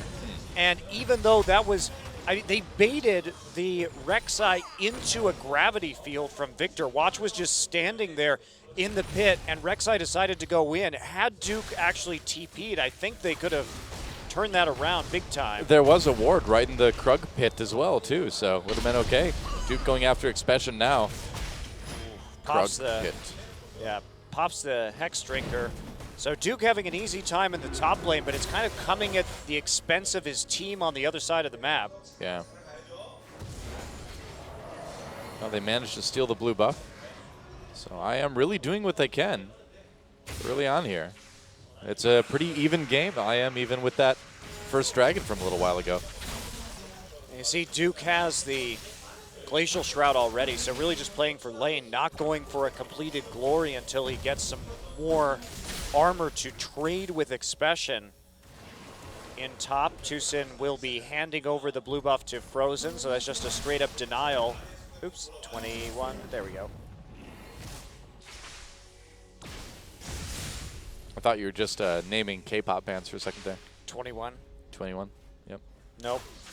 That's good. K-pop is the worst. It's really not great.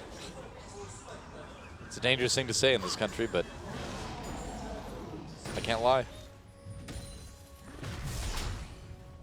I don't understand the appeal of it whatsoever. I don't know, man. Maybe we're... Well, I was going to say just too old, but it's not really an age thing here. It's just absolutely pervasive. Yeah. I don't know. I always feel like a little bit afraid of talking about K-pop on the air because there's so many like crazy fans. They might actually like attack us. Oh. Oh. Oh, Frozen dodges pretty much everything. Wow. Chaos Storm comes in, but the skill shots were not terribly skillful from Najin. That's annoying. Frozen 2 also didn't even have to use his flash to dodge those, so certainly Yeah. could have been executed better, but they do get some damage down onto the Orianna, and Tucson still there. Shoots a single Prey Seeker, but that doesn't connect. Frozen has enough potions, though, that he's able to heal up relatively quickly off of that, and means it's just back to firing. Frozen going for the Athenes first, naturally on this Orianna. Has some extra magic resist, so he's going to be less susceptible to those Gragas and... Oh! Oh, wow, that was really close. Got down to 11 off of the Death Ray, but Goong has been doing a good job of playing inside the bottom jungle this game. He's frequently there first. He's beaten Frozen to the punch on some of these roams, and so the pressure game from Goong is quite good, actually. Much better than we normally see out of him. Is there going to be a gank here in bot lane? They've got the ward, and there's no wards for Pure. Yeah, Najin's duo lane got all of their summoners back up, though, off that last gank. And True. there hasn't been any kind of attempt to Oh, flash pulverize onto OQ, gets knocked right back under turret. There's the exhaust. OQ trying to flash away, can't make it. I mean, they left him alone. What do you expect? He walked into flash pulve range. Like, I don't know what to say about that. Yeah, seriously. A grab onto Ignar, but Pure on the run, and that's going to mean no dragon probably for Najin. Wow. That Easiest was just not kill good. of Ignar's life right there. Yeah. OQ. OQ. A little bit too far up. Maybe he thought he could get saved by the lantern or something? I but- don't know. No, I mean, you're going to take so much damage as a Kog'Maw, though. That's just never going to be safe. Yeah, that is actually just going to give an uncontested dragon over. Oops. Goon gets out of the shockwave range. And Watch really can't stop this. Ooh, but maybe with the teleport coming in from Duke, they can. Dragon a little bit low. Watch trying to flash. Doesn't get the body slam onto Sansar. They're going to turn onto Ignar now. Goon coming in. He's going to have to deal with Frozen on the outside, but he zones in with the Chaos Storm. Duke's still going to chase. Ignar. Oh, they're going to flash. Try to catch Expression with the Twisted Advance. They will slow him up. Watch coming in as well, though. Expression backing away. It looks like they'll be able to get one kill out of this at least. Oh, Duke getting low. Meganar happens. That was a close call. Oh, boy. Yeah, and the TV from Expression, he was tired when he actually came in. Yeah. But then he couldn't get his Meganar form up as a result up until the very end of that fight. But still, a kill for just a dragon really isn't worthwhile. Let's see if OQ can get a little more. He's going to try and burn through this turret, but he has that Blade of the Ruined King, which means he's going to take just a hair longer. Yeah, it does look like they'll be able to get it, though, yeah. Well, he also doesn't have the luxury of waiting for that minion wave to bounce. Gotta be careful. There's the flay, keeps OQ safe for now. Tucson gets very, very low. Lantern brings him right into a pulverize. That was not the Lantern to take. Pure forced back, OQ dead again. They're gonna try to push Sanstar. Ooh, Tucson nearly taken out by OQ. Double kill, though, for Sanstar as he comes in with the Corki. Why would you take that Lantern? Well, I suppose you were dead either way, but man. This is such an easy game for Ignar. It is Seriously. ridiculous. He is being handed all of these. He just had to walk up right there and hit Q. OQ took the Lantern right into Ignar when he had like a third of his health left. The many mysteries of OQ. You know, the CJ fans get a lot of sympathy from fans of other teams, but it's really the Najin fans that need the sympathy from the CJ fans right now, because this team is nothing but inconsistent these days. On the other side of that, though, I am looking significantly more coordinated than Najin this game, actually. Yeah, And, definitely. yeah, we talked about this. It was a really convincing 2-0 they got against Anarchy, and Ku is a much better team than Najin is, so it's understandable that they would lose those games, but they've come out to a solid early lead. And even though Najin is going to have the edge in the late game, they do have a little bit more damage with the Kog'Maw and the Victor. they have to start being worried now, especially because of the Dragons in addition to the gold leader really making life quite difficult for Najin. Duke just hasn't been a big player when it comes to those teleports. Expression has been losing lane. I mean, honestly, neither top laner has made a big difference in the ports so far. Right. Well, it's been interesting. You know, Najin, it seems like they still have a good comp late game, you know? Oh, yeah. Both teams have pretty good comps in the late game, right? But again, Najin's going to be a little bit more high damage. And they're also going to be a little bit tankier, which is pretty valuable. Of course, you have percent health reduction on 2 members of Najin in the Gragas and the Maokai, which does help, yeah. But IM's going to be able to hit hard right now with this Trinity Force Corki. Oh, Najin's trying to strike back as they do a lot of damage to that tier 2. Yeah, nobody down there to stop it. They switch Expression, but you see the issue with Expression is he has Whoa. only MR right now. Oh, Duke getting jumped on. He's going to make it back to his turret. It looks like barely squeaks his way out of that one. As the turret goes down in favor of LZIM, and they're going to try to get another one here. There's really nothing Duke could do. He can't even get back there very quickly. Watch may just have to blow his explosive cast. No. Just IM being there going is to scary retreat. enough. Yeah. They know that Victor was on his way too, which is the big deterrent. Yep. But certainly much better trading for Incredible Miracle. Ignar coming over for OQ boy. kill number 3. OQ, why? Why OQ? Why are you doing this? Headbutt pulverize. OQ in a lot of trouble. Gets exhausted. Still has his heal, but that's not going to do him any good. Just got to try to take out Expression, but Expression high enough on health that is another kill onto OQ. Easily one of his worst games I think we've seen in a while. What in the world? Yeah. I don't even know what he's doing anymore. I'll just go up there with no wards. Sure, why not? He has no wards on that side of the map around the tri-brush area, so Ignar gets the world's easiest flank. Ignar is just playing on easy mode this game. Sure, he's Seriously. executing, but these are not difficult plays to pull off, and why OQ is pushing that far down the lane. He wants to get that turret, and he sees that Expression only has MR right now, and he says, I've got this Blade of the Ruined King. I can do work. But I think OQ's taking the high-speed train to Tilt City right now. certainly appears that way. He definitely doesn't typically play like this. OQ also not even going for a Trinity Force at all this game. Instead, he's just going to go towards, we'll see if it's a Shiv or a Phantom Dancer.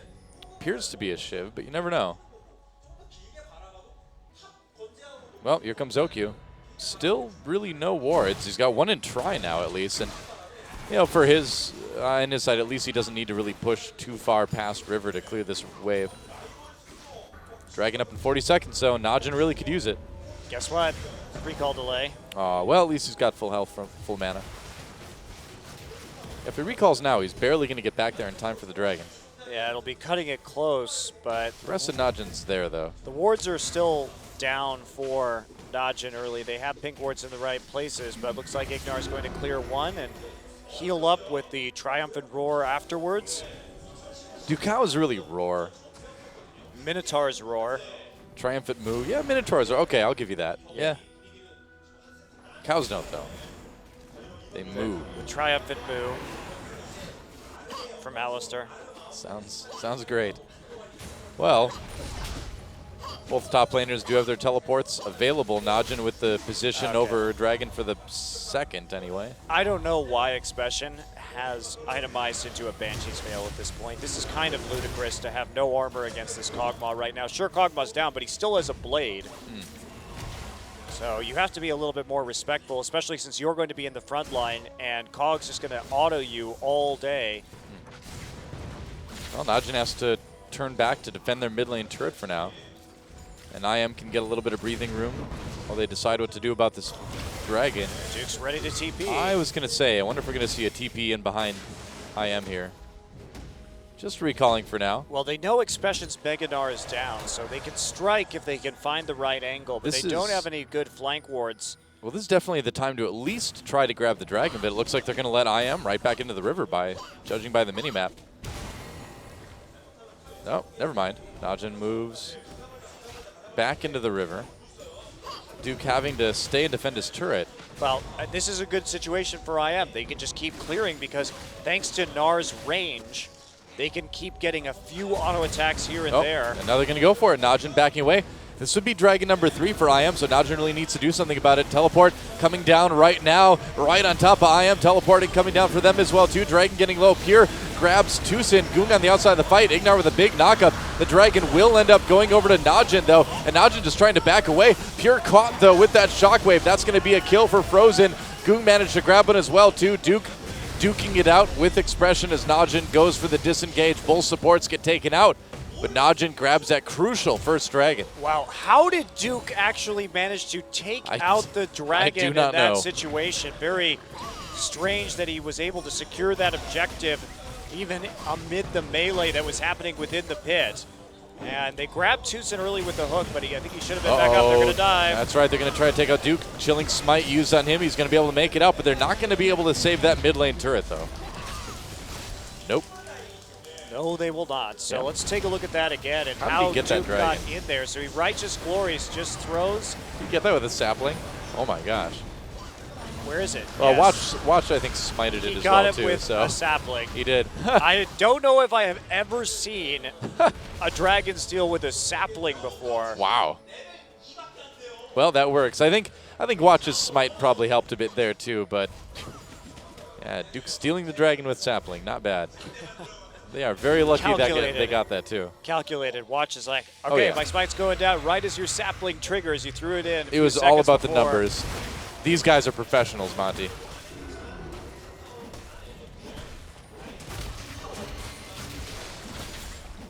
Wow. Well, Najin basically just buys himself a new lease on life with that, although they do lose their last outer turret, so things don't get that much easier, but at least they have that nice damage bonus from the first dragon, and they keep IM from getting their third. And OQ's been able to farm quite a bit here. Staying even anyway. Got the static shiv, slowly powering up. Well, and in spite of what we saw in the CJ game from Najin, what they were quite good at is defending in the late game and actually preventing CJ from cracking their base. Apparently, Najin can't actually properly engage until their backs are against the wall. That was when they found the good Evelynn flanks, when Duke made the good TP plays with the home guard, and they look much more coordinated. It's just in the early game and fighting around the river, they can't seem to quite get it together. Yeah, definitely starting to look that way. Oh, good. Expression's building armor now.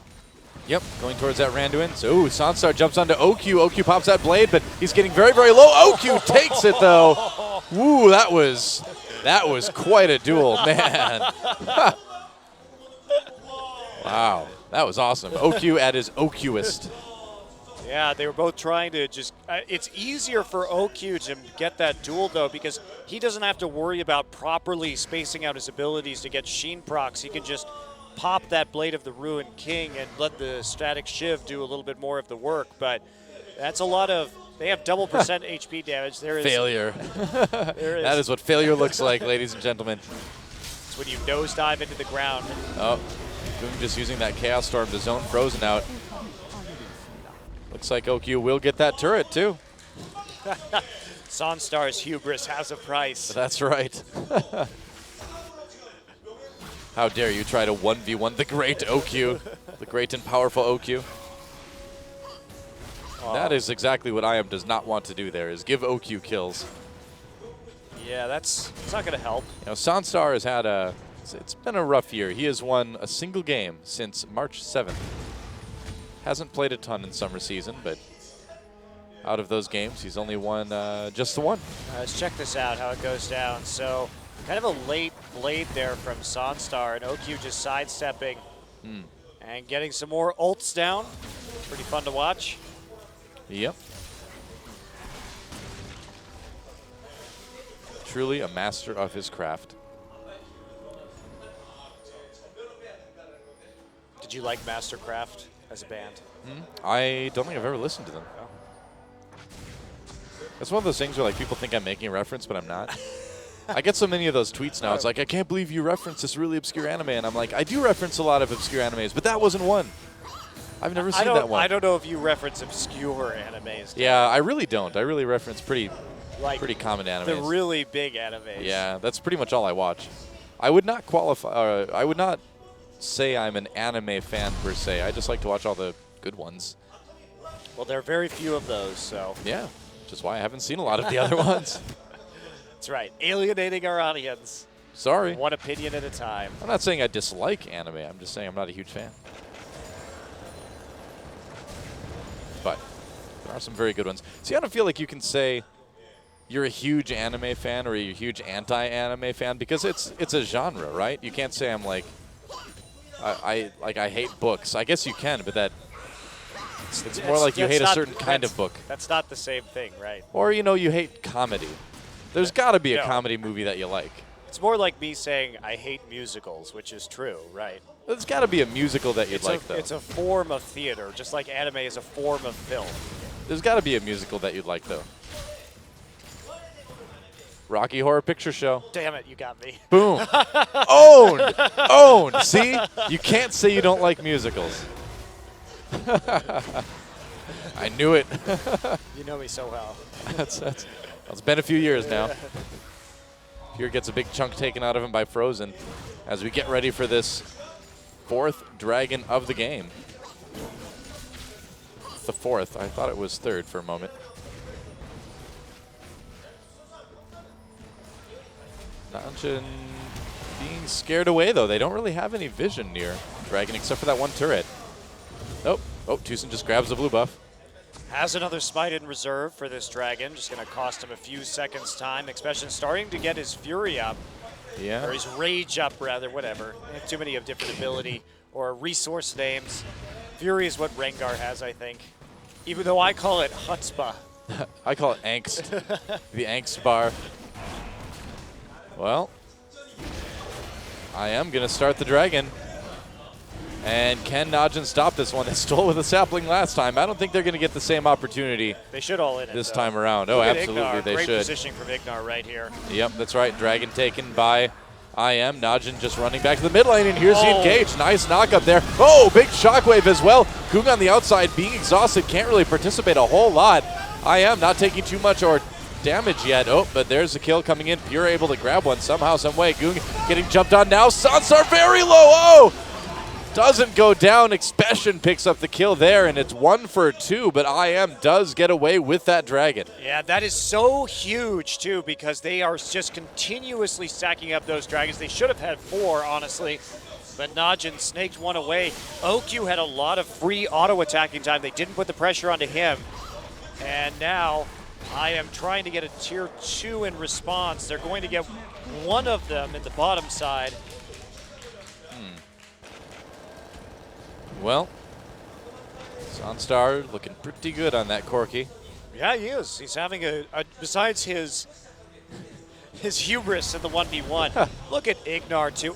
They stacked the stuns there a bit. That could have been better coordinated. It's a good shockwave, though. Yeah, good shockwave afterwards, but they blew all their CC early. Otherwise, they would have had a much more decisive team fight, honestly. Because that means that OQ is just free to auto-attack them over the wall, and Sansar goes after Victor, barely out of range, and Expression wraps around for the kill. OQ just wasn't able to do too much. Yeah, you got to make sure you have your communication accurate right there, because had they had just a second or so more of lockdown, I think that would have been a much heavier trade in favor of IM, to the degree that they could have possibly taken a Baron. Najin maybe not so wisely walking through the river brush to get back to lane, when they could have just walked a little bit north and would have been fine. And now, a bit of desperation for Najin there. 5,000 gold down. Need to make a play. Gung trying to chase down Tucson here, but he should be able to make it out. Oh, they're going to try to find Watch. Watch backing away. OQ taking a little bit of damage from Expression's boomerang. Uh-oh, that is a big ultimate from Expression. They're going to grab Duke out of the fight. OQ getting a lot of damage done. Najin could turn this one around, but never mind. Ignar making a play onto OQ, taking a lot of damage. Big shockwave comes in once again for Frozen. Gung doing a lot of damage from the outside, though. Lots being traded here from both sides. OQ, though, finding a play onto Sanstar. Oh, does he get him? He does. Even being pushed back here. Najin comes out with 2 kills, only losing Pure so far, and Gung pushing that mid lane. See, when they use the Gnar ultimate to not get a stun, they don't have the damage necessary to actually kill Duke in an efficient manner. because Corki is starting to fall off right now compared to this Kog'Maw. Oh, TP's boy. coming in from both sides. Yeah, Expression doesn't have any sort of rage, though, to speak of, and he's just going to be able to be annoying with the boomerangs, but I don't think he can stop the Baron. He's the only one around. It would be a miracle. Nice zoning from Goong, and the Baron will go over to Najin. Are they going to be able to escape, though? Goong could be in a little bit of trouble from Frozen, but without the Shockwave, I suppose there's not a lot to worry about. Still takes a lot of damage. Oh, there's a flash. Goong trying to dodge these skill shots. Frozen trying to catch him with that command protect. Goong, he's got a lot of mobility. Frozen could be in trouble. Oh, he goes down anyway. Frozen gets the kill. Now the fight continues. OQ caught a little bit. Gets knocked up. Gets killed. Tucson with a kill for himself. They have to get out of This here. is crazy. Yeah, Najin needs to back away. They have no damage. Both their carries are on the way. Another Shockwave brings in Watch and Duke. Expression low health. Watch trying to make it out. He does. And they're going to keep chasing Duke, though. Yeah, I think that's a chance to end the fight, and they will. Yeah, Najin getting caught losing Baron buff on both of their carries. That certainly does not help. Well, they're going to have to group anyway to Siege. It's not like we're going to be in a split I push, so suppose. it doesn't actually make that big of a difference. It's true. The biggest difference it makes is that now IM has a chance to push the minion waves forward before they actually go in for this.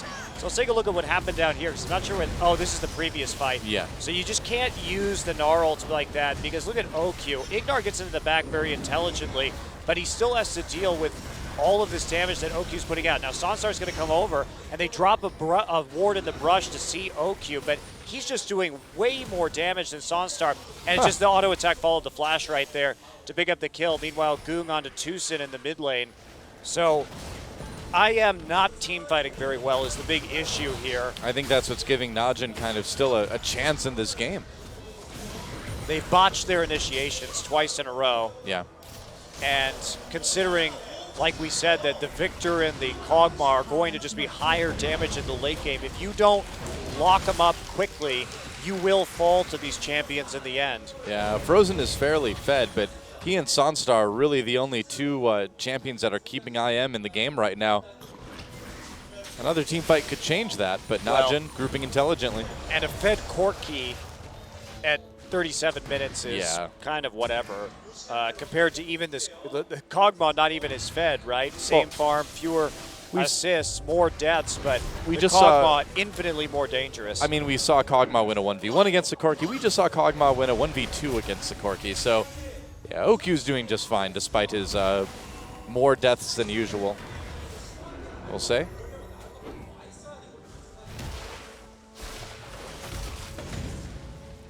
I just don't get it. I don't understand why Najin can't fight in the early game.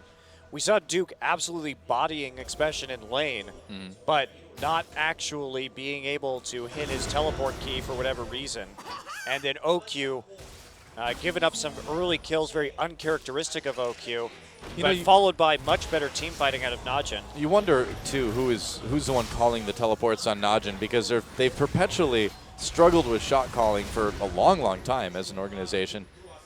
And so you wonder if part of it is, Duke not making the decision, but another part is that their shot caller just isn't making the decision for Duke when he needs to. Najin going after this dragon, though. A lot of damage on it, pretty even, though Ignar may come in. He's got the command protect. He's going to go in. That's going to be a big shockwave. Oh, yes, it is. And IM gets a big team fight. Sansa with a kill onto Goong already. OQ getting a good angle. Oh, but he gets brought in. Immediate flashes over the wall. He can turn around, though. He can still do damage onto this. But Watch on the run. Yeah, IM's got this fight down in spades. Goodbye, Duke. Double kill for Frozen. Watch getting chased around by Expression. Doubtful he's going to be able to make it out after they clean up this dragon. They will take their third of the game. Now to kill Watch. There we go. Sansar with another kill. Oh, boy. Finally, IM gets the good engage. They figure out that they need to just put the ball onto the Alistar. They get the headbutt pulverized shockwave combo, and it makes a world of difference. Oh, yeah. In that team fight. OQ, the only one left defending. He cannot stop them from taking an inhibitor right here, but they're not going to be able to get anything more with Victor coming back up in 5 seconds. Yeah, OQ very close to being able to kill Tucson here, too. Wow, so Najin really struggling at this point. That was not a good fight for them. Well, Frozen, let's talk about him. 7-0-4 this game. He's been really showing up. He's become, it's not like Orianna is a slouch in the late game when it comes to damage, and because he's so fed right now, he's actually a core item sort of in advance of Goong.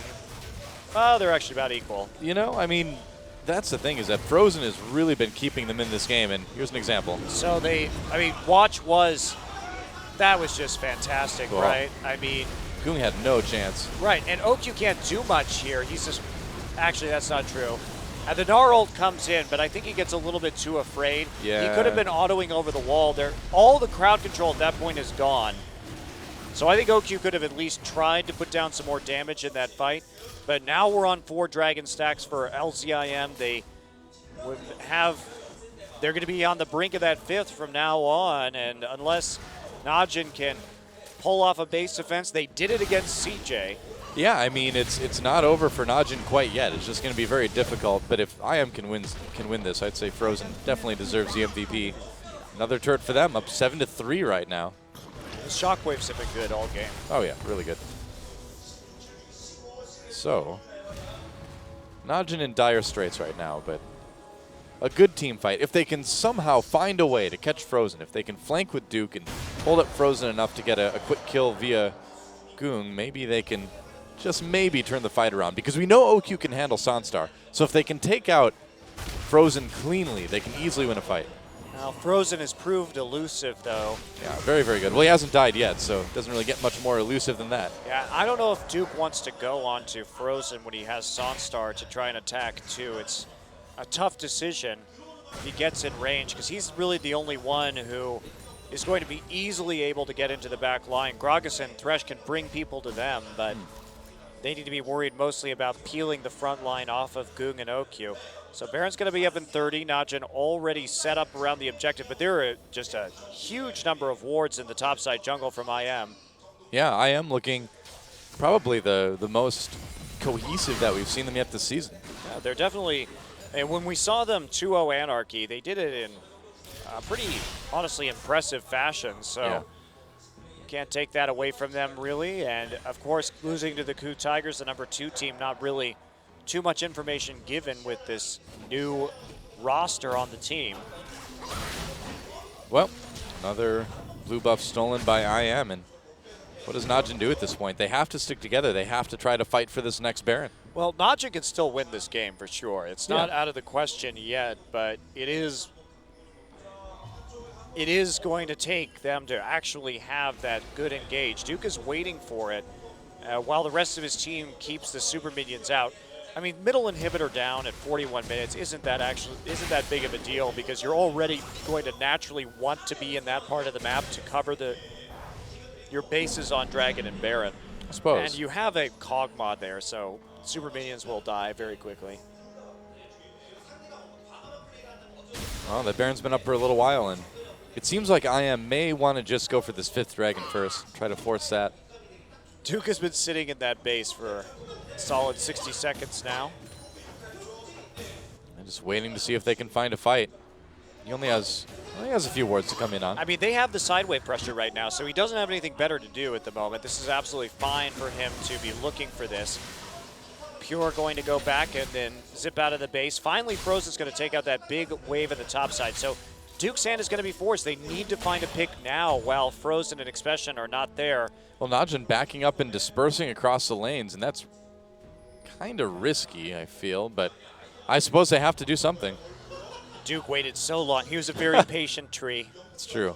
Well, it's weird the trees are moving to begin with, so he was a very normal tree, actually, for that minute. Well, now he's an abnormal tree again. He has a soccer goal on him for some reason. Yep. I don't really know who's going to kick it in there. His head's in the way. His head is the best goalie of all time. It's true. Not going to get past the head. Why does he have both a soccer goal on him and a soccer uniform? What kind of sport is he playing? Is this tree soccer where... I don't know. Does he just it's throw his saplings into his own head net? It's a 1v1 between 2 trees where they just throw soccer balls at each other and try and hit each other in the goal. Let's be fair here. It makes a lot more sense than carrying an open brazier on the back of your head. I agree. Better than lighting yourself on fire. It does make more sense than carrying an open brazier around with you as a tree. Brazier. My intonation was not terribly Brazier. good there. Brazier, right. Brazier. Got it. It's not a word that you have to use a lot, you know? Well, I mean, Brazier isn't a word you have to use a lot. Hey! Oh, that was low-hanging fruit, man. Come on. Sorry, it was too easy. I feel like we got the pot calling the kettle black here. Well, Sansar going for this 5th dragon just by himself. Najin wants to try to take this Baron. They need to take this Baron. If they don't, oh boy, IMS 5 dragons. Here we go. 4-man knockup. Oh no, the shockwave comes in as well. Najin could be in a bit of trouble here, but OQ gets a good angle onto Ignar, gets a kill, and this actually could turn around. No, never mind. IM just a little bit too strong with those 5 dragons. Duke just getting completely taken apart here. Goong and OQ trying to kite backwards. They're doing a lot of damage. Expression gets there, gets a 2-man ult. Goong caught, and that's going to be all she wrote. OQ can't do anything about it, and that is an ace.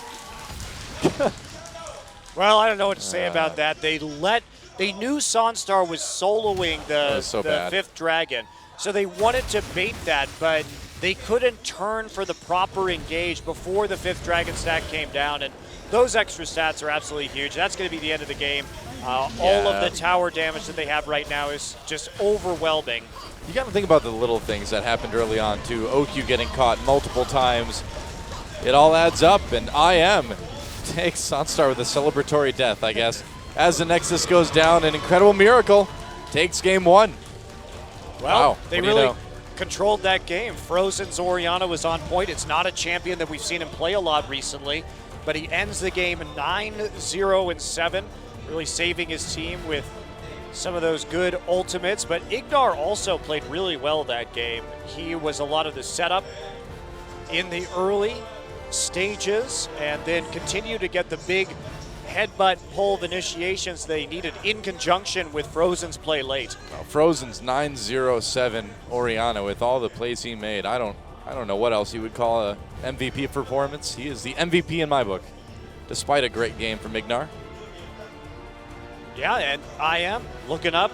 Najin, that's a point. Even if they win tonight, that's one fewer point for them when it comes to playoffs. They are getting further and further away from that goal. Hurts a lot. Hurts a lot, especially after that 2-1 loss to CJ. And so that means Najin really needs, well, they still really need to win it, but it's already not going to be as sweet of a victory. OQ got to feel a bit bad after that game. It was definitely one of his worst of the entire season, I would say. It was up and down. I mean, he did have his moments during that game. Well, he had a couple nice duels, but just that early game, getting caught 3 times. You never see that happen with OQ. I'm concerned, but we'll see if he can turn it around when we get back.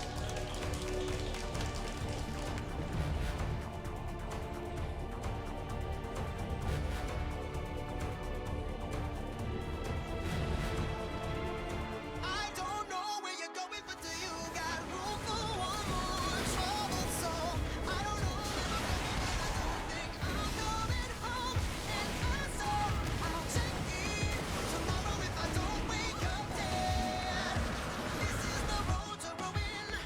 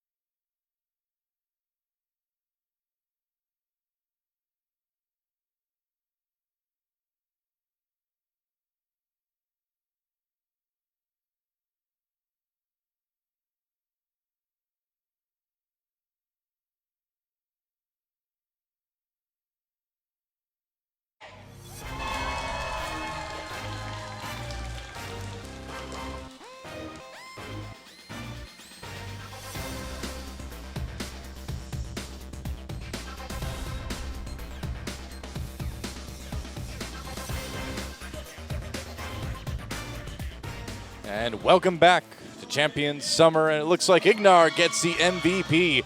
Pretty stellar performance. Frozen played great, but it was Ignar who set up a lot of those big shockwaves and stuff like this. Goodbye, OQ. Although this was more OQ's fault than anything else. It was definitely more OQ's fault than anything else. This was more OQ's fault than anything else. Ignar hit Q at the right time. This was more OQ's fault than anything else. Yeah. OQ had a pretty awful early game. It's true. A little bit better later on, but yeah, this was one of the worst games I think I've ever seen OQ play. Yeah, that was a little bit stacked in terms of crowd control. This engage, though, Oh man, he beautiful. waits until the knockup to end that time to hit the actual shockwave, so they maximize their crowd control. And that means that there's so much protection in the back line for this Orianna and for this Corki that they clean up. And here we go again. Same story. Jeez. 4-man knockup right there. Then they come in with the shockwave, and Baron's still attacking them, so that proves highly problematic for Pure. Yeah. And this was even a fight where OQ and Goong were relatively untouched early on, but when there's no peel, when your tanks get bursted down by a 5-dragon LZIM, there's only so much you can do. Yeah, and we see, of course, Expression hopping forward here, gets the Gnar ult, and then Duke and Goong will fall to the combined AoE of Corki Rockets and Orianna. Double kill for Frozen, and Ignar continues to perform. There was a lot of hype around this guy, of course. Yeah. First tapped to go to Winter Fox in North America, but it didn't happen. Then he found a way out of his contract and on to LZIM, and he's been having a good rookie season. Definitely an up-and-coming support. Ignar Hart. That's right. Ignar. And yeah, Ignar was one of the very highly ranked solo queue players for a long time. Tucson also having a pretty decent game himself on that Rek'Sai. Goong, well, what do you do? Goong was fine on the Victor. That wasn't really the issue. It's just, I mean, when you get picked apart like that in the early game without any kind of reasonable response, your top laner isn't hitting teleport to match any kind of play on the opposite side of the map. What do you do? When your AD carry gives 3 kills to the enemy that team. was really, really bad. Yeah. Have to imagine things will be a bit tighter for Najin as we go into game number 2, but who knows? Who knows? So, picks and bans. Check out ogn.azubu.tv for the super plays. You saw a bunch of them during the break. Pretty awesome. You can go watch even more on that website on your screen right now. Azir, the first ban. Coming in again for Najin. They really don't want Frozen to have that. Completely understandable. Callista, of course, that very common ban. OQ, maybe the most dangerous Callista player in this league. Of course, we have Bang, too, who's professionally undefeated. But just in terms of individual skill, OQ is probably higher on that end. I would say so. Raya's banned, and then the Evelyn banned out against Watch as well. If Watch doesn't play Gragas, he generally plays Evelyn this season, so not a big surprise there. So the question is, will IM leave up Annie and Sivir and then take both of them in the first round of the draft on the red side? Because we're seeing similar bans so far. They're going to ban the Gnar. Yeah, something that they don't really want to deal with. And I think they're trying to test Expression's champion pool as well, too, kind of see what this guy can play. It makes sense, but Duke actually had a very good laning phase as Maokai against Gnar in the last match. He did, but I think Najin wants to force or try to force Expression onto some of those more unorthodox top laners that we saw him play in his other 3 games. And there's a Sivir ban. So I think they're trying to bait the Gragas first pick because that has been definitely a priority. Now Victor is up, so I would assume that IM will take the Victor away if Najin doesn't first pick it. And if they first pick the Victor, well, they're going to get the Alistar. Wow, that is not a good plan. You'd think they would take Victor Alistar or Victor Gragas on red side, actually. Could take Victor Annie, too. Yeah, the Gragas. Okay, they will go for it. Najin is quite predictable. Yes, they have been lately, haven't they? Well, so what do you grab here? Annie, well, Sivir's taken. So Maokai Rek'Sai or Maokai Victor? I think you take Victor here. I think you take Victor Annie. Victor Annie. Now, Ezreal's still available as well, too.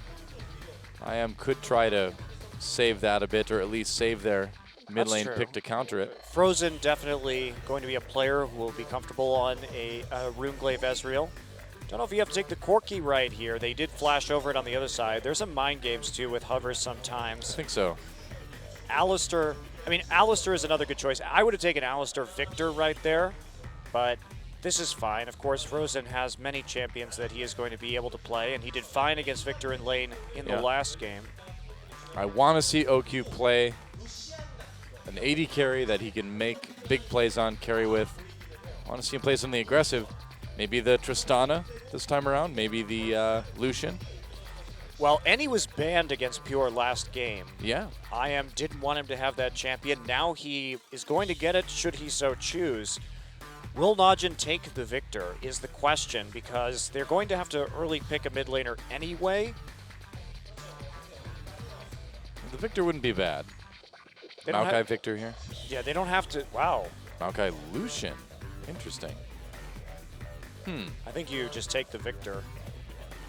I agree. Well, they're going to grab the Lucian anyway. So not wanting to give up any more of their strategy than they need to, I guess, but man. I mean, you know IM's going to leave their mid lane pick till last, though, most likely. So it's probably safe to leave the Victor open.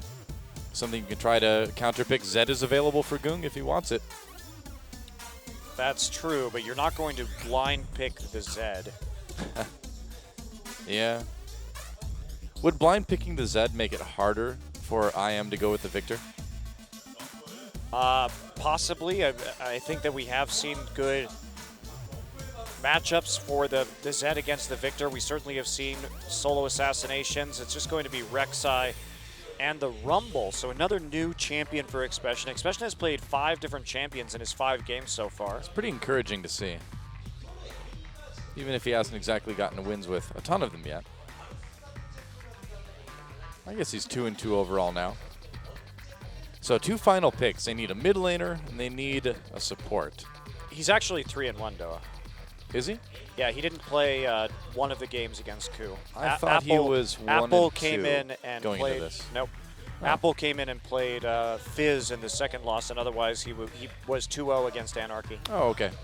TF and Kennen are going to be the picks. So Goon going with Twisted Fate. Interesting. All right, so they're going with the Lucian Kennen lane again. This big bully lane. Yeah. And they know they have the Rumble Maokai matchup, so we'll see what Goon can do with Twisted Fate. Frozen was always a big-time Lux player, but it's been a long time since Lux has really been meta, and it's been a long time since Frozen has been able to carry a game on this champion. Yeah, interestingly, Goong actually has a losing record on Twisted Fate. He's 5-6 all time, so not one of his better champions compared to somebody like Zed or LeBlanc or Ari, which we really know him for. That is interesting. Still, it's a lot of hard CC when you think about what the Kennen, the Maokai, the TF can do. It would make this Lux pick very dangerous. So it will be, oh no, is it Ziggs? It's Ziggs. Oh, something we haven't seen in a while. He's going for it.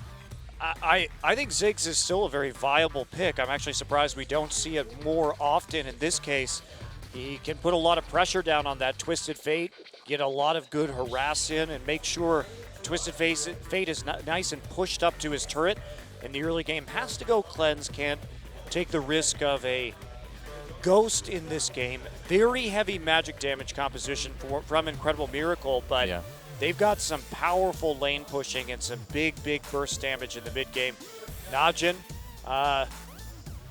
they're going for the lane bully tactics a little bit here, especially in that duo lane with the Lucian and Kennen. That they've been the only team I've seen run this lane here in Korea. Well, I feel like Najin's coming into this game with a bit of a chip on their shoulder, especially OQ after the way the early game went for him in game number 1. So this time they're saying, all right, that's it.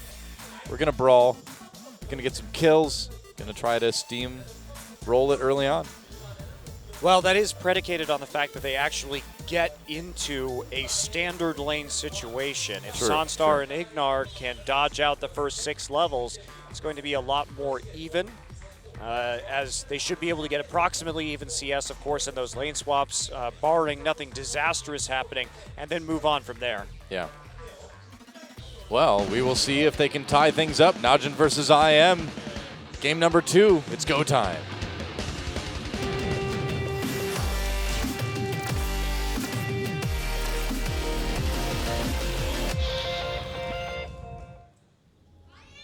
Welcome once again to Summoner's Rift. Incredible Miracle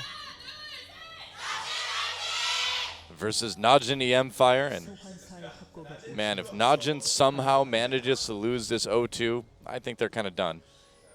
They would have to have some really big upsets Yeah. at that point.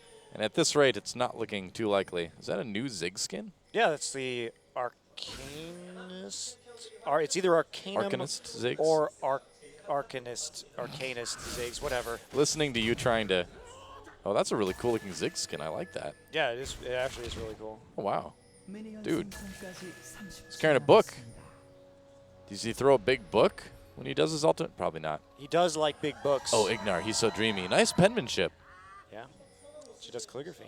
She was on Cool. earlier. Yeah, I remember that. He likes big books and he cannot lie. His other laners can't deny. Yeah. So, nothing too interesting happening. Just a pretty standard sapling stack start from Najin. They have all 5 people there in case that disruption attempt occurs. Now, Frozen may try and get a bomb in there to see if he can actually steal this, but those saplings are going to... See, right now they're going to stack... No, they're stacking 3. Okay, so he's not going to be... Duke is going to get the saplings in the end. If they had stacked 2 and Goong was going to the wild cards, there could have been a possibility of Frozen. So he's going to try now, but no. It's Oh, not, it's a not little gonna bit too work. late. Just going to manage to pull 2 minions along with him. Do a little bit of damage onto Goong. Yeah, can't trade yet with those auto attacks because of Ziggs' passive. He just will do more damage. Yeah. Man, I really like this skin. Yeah, it's awesome. It's the first time I've seen it in-game, and it's really, really cool. Wow, well done, Riot. Even if you still don't have Disco Globe Oriana yet. Good Or- job with the new Zig skin. Walker, Texas Rengar. Yeah, Walker, Texas Rengar. What? Why isn't that around yet? Oh, well. That's actually the most lame one that they...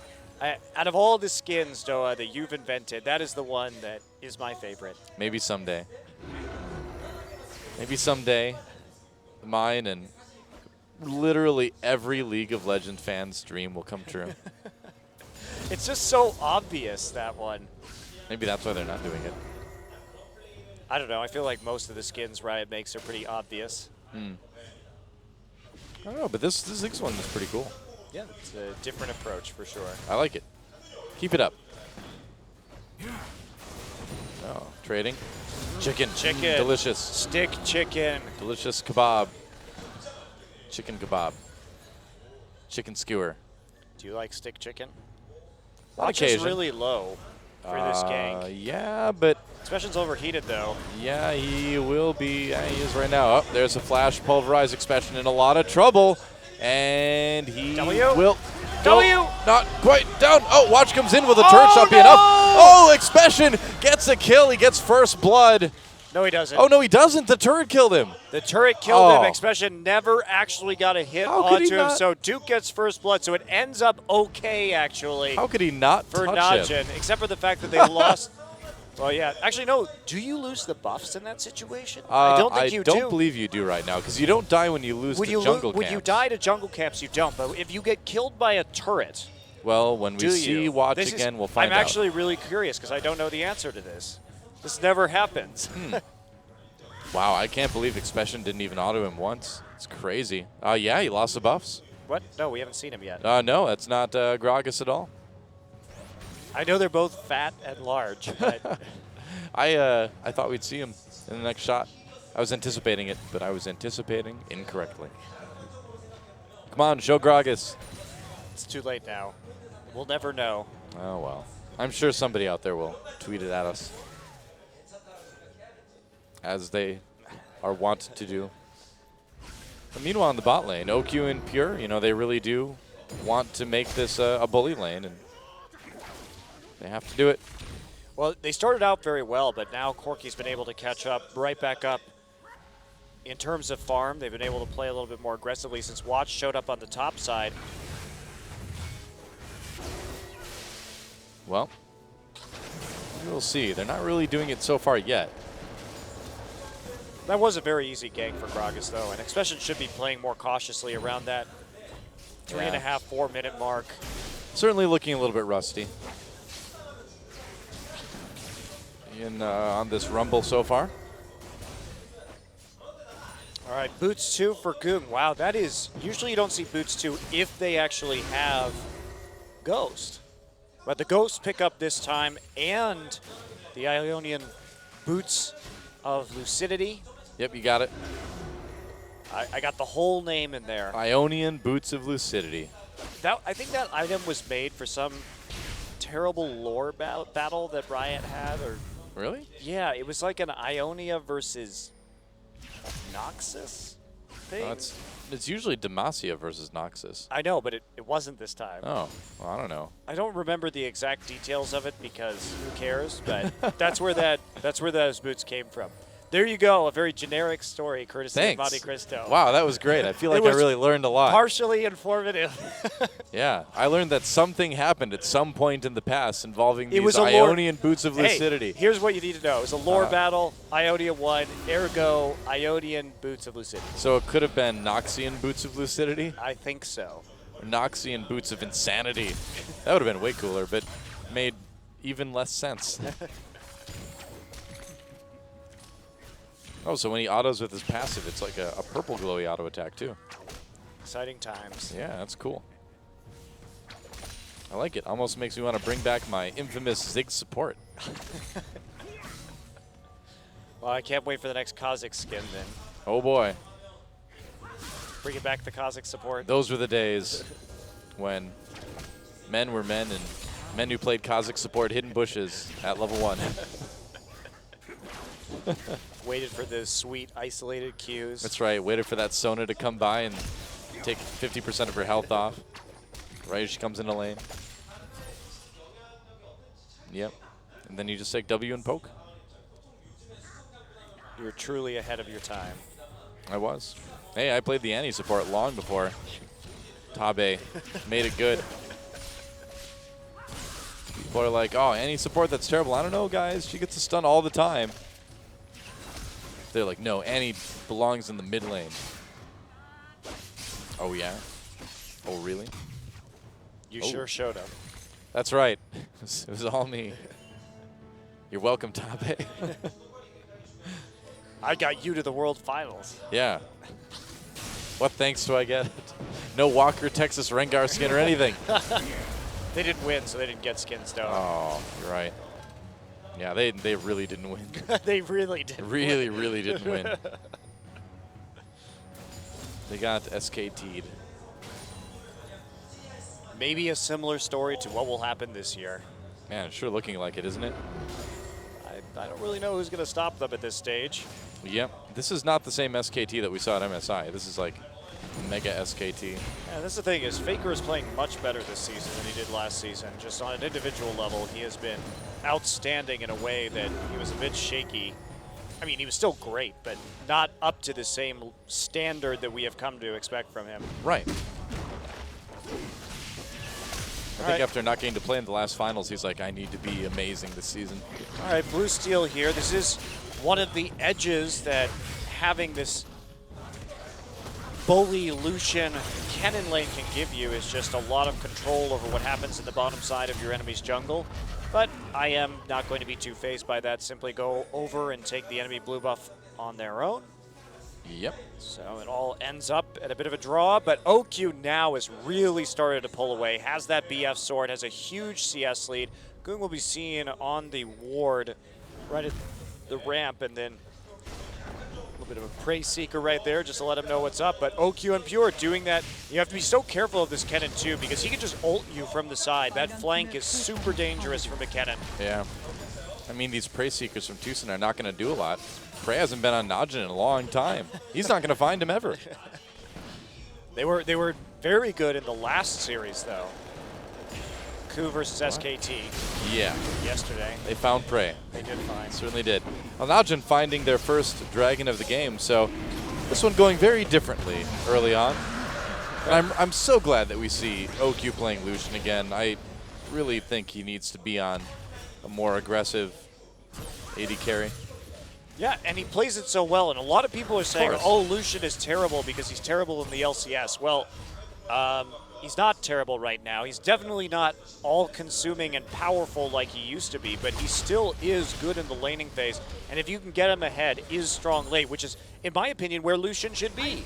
He shouldn't be both a lane bully and ultra-powerful late game, even if you fall behind or go even. You get to pick one of those. Yeah. Yeah, Lucian's definitely not bad right now. OQ going for the greedy Avarice Blade, and he's starting to move into the top side now. And we'll have Maokai, Duke go into bottom as the next turret under threat.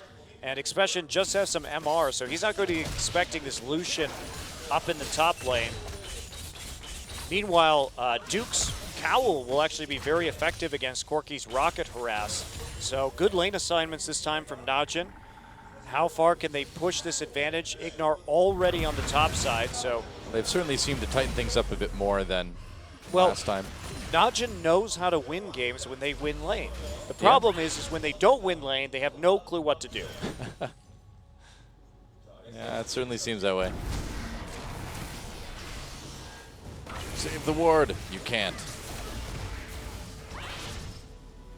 There's no saving that ward. Yeah, Duke's going to be able to play up here really, really well. Corki just isn't equipped to handle the Maokai yet. And you can't chunk him out, so he can all in you at any time. You kind of have to stay at range.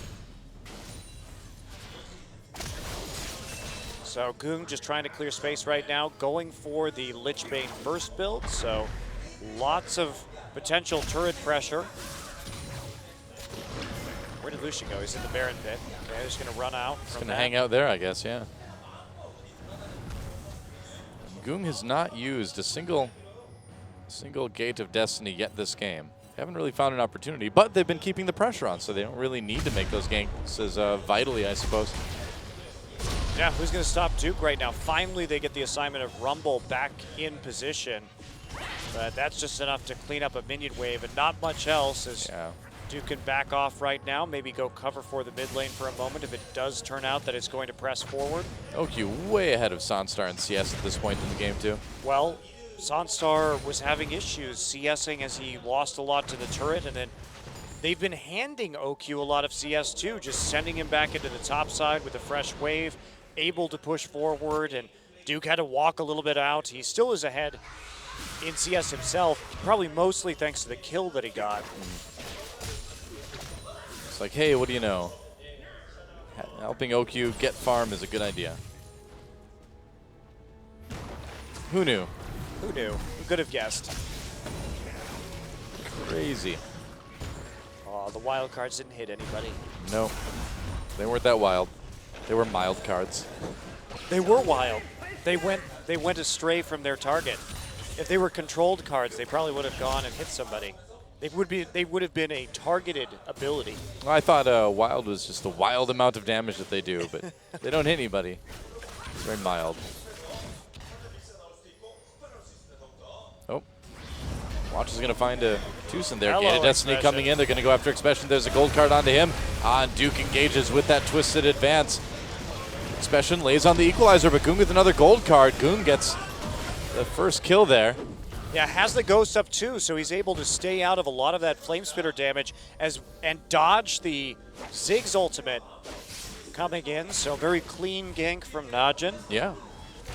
Not a lot that Expression could really do to get out of that. And now he's died twice this game, and Goong and Duke each with a kill. Yeah, Goong will have his ultimate back up by the time the dragon strikes, and great culling onto Sunstar. That really hurts. Oh man, yeah. A dragon in a minute 30, and they have all the time in the world to get ready for that. Pretty good wave clear from TF as well, too, so the Ziggs isn't quite as strong as far as pushing power goes. Yeah, as long as the minions don't line up, and he can get them as they're marching single file towards the turret, it is good. Yeah, of course, it has red cards and stuff, too, to deal with that, but this is the easiest way to deal with it. So as long as he can get the minion waves before they spread out upon hitting another wave, he's generally in a pretty good position. Even then, it only takes slightly longer to clear it. Yeah, you just have to walk up closer, which is the issue. That puts you at risk of harass. Another blue buff being handed off. Dragon up in about 45 seconds now. And OQ, with the Avarice Blade, he's not going to have the Infinity Edge before this Dragon, I'm pretty sure. It depends on how much he's been able to farm on that Avarice Blade, but yes, it does seem unlikely. He's trying to farm out some of the jungle right now, but he should be pretty far off considering he doesn't have a crit cloak yet. He's not going to have time to go back and get it either. Meanwhile, Sanstar does pick up his Trinity Force. Interesting. We do see a Medjai's onto Frozen. I just saw that, yeah. I mean, I guess if you're going to stay in the back and just lob bombs, you're not going to die a lot and eventually pick up kills, but that is a pretty audacious early buy from Frozen here. Wow. All right, time for Dragon. It's up right now, and I am a little bit scared, being pushed away from the river right now. Everybody coming in. It's a recall. Oh, wow, they're going to go in early. Watch him. Pure has to pop that Slicing Maelstrom very early. OQ gets jumped on. Here comes Goong with the Twisted Fate. Gold card onto Ignar. OQ gets plenty of time for damage, and this fight is all Najin right now. Double kill for Watch. And I am in a bit of trouble. They've still got decent poke with the Ziggs, but I think they're just going to have to let this Dragon go. Expression coming into the Equalizer, though. Sanstar's still up. They've got a lot of damage if they want to go for it. Flash gold card. Goong goes onto Sanstar, and there's another kill. OQ picks that one up. Gets a bit of help. Oh, Ziggs! Frozen grabs it with the ultimate. Nicely done, and I am manages to get something out of that. Wow, actually lost flashing team fight. forward onto Goong. Expression going in solo. Ooh, gold card used. Expression chasing. That's a lot of damage, but Duke is here to save the day. OQ comes in for a lot of damage as well, and with that Twisted Advantage, OQ picks up another one. So maybe not a fight that IM needed to really take. That Tucson was trying to come from the side. Super solo queue from Expression, assuming that there wasn't anyone else around when he went in like that. Now, IM may be able to take a tower in response because everyone was so low, but still, IM also, had they been grouped earlier, I think they probably could have taken that team fight. They definitely were in a preferable place when we talk about their team comp's power spike and everything, but they got caught out very, very early with only a couple of them actually able to fight. Well, they get the turret, but they give up quite a bit for that. I mean, they did get the Dragon, too, so ended up well. There's still 5,000 gold down, though. Yeah, this is very good timing for Najin Empire. I mean, they are absolutely dominating this game. And they're starting to just clear out the top side. They want to get this top lane turret if they can. There's a huge minion wave there with Duke. Yeah, they're almost certainly going to lose this top turret unless they commit a lot to this. And Najin is really trying to keep them back. They really want this final outer turret. Yep, and they will go ahead and get it. OQ coming up just to add a little bit of damage on. Just much cleaner game from Najin. Yeah. Like they got their heads in the game finally. That's Najin's biggest thing is they just look lazy sometimes, you know? Yes, yes they do. Or overconfident reminds me of how the old Samsung White used to look from time to time. Well, you can draw a lot of similarities between OQ and Imp, I think, in terms of play style. There's definitely a lot alike between those two. Indeed. Both in incredible mechanics, but also incredibly bad decisions sometimes. Or at least cocky decisions, Yeah. assumptions made that they can't just back up. Which can be incredibly bad. So Baron up in a minute. A little bit too early for anybody to really think about tanking, I suppose. Sanstar managing to catch up a little bit in CS, but they've started to give kills over to OQ. And on Lucian, that is extremely dangerous to do. Yep, and he already has that Infinity Edge and getting closer and closer to the static Shiv. Should have that with a pretty early timing considering his CS and his kills this game. Ignar there in the mid lane. Baron up at 20 seconds, so final stage of this siege has to be this mid lane, but with Ziggs there, of course, that becomes very difficult. Yeah, Ignar really not having a chance to make a lot of the plays he did in the last game there. There hasn't been that chance for the big engage so far. Yeah, they need to start grouping up. They need to get those big wombo combos. Equalizer, Ziggs Bomb, knockups from Alistar. All of this could lead to a lot of damage onto Najin if they can catch him clumped up. Expression also is choosing to go for the Abyssal Scepter, which it really isn't going to help his front line out. I think the Zhonya's is kind of what he needs here instead, because he has to be very concerned with OQ. It's not like he's facing a Corki or anything, and he has to be able to put down damage while he's standing up front. Expression has had pretty solo queue-esque game so far, not really pulling off any moves on this Rumble. Much better on that Gnar in the first game. Oh, Frozen there as well, too. Najin may need to give up this turret unless they want to fight it. We'll see. I mean, Goon could come in behind them with his ultimate. Duke is down there as well, too. It looks like they're just scary enough for the moment to keep IM back. I mean, there is no minion wave. IM, though, really committing to this one. And they're going to lose a mid lane turret for it. Oh, maybe not. Okay, Tucson gets back there in time, but now they could force an unfavorable fight because I don't know if there's any tunnels out there. And they will go in. Expression drops that equalizer, but not before the slicing Maelstrom comes in. Goong with another gold card onto Sandstark, just gets him on his own. Frozen comes up as well. The bomb is dodged. Another gold card onto Ignar as he tries to make something happen. Flashes for the pulverize. Watch comes back in again. Ignar going to go down pretty quick. Actually still alive. Wow, OQ manages to finally pick up the kill there. And they're just going to trade supports. Expression goes down as well. Yeah, OQ really starting to go off on this Lucian now, 4-0-2. And Goong played around the brush vision with the Twisted Fate very well in that fight.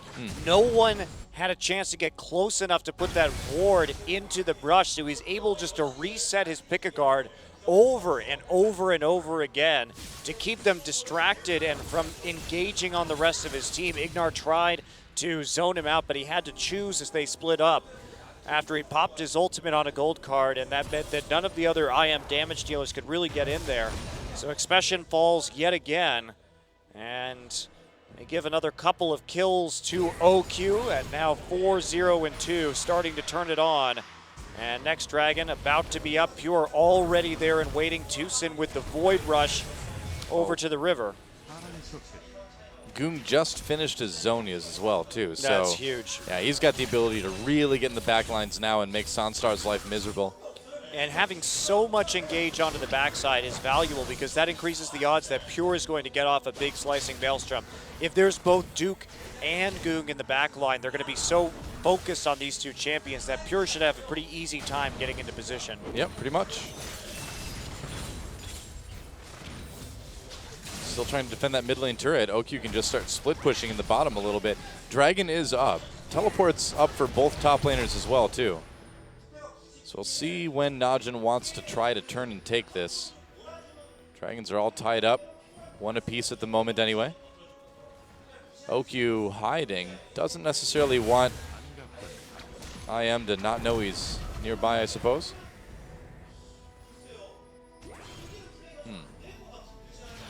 It's like they should just start the Dragon off right now. They see Sunstar, they definitely should just start the Dragon. I think Watch just did, yeah. OQ just zoning really, really well, actually, with the equalizer, or with, not the equalizer, the culling.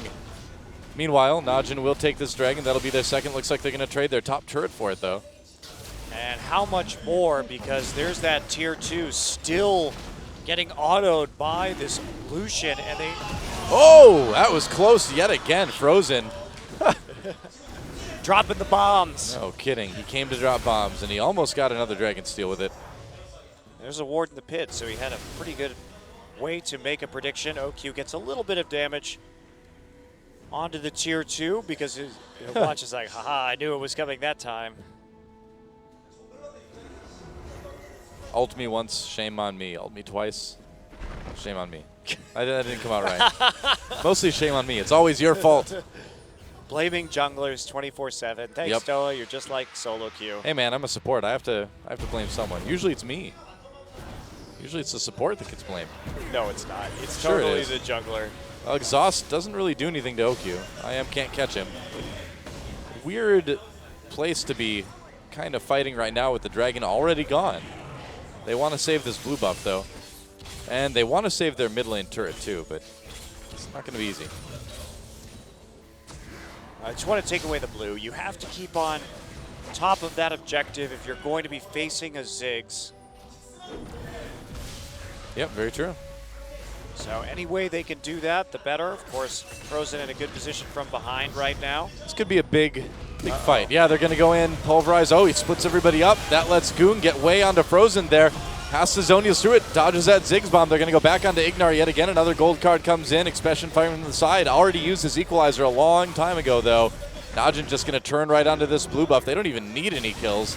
They got what they came for. I mean, it would have been nice for them to get a kill. Pure had to sort of awkwardly ult around Goong just to make sure that there wasn't any follow-up onto him after he came out of his Zonias, but maybe they can get this mid lane turret. They still have OQ there now to go ahead and try and take it out, and Frozen is down on mana, so they should get another turret right now. Keep on pushing forward. There we go. Yep. IM can hold them for a long time, but Najin just keeps getting more and more ahead. Now breaking out to an 8,000 gold lead after taking that mid lane turret. And now Baron becomes a real threat that Najin can go for here. Yeah, they can. They want to force fights first, though, because if you need to play with vision as TF, because your greatest strength is being able to initiate those team fights at nearly any time once you have that Zhonya's Hourglass. So just clear out the wards, try and go for a good TF and Righteous Glory Maokai initiation and force the fight you want before you go ahead and try for that objective. Looks like they want that very low tier 2 pings going down in that lane from Najin the Empire. Start moving over there. Yep. Shouldn't be a problem. Deucen gets seen. It Pierre's been really fun to watch on this Kennen too. I'm a little bit surprised we don't see more of this. Oh, we see quite a lot of it. It's his 4th or 5th Kennen pick this season. From other supports though, I mean.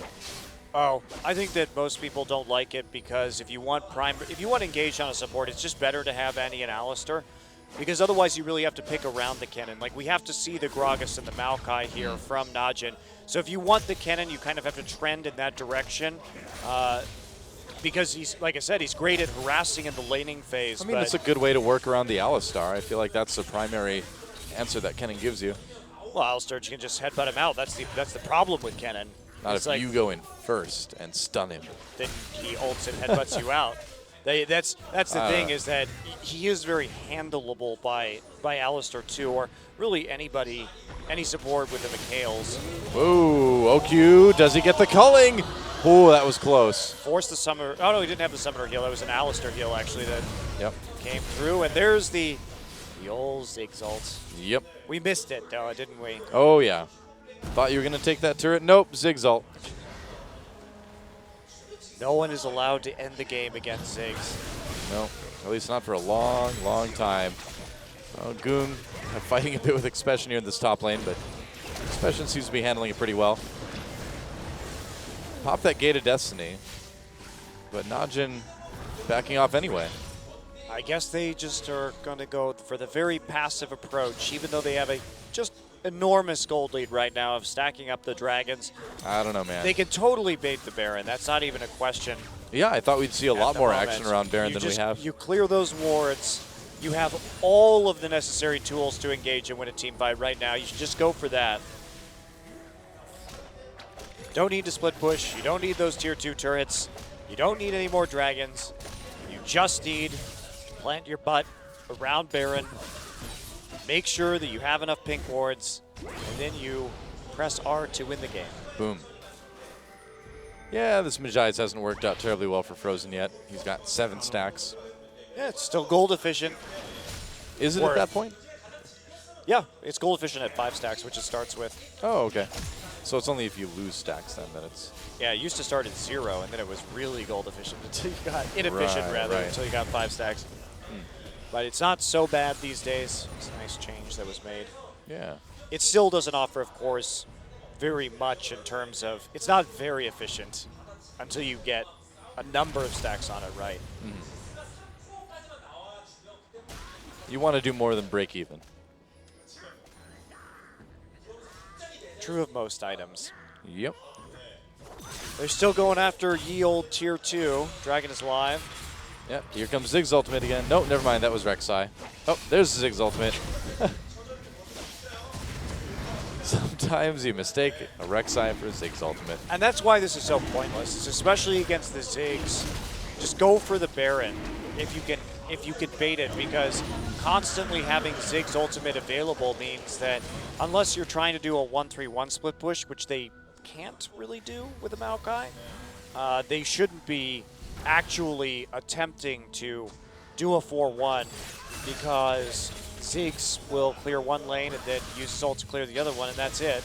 We may see one of the rare low-kill Najin games because they just seem content to just wait things out, although now maybe finally we're going to see some action around the Baron pit.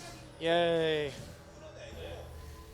Still, they have the Rek'Sai, so they will detect that it's only watch there for the time being and then immediately clear one of his wards. But they need to make sure Tucson can't get close enough to actually see the Baron pit with Tremor Sense. Which he can when he gets into the red pit. Yep. All right, well, sending more minions up to the tier 2. Maokai recalling. It looks like Najin is moving towards the Baron. Are they going to just start it? They are converging on the Baron, but Tucson knows they're not doing it because he can see them with Rek'Sai, except OQ is in fact doing it. Oh, except OQ is in fact losing most of his health, doing it by himself. Oh boy. OQ. Trying to get it back from the Wolves. Not that much though. He doesn't have a lot of Nope. health regen at this point in time, or life seal. That makes things very awkward for Najin for another minute or two. That's right, OQ's here to farm his Bloodthirster from the jungle and also possibly the top lane. Why not? Baron's like, I'm so lonely.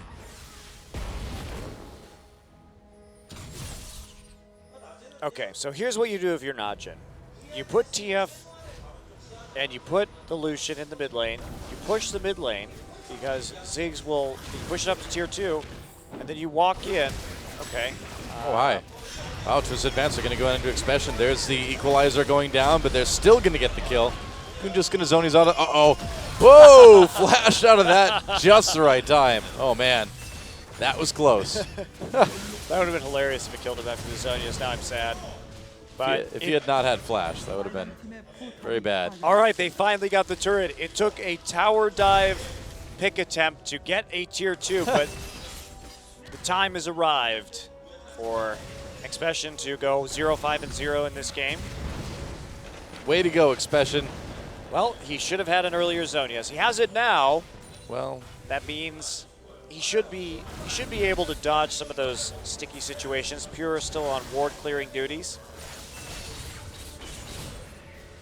And they just have to advance their pink line further into the jungle. That's all they have to do.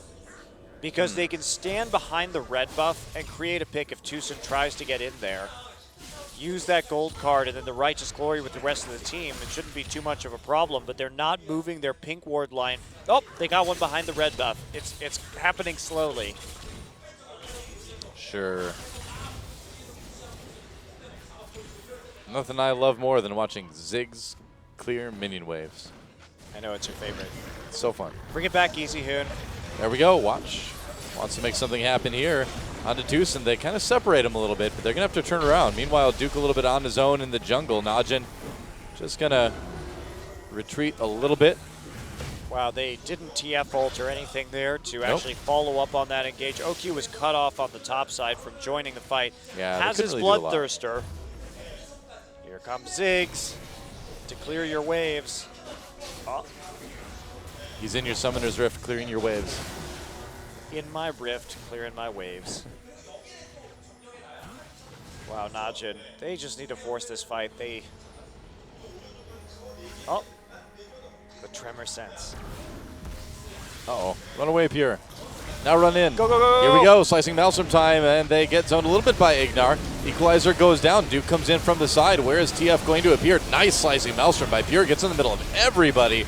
Wow, Expression a little bit of trouble there. Sanstar getting very, very low. Tucson nearly knocked out. Ignar getting a good knock up in the back lines of the fight. Sanstar. Wow, and amazingly nobody dies, but Najin in a position where they can maybe do the Baron here. Yeah, they still have a lot of HP on Maokai, and they can heal up. Meanwhile, just the many blinking red members on LZIM. So now is the time for Baron. Or not. Dragon up in a minute. Well, they would have had to start Baron by now. It's a little bit too late. Still looking for picks, even without most of the ultimates. Watch has his explosive cask. Oh boy, this game is not very exciting.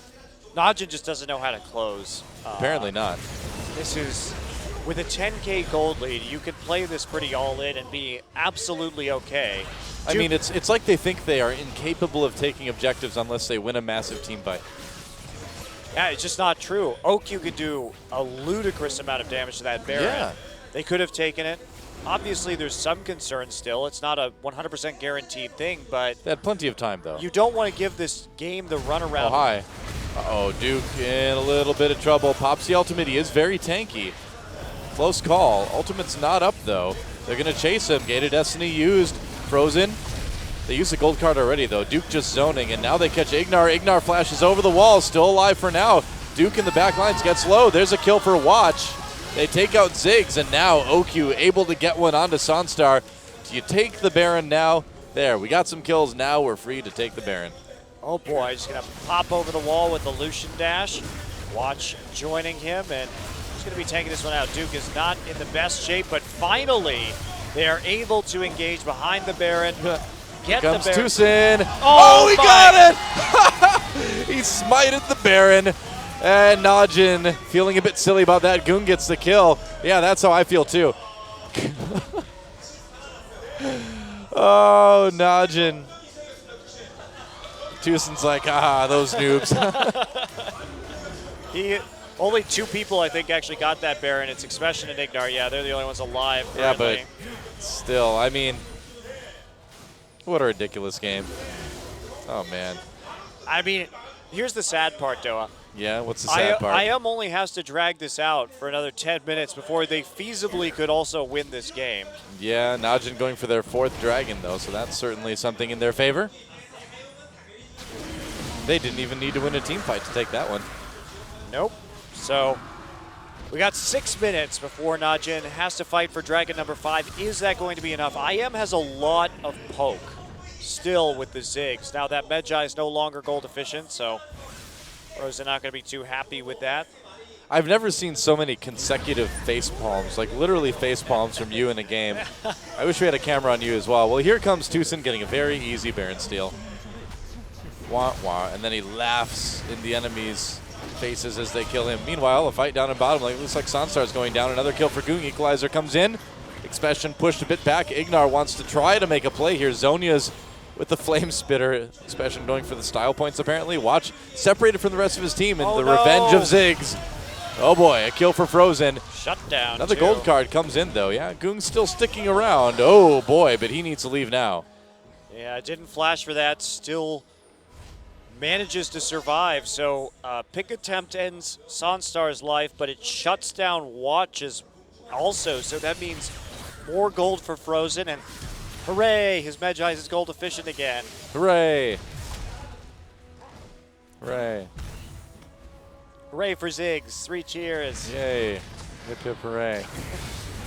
Oh, OQ on a one-man mission to save the red buff from the clutches of LZIM, and he does it. Wow, he's doing a spectacular amount of damage. Hey, what do you know? Look, you put OQ on an aggressive AD carry that is strong in the late game with lots of mechanical potential, and he goes 5-0-2. Shocking, huh? Yeah, I know.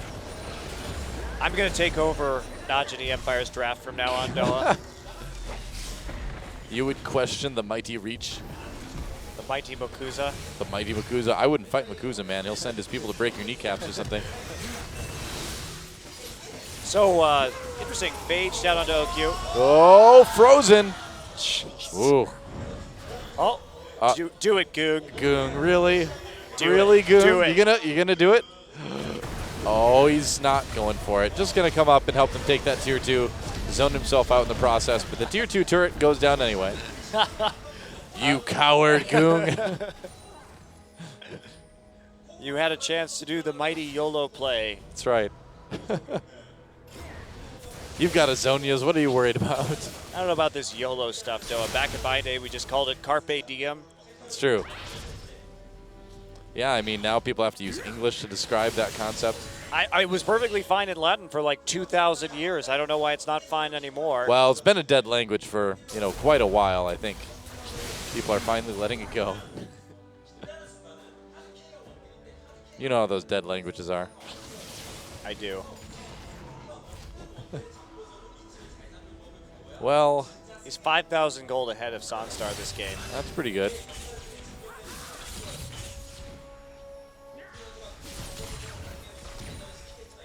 Frozen We're is- waiting for 5th Dragon, though. That's just way. Ooh, it's a Black Cleaver. I thought it'd be a Trinity Force, but Wow, no. I like it. Well, he'll be able to stack the Cleaver very quickly with his passive. Yeah. Not really going to help anybody else on his team, though, so probably Trinity Force is better. But I suppose he gets some nice CDR for the Black Cleaver. It's useful for more dashing around and light slinging. It's also the intimidation factor, They're like, oh man, he's got Black Cleaver now. Are you intimidated when you see an AD carry with a Black Cleaver? Sometimes. Depends on the AD carry, I guess. It's Corki, not so much. If it's Misfortune, I'm terrified. Get you the bullet time. That's right. I just want to see new Gangplank already. The dream. Yeah, no kidding. Well, we've got to wait a little while for that. Here in Champion Summer. I'm just glad the recall bugs got fixed so fast. Although those videos were hilarious, man. They were really funny. When you had like Lee Sin trying to get back to where his kick was supposed to be and he just starts running really fast. I love that stuff. Yeah, the Fizz one in the middle of the Urchin strike and then running really fast. Yep. I feel like, instead of Earth mode, sometime Riot should just like release a game mode that intentionally has all the hilarious bugs. Like Darius able to recall and pull everybody to Fountain with him and stuff like that, That was one of the best ones, actually. Random, like, The half-screen. level 1 pentakill was from the Darius recall bug. Oh, That yeah. video was hilarious. You had stuff like the power or the robo grab from Blitzcrank that went all the way across the screen. That was great. Amumu's long range. Oh, here we go. Oh, yep, Duke coming in for the flank from behind. Watch trying to get in there as well. He's really locking up the back lines. Expression puts on a nice equalizer, but it does not stop Pure from coming in. Ignar and Expression just trying to keep their carry safe, but they can't do it. Duke is doing so much by himself. OQ picks up a kill already. Kennen grabs one, and now Duke just diving. Goong a little bit low in the back lines. Culling. He has to be careful. Culling happens, so double kill for OQ. Here we go, triple kill for OQ. And he wants to get back outside of the base, but he's kind of stuck. Ignar is He's just gonna helping start his farming. team right now. So, all right, all the minion waves, they belong to me. OQ's like, help me, I'm stuck in the base. I can't get out. Ignar was doing a lot of work right there to make sure they couldn't actually take the mid lane, but they're going to take There the we bottom go. instead. Still Wow, not a that minion turret wave. died fast. And that's going to be the end of the game. The power of the Lich Bane, Noah. Yeah. Well, OQ's like, I need to kill an Ignar. I didn't have enough yet. And so, OQ with a stellar game on that Lucian, but the entire team manages to get a win. A little bit later than maybe they could have, but a win is a win is a win, and we are all tied up. OQ tried to die. He tried so hard at the end there, but he didn't succeed. GG. Yeah, Wow. finishing 8-0-2. Not Goong bad. moves his all-time Twisted Fate win rate to 50% now, so having a solid game on that champion, certainly making a lot of the plays. Yeah. Still some lack of coordination as a team, but much more decisive than the last game for sure. Expression, Marginally more decisive, really. Expression's Rumble was not so great. No, I mean, they were constantly ahead by a very large amount of gold. I meant when it came to taking things like Baron and stuff. Oh, yeah. Then That there was no decisions, really. That wasn't great. Except for a bad one that gave Iam a Baron. But either way, we are all tied up, and it looks like we're going to all 6 games tonight. A victory for Najee EM Fire, and we'll see if they can take this one. I would imagine we'll be giving that MVP to OQ, and I would imagine that OQ is going to be playing another AD carry next game. I mean, his Kog'Maw is fine when he doesn't make bad macro decisions. That was really the problem. It had nothing to do with his ability to play the champion and all to do with his decision-making of where to be on the map and at what time. Here's the thing, though, is that if we draw another comparison between OQ and Imp, you really need to give him a champion he can get away on it when he makes a bad decision. We'll be back to see if they can do it in Game 3.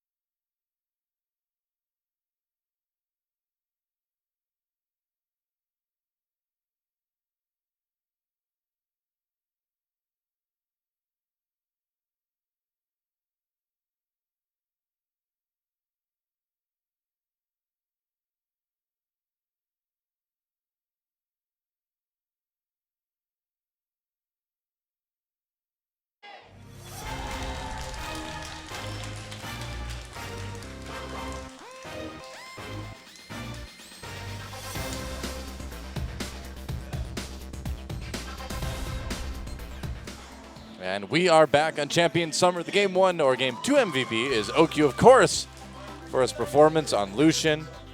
Really good stuff. Yes, Lucian is a fine champion, everybody. He is Yep. perfectly okay right now. Stop freaking out about him.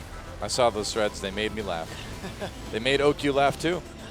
He laughed all the way to an easy win with Lucian in this game against IM. And IM just looking a bit disjointed, losing all the lanes. And Kugan played this team fight really well, by the way. yeah, Look how he zoned zoned quite well. so many people out while they were getting that kill. Greg Culling. Oh, so close. Ignar shouts to heal his friend. Look out! Don't die! And again, OQ just goes through the minefield. Doesn't actually take a turret shot in the end. And here we go. It's time for Cleanup City. Yep. OQ playing around the equalizer quite well. Gets exhausted by Ignar. Gets knocked up, but that won't stop him. Dash forward. And he's coming for you. LZIM with a big, big culling. And he's going to hang out in your base. Flash, making sure that Frozy flashes. He knows Frozen has flash right there, so he preempts the flash so he can get the damage down, even if Frozen flashes. Sick. Nice job. He was in their base, killing their mans. He killed all their mans. Nearly all their mans. He killed triple of their mans in that fight. We will see what happens here in game number 3, and perhaps some substitutions here for IM. Oh, Gonna sub out that bot lane, it looks like. Oh, very interesting. Yeah. Very interesting indeed. Huh. So it appears Roar will be that we coming have in. Roar in there, yeah. Surprised it's not And- Paragon, given his performance. Yeah, that is a little bit surprising, isn't it? Roar is here. He is also a Lucian player, so they're going to fight Lucian with Lucian. Oh boy. When you can't beat the Lucian, you take the Lucian away from You OQ. steal him. That's right. Paragon's also a very good Lucian player. Sonstar's a good Lucian player. I don't know what's going on. Actually, IM has 3 Lucian players, so whatever. It's because Lucian's a strong champion right now, Monty. Obviously. I actually think that Paragon and Sonstar are their better Lucian players. Paragon is probably their best Lucian player. Yeah, I'm surprised we haven't seen as much Paragon, actually. I mean, he is the current league MVP in terms of KDA. You'd be number 1 in the league in terms of KDA. He's the most valuable KDA player. He's the most valuable KDA. He's got the most valuable KDA because it's only one. One game That's of right. 12.0. Ignar making little star patterns in chat right now. Because why not? He's got those mechanics. The star chat mechanics. Well, there's a man with a lot of mechanics. Reach, he's here to teach you how to 1A, 2A, 3A, 4A, 5A, 6A, 7A. That's right. Teach you to use all those control groups, man. That was tough. 12 units in a control group, not easy. Easier for Protoss, though, to be fair. Yeah, much easier. But you also had to deal with your Dracoons never going the direction you wanted them. That's true. If you're going over bridge, good luck. Good luck. Oh, the band's coming in. Azir and Callista band out. Then we have the Rise band, I guess. All right. So same bands.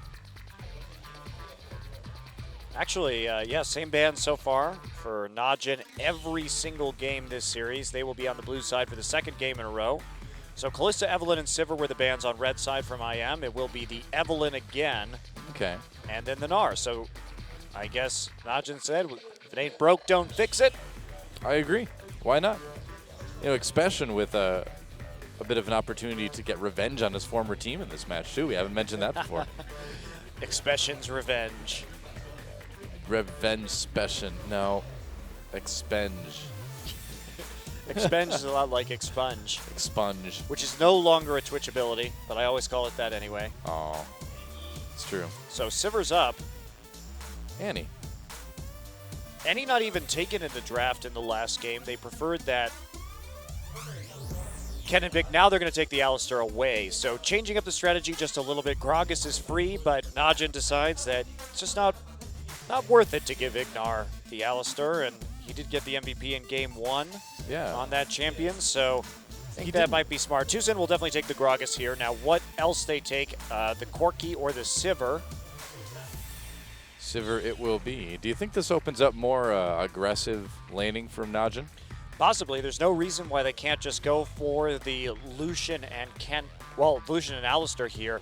You're Yeah. still going to have a powerful lane combination against the Sivir. Should you want to go for it? True. And after OQ's performance, you got to like what he did, so just take it. Just go for it. Just do it.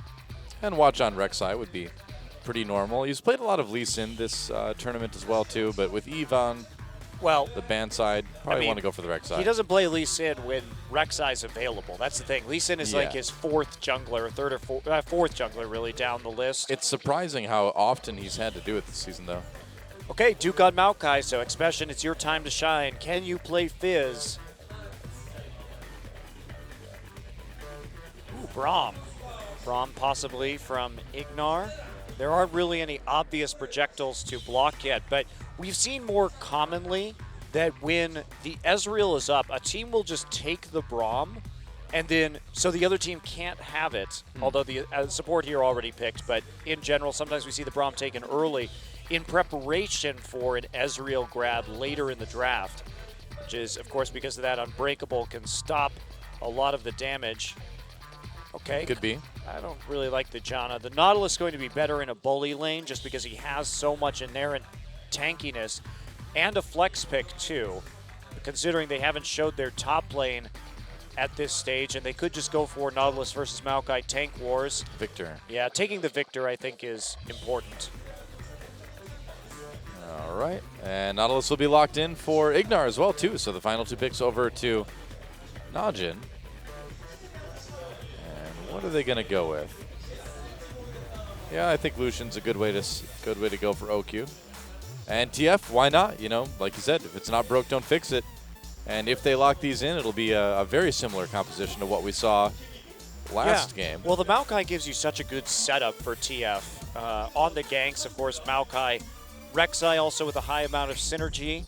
But the bottom lane is going to be much more difficult to kill. You have the spell shield, you have the very tanky Nautilus with all that crowd control, so it should be less of a big deal for IM if they end up in the 2v2 in this particular game. Still not the easiest lane to deal with, but not anywhere near as dominating as they had to face in the last match.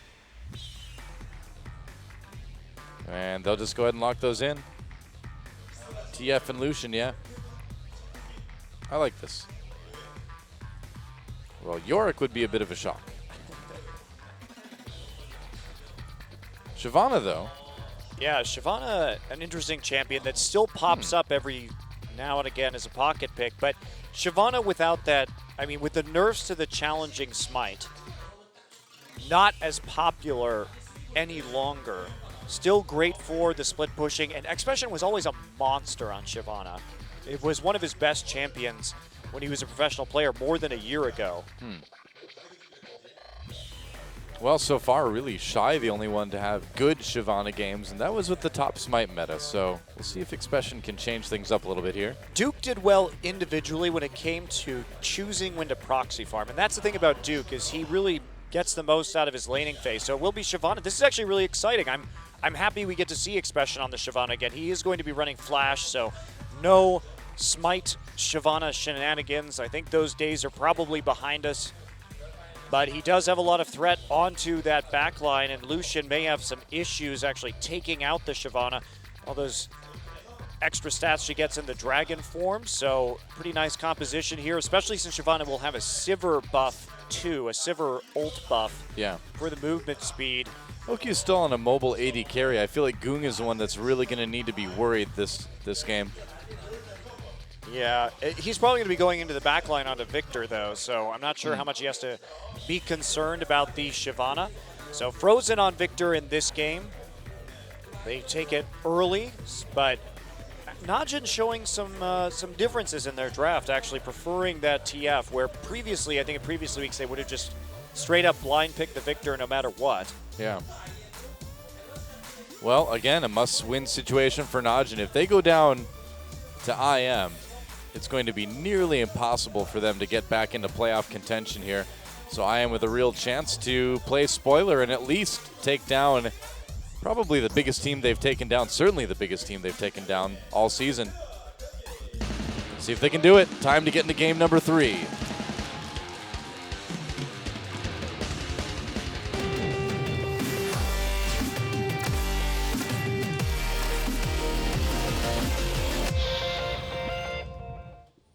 And welcome to Summoner's Rift. Incredible Miracle taking on Najin Empire, of course, in our 3rd game, in our second best of 3, going to all 6 games. Again, we've done it twice this week now. Yes, we have. Yeah. SKT, the only reliable team to give us a 2-0, even against the second place team in the league. But that's just where SK Telecom is right now. Apparently, KT, the last roadblock, the last challenger. Oh boy. Ends up not picking a card. Still a 5-man stack from Najin, checking out the bottom brush. And some wards in the river, but deep wards are going to go in on the other side from Incredible Miracle when they see how many people Najin has committed to that bottom side of the map there. Probably looking for that 2v2. So will that be called or not? Looks like no hints of roar. Thinking about that top side of the map just yet. Maokai wants to stack some of these saplings, and interesting start for Maokai. This is a way to assure that you are going to get those sapling stacks up. 2 down. Will he go for the 3rd, or is he going to give it over to Twisted Fate? Well, we'll see. Well, Special has not picked an ability yet. There we go. Just going for the burnout. Pretty normal. Yeah, especially since he probably just wants to hit level 2 before he gets into lane anyway. Yeah. We'll see what he calls. And Goon here. Just going to start in lane. Try to throw on some blue cards. Get his mana back as he last hits just a little bit. And can he get some of these ults that he had in the last game down is going to be the question. I'm really curious to see how OQ can do in this bottom lane. I mean, Roar and Ignar have a bit of their work cut out for them. Although they are pushing ahead so far. Yeah. But they just can't give any kills to OQ early. It's way too dangerous. Yeah, and there's a lot of kill pressure there, obviously, with the Alistar. Ignar has to be careful, even though he is going to be pretty tanky. And still no level 2 for Pure and OQ just yet. Oh, they do grab Pure. They tried to go for a level 2, but Pure gets a little bit too far away for them to put any real damage onto him. Just trying to wait for long enough to turn this around. Level 2 gank, actually, from Tucson. Yeah. Goong ready with a gold card, though, so no threat really there at all. Doesn't even miss a CS. Meanwhile, OQ and Pure shoved way back at the moment, but I don't think they'll be too concerned about it early on. Yeah, I'm curious what exactly Watch is going to be doing here, because he got a couple of camps with the bottom side and then went to his blue. His red is still up, so some curious jungle pathing in this game from the Rex side. Duke wants to recall, get a second Doran's Ring. Pretty great win rate on that Lucian for OQ. It's something like 54%, I believe, what it said on the previous screen, and anything over 50% is pretty solid. Yeah, we can't all be Faker. Nope. In fact, the vast majority of us will never be Faker. There can only be one. It's true. So now Pure and OQ have control over this lane again. Red buff is taken by Rek'Sai finally. So where is he going to go with this? Because that's a later red buff than is typical. Is there a specific level 3 plan here from the Rek'Sai? As to, nope, I guess just going to recall. That's weird. Welcome to the wide world of Watch. Maybe there was some condition that they hadn't met quite yet as to what they were going to do with that ability. Watch me tunneling out of his base.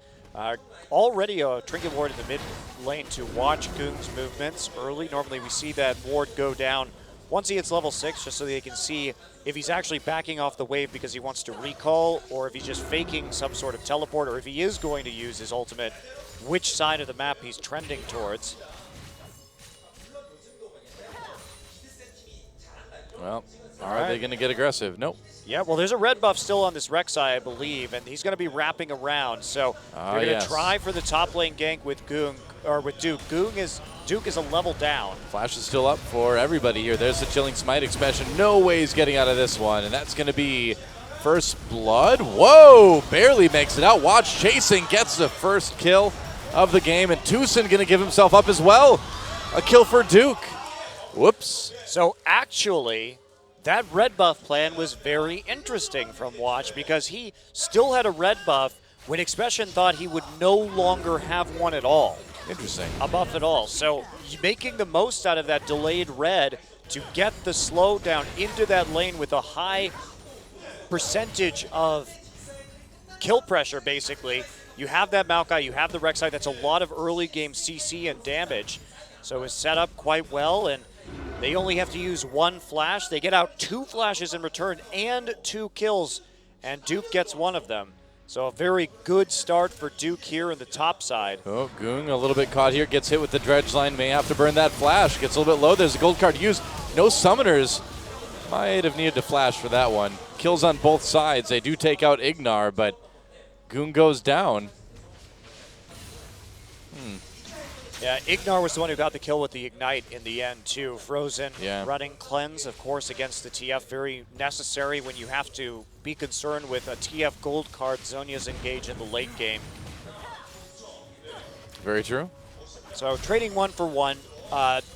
You know, if we look at Goong, though, he's been starved of CS already thanks to Frozen's bullying with the poke from the Victor. So that's a pretty big win. He's going to force Goong to lose some CS on the turret. He's going to hit level 6 first, get a free buy, while Goong is still waiting to hit 6 himself. So by killing Goong, basically he gets a buy without Goong having any pressure on the map to actually TP. See, by the time Goong gets back, he can actually try to make a move now, but there's not much time that he has. There is an Ignar nice draw. portrait. Yeah. Dragon still perhaps a point of contention. Teleports coming up for Duke in just a moment. Yeah, this is probably not going to be a Dragon contest yet. They would like to get a kill with Goong before that happens. Actually, Naja just going to go for it, surprisingly. Yeah, well, I mean, they've got really great vision around the Dragon Pit. They know that LCIM can't really see what's happening. Sivir back, but not back soon enough. Yeah, they don't suspect it either because you do have the Lucian still in the lane, but able to take it out. So they find a timing. Very nice.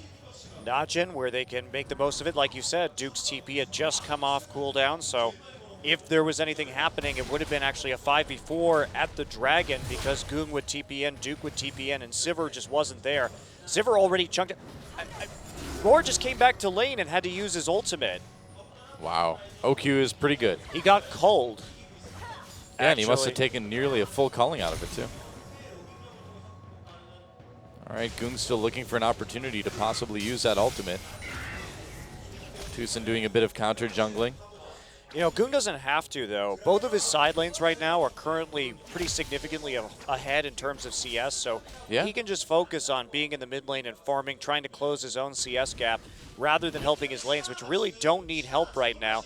I mean, Duke is handily winning top.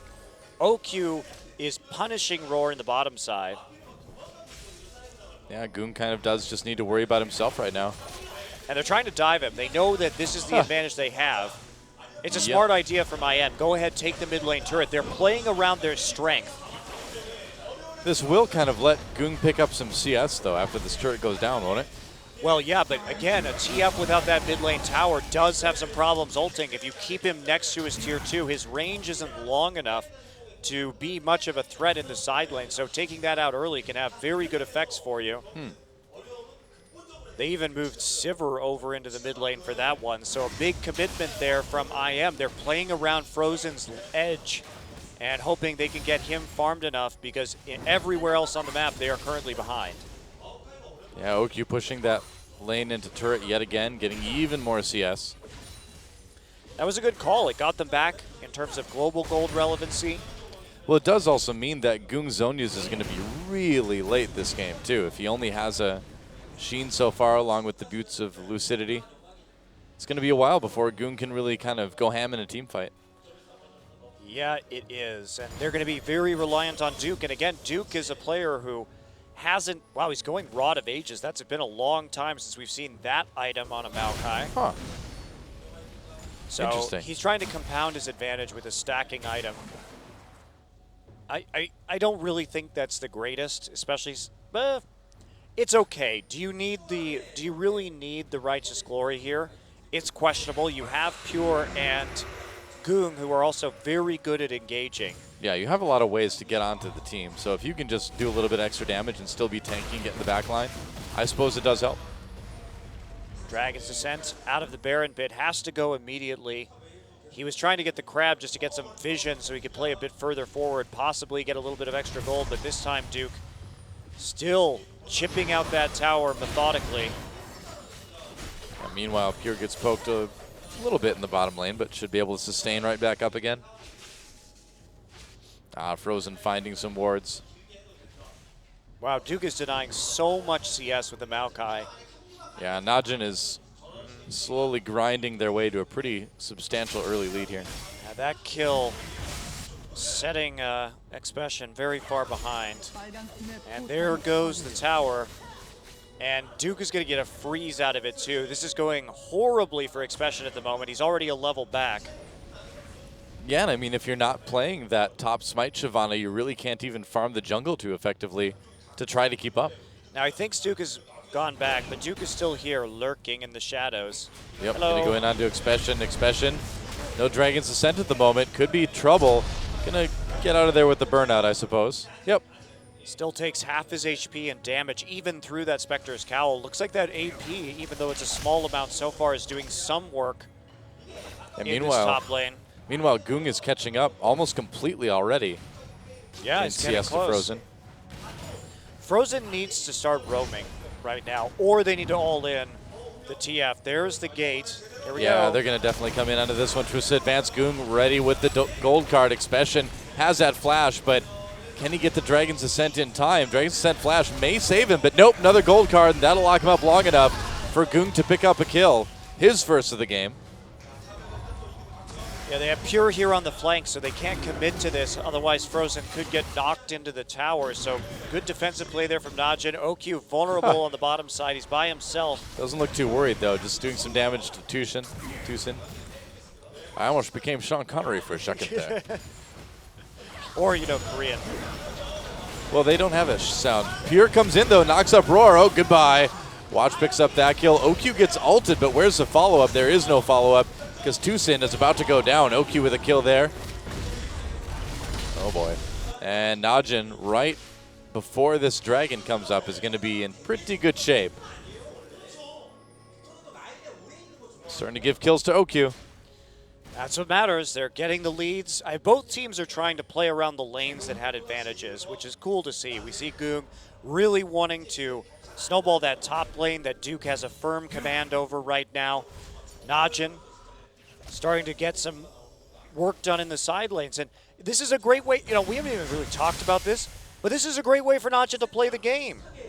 Pick TF for Goong. Goong hasn't been that individually impressive. He has a lot of kills in this league, but that's sort of a deceptive number because his play honestly hasn't been that great. If somebody should be taking a hit on this team, it should be Goong, and then power up Duke and OQ, who have such dominant laning phases, and just try and snowball out of that. So it's really nice to see that the TF is being used actively today by Najin because I feel like it really plays to their greatest strengths. Yeah, well, it's working great again so far. Second game in a row. I'm just kind of wondering if Najin can close this one out a little bit quicker, a little bit more cleanly than last game, because last game looked a little bit awkward at the end. Let's not hold out our hopes because they're playing a very similar composition, right? Yeah, that's true. But again, I mean, they've had practice. I don't know how much practice they had, Doa. I don't know. I won at least one game of it. That's the answer. Yeah, but you're right. They still have the same strength in terms of baiting that Baron and engaging from an extremely far distance. And this time the major difference is that Tucson isn't on Rek'Sai, so they're going to have to face check more this game, which could end up making it go faster. Rek'Sai smells out those fake Barons from Oh long boy, way and he away. smells out some kills potentially as well too. Goong coming from behind. Gold card onto Tucson. Whoa, Goong's a little bit on his own here.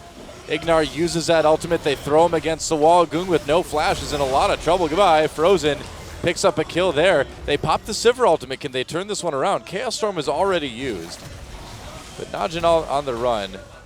That was a little bit too far. Now, I like Goong's gumption, but you don't make that play unless you have Ghost, because you have to be able to get out of that situation. The flash just wasn't enough to do it. So he gets a little bit too far in advance. Now it's going to be a 5v4, and there's no Destiny to get Goong back into the fight in a quick manner. So Yeah. Oh, Flash, they're going to go into Duke. Duke's pretty tanky, though. OQ may get a chance to get some kills, but no, it's looking pretty rough. Duke very low. Dragon's Ascent gets Expression a bit closer, but Pure comes in with a nice knockup. Watch as well. Another big Huge knockup. knockup. OQ could clean this one up. There's one kill. This one could be very bad for IM. A double kill for OQ. He's not done yet. Can they catch more? Tucson in trouble. There's another one going down. Triple kill for OQ. Looks like Roar, though, and Ignar are able to get out, but the Dragon will go to Najin. So IM used the Chaos Storm. They used the Depth Charge. They used the On the Hunt. You can't go in after that. You have to be happy. Just turn on to the objective. Don't keep trying to chase kills down there. You have every advantage in this situation because it's a 5v4, right? So you get the kill, you chunk out Duke, back off, Dragon, now. Yep. You can't go for that. You have no crowd control any longer. You have no way to engage man. that fight. And when you walk into a choke point like that, well, guess what?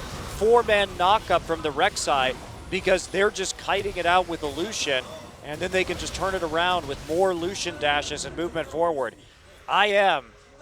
Man, they could have gotten a Dragon and maybe also the bottom lane turret off of just killing Goong and chunking out Duke, because Duke had no TP either. So pretty poor decision from IM to follow that up without any of their critical ultimates available. Yeah, that just seemed like kind of a rookie mistake, honestly, from that team. Well, and Rek'Sai is the queen of not caring when ultimates are down, because she doesn't have an ultimate, so that matters in combat. She can just keep knocking you up forever. Yeah. So it's great to play Rek'Sai when everyone's ult is on cooldown, right? Oh, of course. And this should be a pretty easy turret. Oh, yeah, like no health left on it. Najin jumping up to an 8,000 gold lead here. Well, Najin made a mistake, but in the end, that mistake actually ended up, Goong's death ended up benefiting them, because IM made an even worse decision in response. Ah, the old bad mistake to make an even worse mistake happen. Bait, switch, play. Brilliant. Unfortunately, you can't mind game people like that most of the time. Nope. Well, because you don't even know you're doing it at the time. Yeah.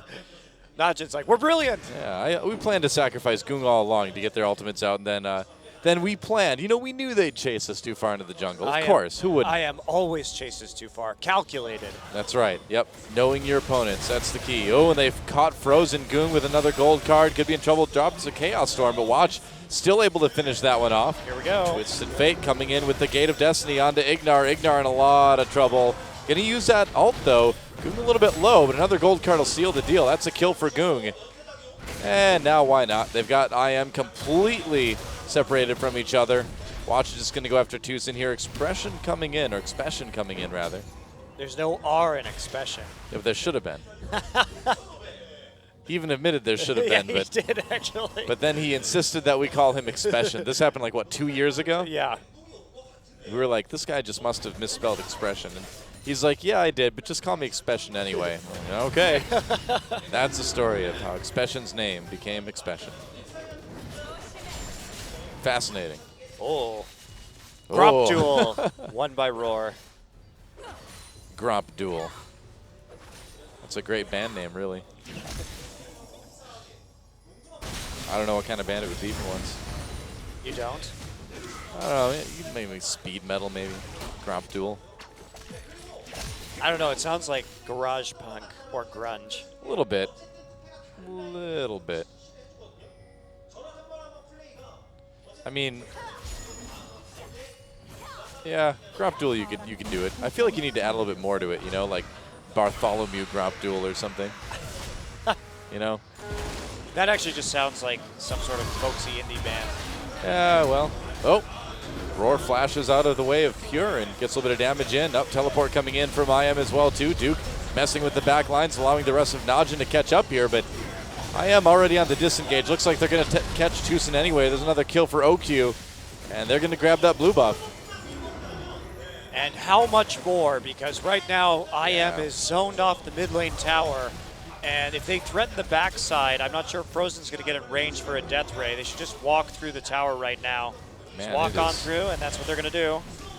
12-2 in kills right now, and it's going to be 4-2 in turrets right about now. Nice 9,000 gold lead in 20 minutes. Najin on point in this series. Well, once last game two number 1 games. was over anyway. Yeah, game 1. All right, they're going to try. OQ coming in from the side. Duke got in the middle of everybody again, and Goong doesn't even need to really gate. Gets a gold card. There goes Expression. Ignar in a lot of trouble as well, too, after they finish off Expression. Wow, OQ fairly low. Ignar, tried to get the kill, but didn't get quite enough. That's nearly an ace. OQ was such a boss in that fight with the Lucian culling flank. Seriously. He just sat in the Chaos Storm the entire time, took so many cooldowns, and kept on dealing damage. This is why you need to put OQ on these types of champions. Look what this guy's doing. Man. It's pretty awesome, actually. Easy Baron. I don't know why you would ever put OQ on Sivir. Or Kog'Maw. Yeah, he can play those well, but this is where OQ's at home, right here. Get him on the Vayne, get him on the Lucian. That's right. Give him a playmaker.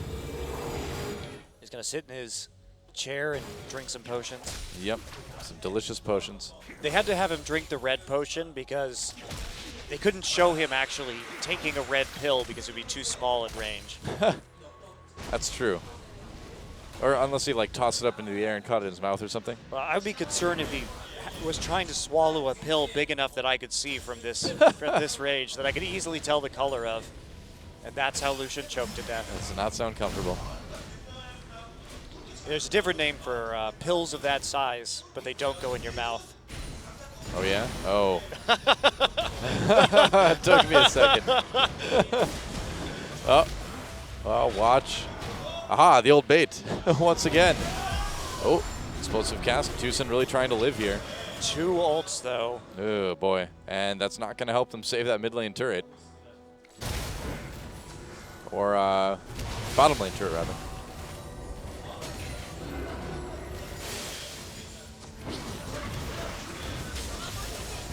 Plenty of wave clear, but still a lot of pressure coming in from this Baron-powered Najin Empire. Yep, they can fall back to the Dragon right now, resume their 4-1 split in just a second. Unfortunately, the TF with that shorter ult range than he used to have, the pure global, can't split in the top side, which is not ideal in this scenario because the tier 2 is already destroyed in the mid lane, but you gotta take what you get. Yep, that's true. Could be worse. I mean, TF Salt used to be on his E. He has ghosts, so actually maybe he can pull this off. It's gonna prompt an all-in probably from IM though. Oh, they should. If there was ever a time to do it, this is gonna be it. Hard to do without Sivir ult and Gragas ult, but you can see they're starting to push it off. They're less afraid. Maokai in the mid lane.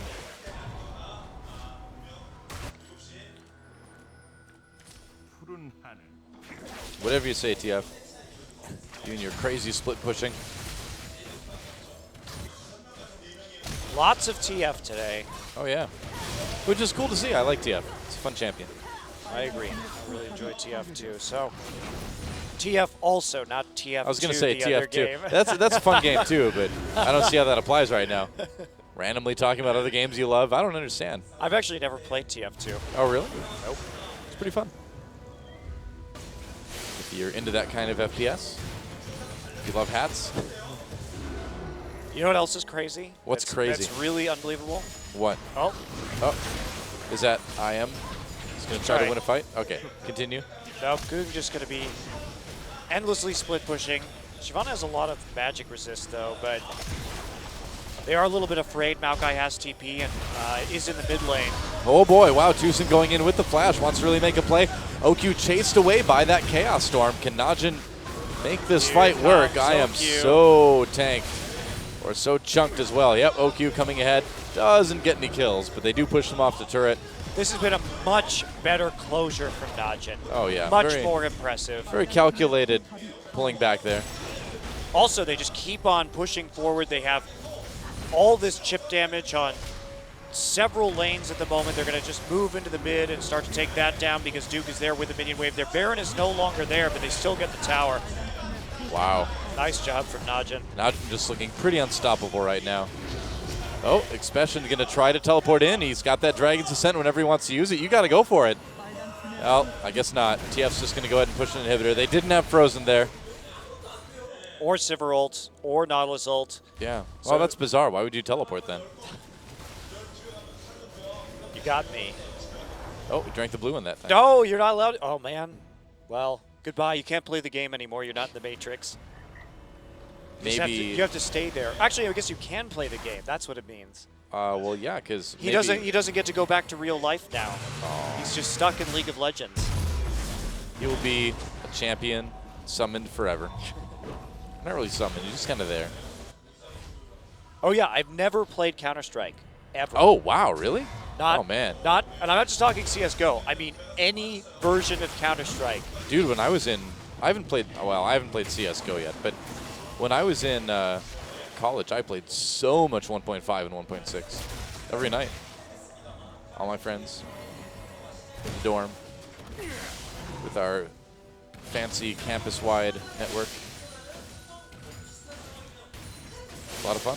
Yeah, it's just very strange. Something that I've never actually played myself. Wow. That's weird because it's a very tactical, strategic game. You'd think I it'd be know. right up your alley. You've never been a big FPS guy, though, huh? I played Halo and Halo 2, but that was about it. Oh, a console FPS player. See. I know the reaction that gets.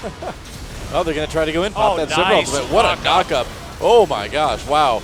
I am in big trouble as Najin just picks him apart completely. OQ just untouched. Goodbye, Expression. Tried to make a play. That's not going to work. OQ with another kill. And they're going to go ahead and get that inhibitor. And who will stop Najin now? Well, it's not going to be IM this time, that's for sure. Yep. Second inhibitor taken out as well. Oh, taken out as well. There we go. Where did TF go? Oh! He's going to Bot lane. try and get damage down onto the bot turret while they can. Yep. Najin just ruthlessly pushing waves this time. This is so much cleaner. Yeah, I mean, they seem so much more decisive this time, so much more ready to fight, ready to take those marginal risks, but I don't know where does this Najin go? Sometimes it shows up and it looks very, very good. But this has been a dominant game and so much great map movement from Najin yeah. and objective play, but Very clean. we just haven't seen this. Besides that one ult in from Goong, everything's been very good. Oh, wow, goodbye, Sivir. That was close. Expression knocked up as well. They're going to take down Ignar. Another kill for Goong. OQ and Goong just cleaning things up. When Najin wins, this is usually what happens. OQ with another one, and they can probably just end the game right here. I don't even see why they need to leave. Super minions from the first inhibitor coming in. Whoa! Frozen, you decided to leave Fountain. Oh no, OQ! OQ. Taken out by the base. OQ. That was an OQ moment for sure. That's kind of silly. But it's not going to stop Najin Empire from ending the game and ending the match with a 2-1 victory. A bit of a misstep in game number 1, but they do keep their playoffs hope alive. That is it. GG. But still, they only get that +1 in terms of the match point. That very well may come back to haunt them as the season finishes up here over the next few weeks. Yeah, and they actually do look better. I know that last game was kind of a blowout, but this is definitely a superior team to the one we saw in the spring. Tough loss there, especially in game 3, but game 1 they look pretty sharp. Yeah. And now we'll see who is going to get the second MVP from Najin Empire. I think OQ just played a fantastic game yet again, and everybody else on the team did their job, but once again, you put OQ on a champion like Lucian, you just sit back and watch him work, and the work he does is good. And it is beautiful, and we all appreciate the OQ. There is Watch. Does he feel like smiling right now? He's going to nod his head. I guess so. Talk to his teammates.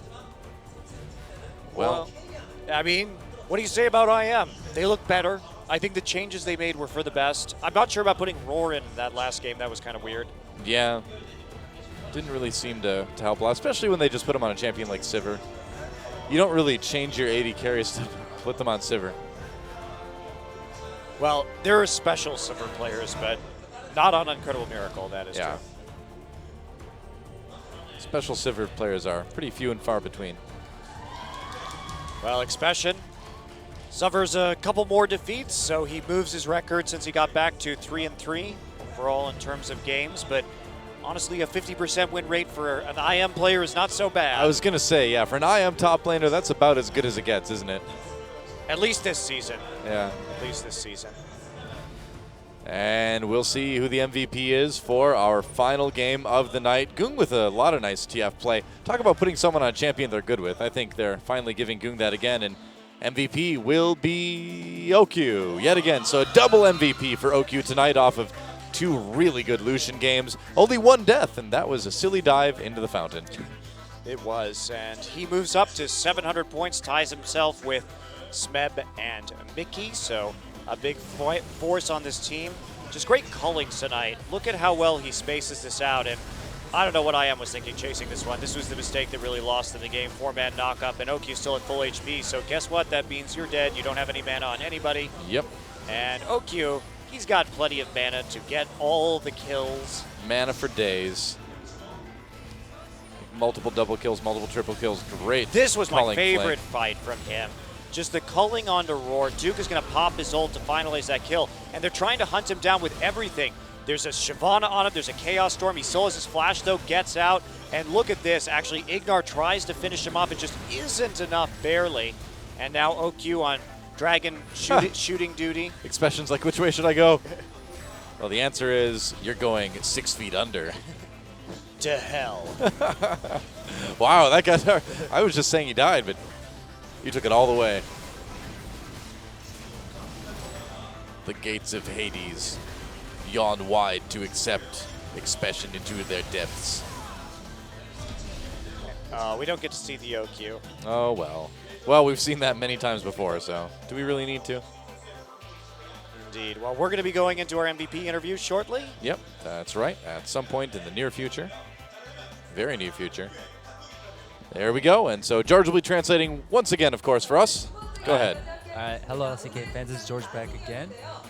Despite the fact IM beat Najin the first match, they lost 2-1.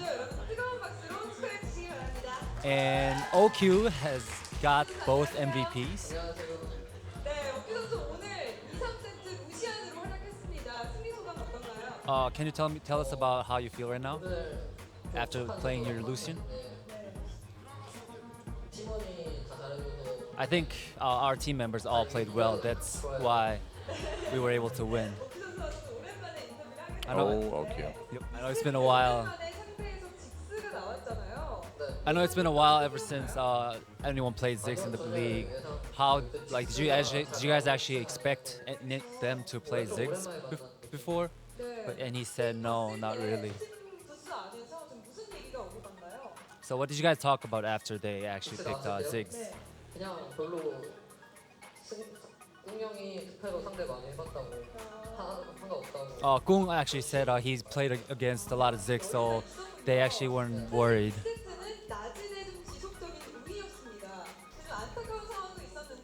I know on second match,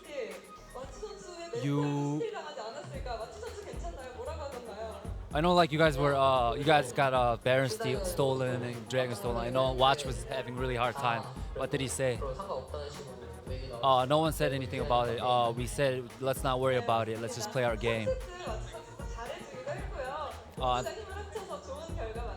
think your teamwork actually was shining on the second and third match as well.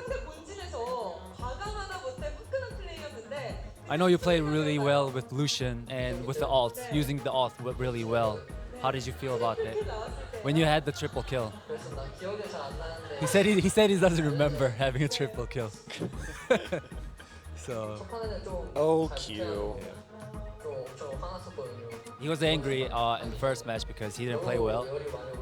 So he was really, really angry 내가 너무 못해가지고 because he thought he played really bad. 첫 번째 판 진짜 너무 열받아서 So I think he took that anger into second match and third match as well. 제가 질문을 혹시 화났던 건 아닌지 하고 여쭤보려고 했었거든요. Yeah, so she was actually gonna ask him if he actually was angry 로 before. 가져온 것 같은데 3세트 로어 선수로 교체가 됐습니다. 이거에 대한 좀 대비책은 돼 있어요? I know they changed players with Roar. Did you guys have any expectations from that? We actually weren't worried about that, so we just played our game.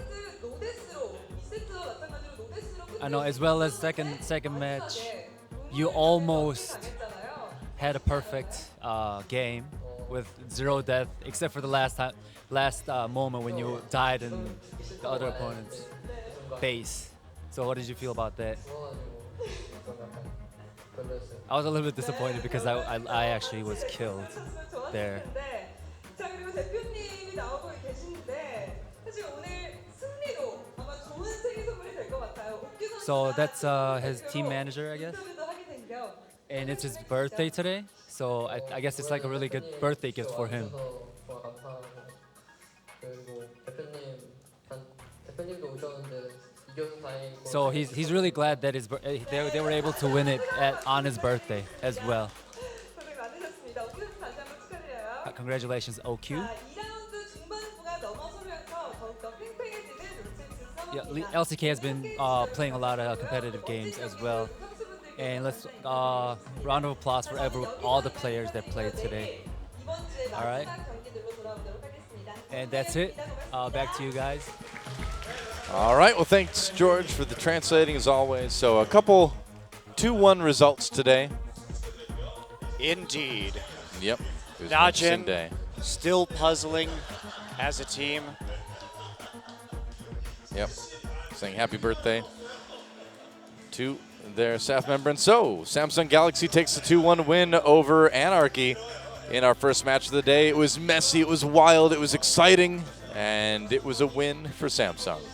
And in game two, 2-1 for Najin Empire, coming back off of that 0-1 deficit, looking more decisive with each passing game, Najin. Yep, for now. So that puts Najin into 5th place for the moment anyway. Jin Air will have a chance to change that tomorrow. Jin Air also has played 2 less games than Najin right now, so Yeah. they definitely have a lot of opportunities. Najin's schedule is pretty stacked at the start of this season in terms of having multiple matches per week. Right, that's right. And so tomorrow, CJ Entus versus Spenu. Good chance for CJ Entus to move up a little bit more. And then KT versus Jin Air. You'd have to give the edge to KT there, but maybe Jin Air can surprise us a bit. Yeah, Jin Air is a very interesting team right now. While KT looked very decisive, then lost a game to Spenu.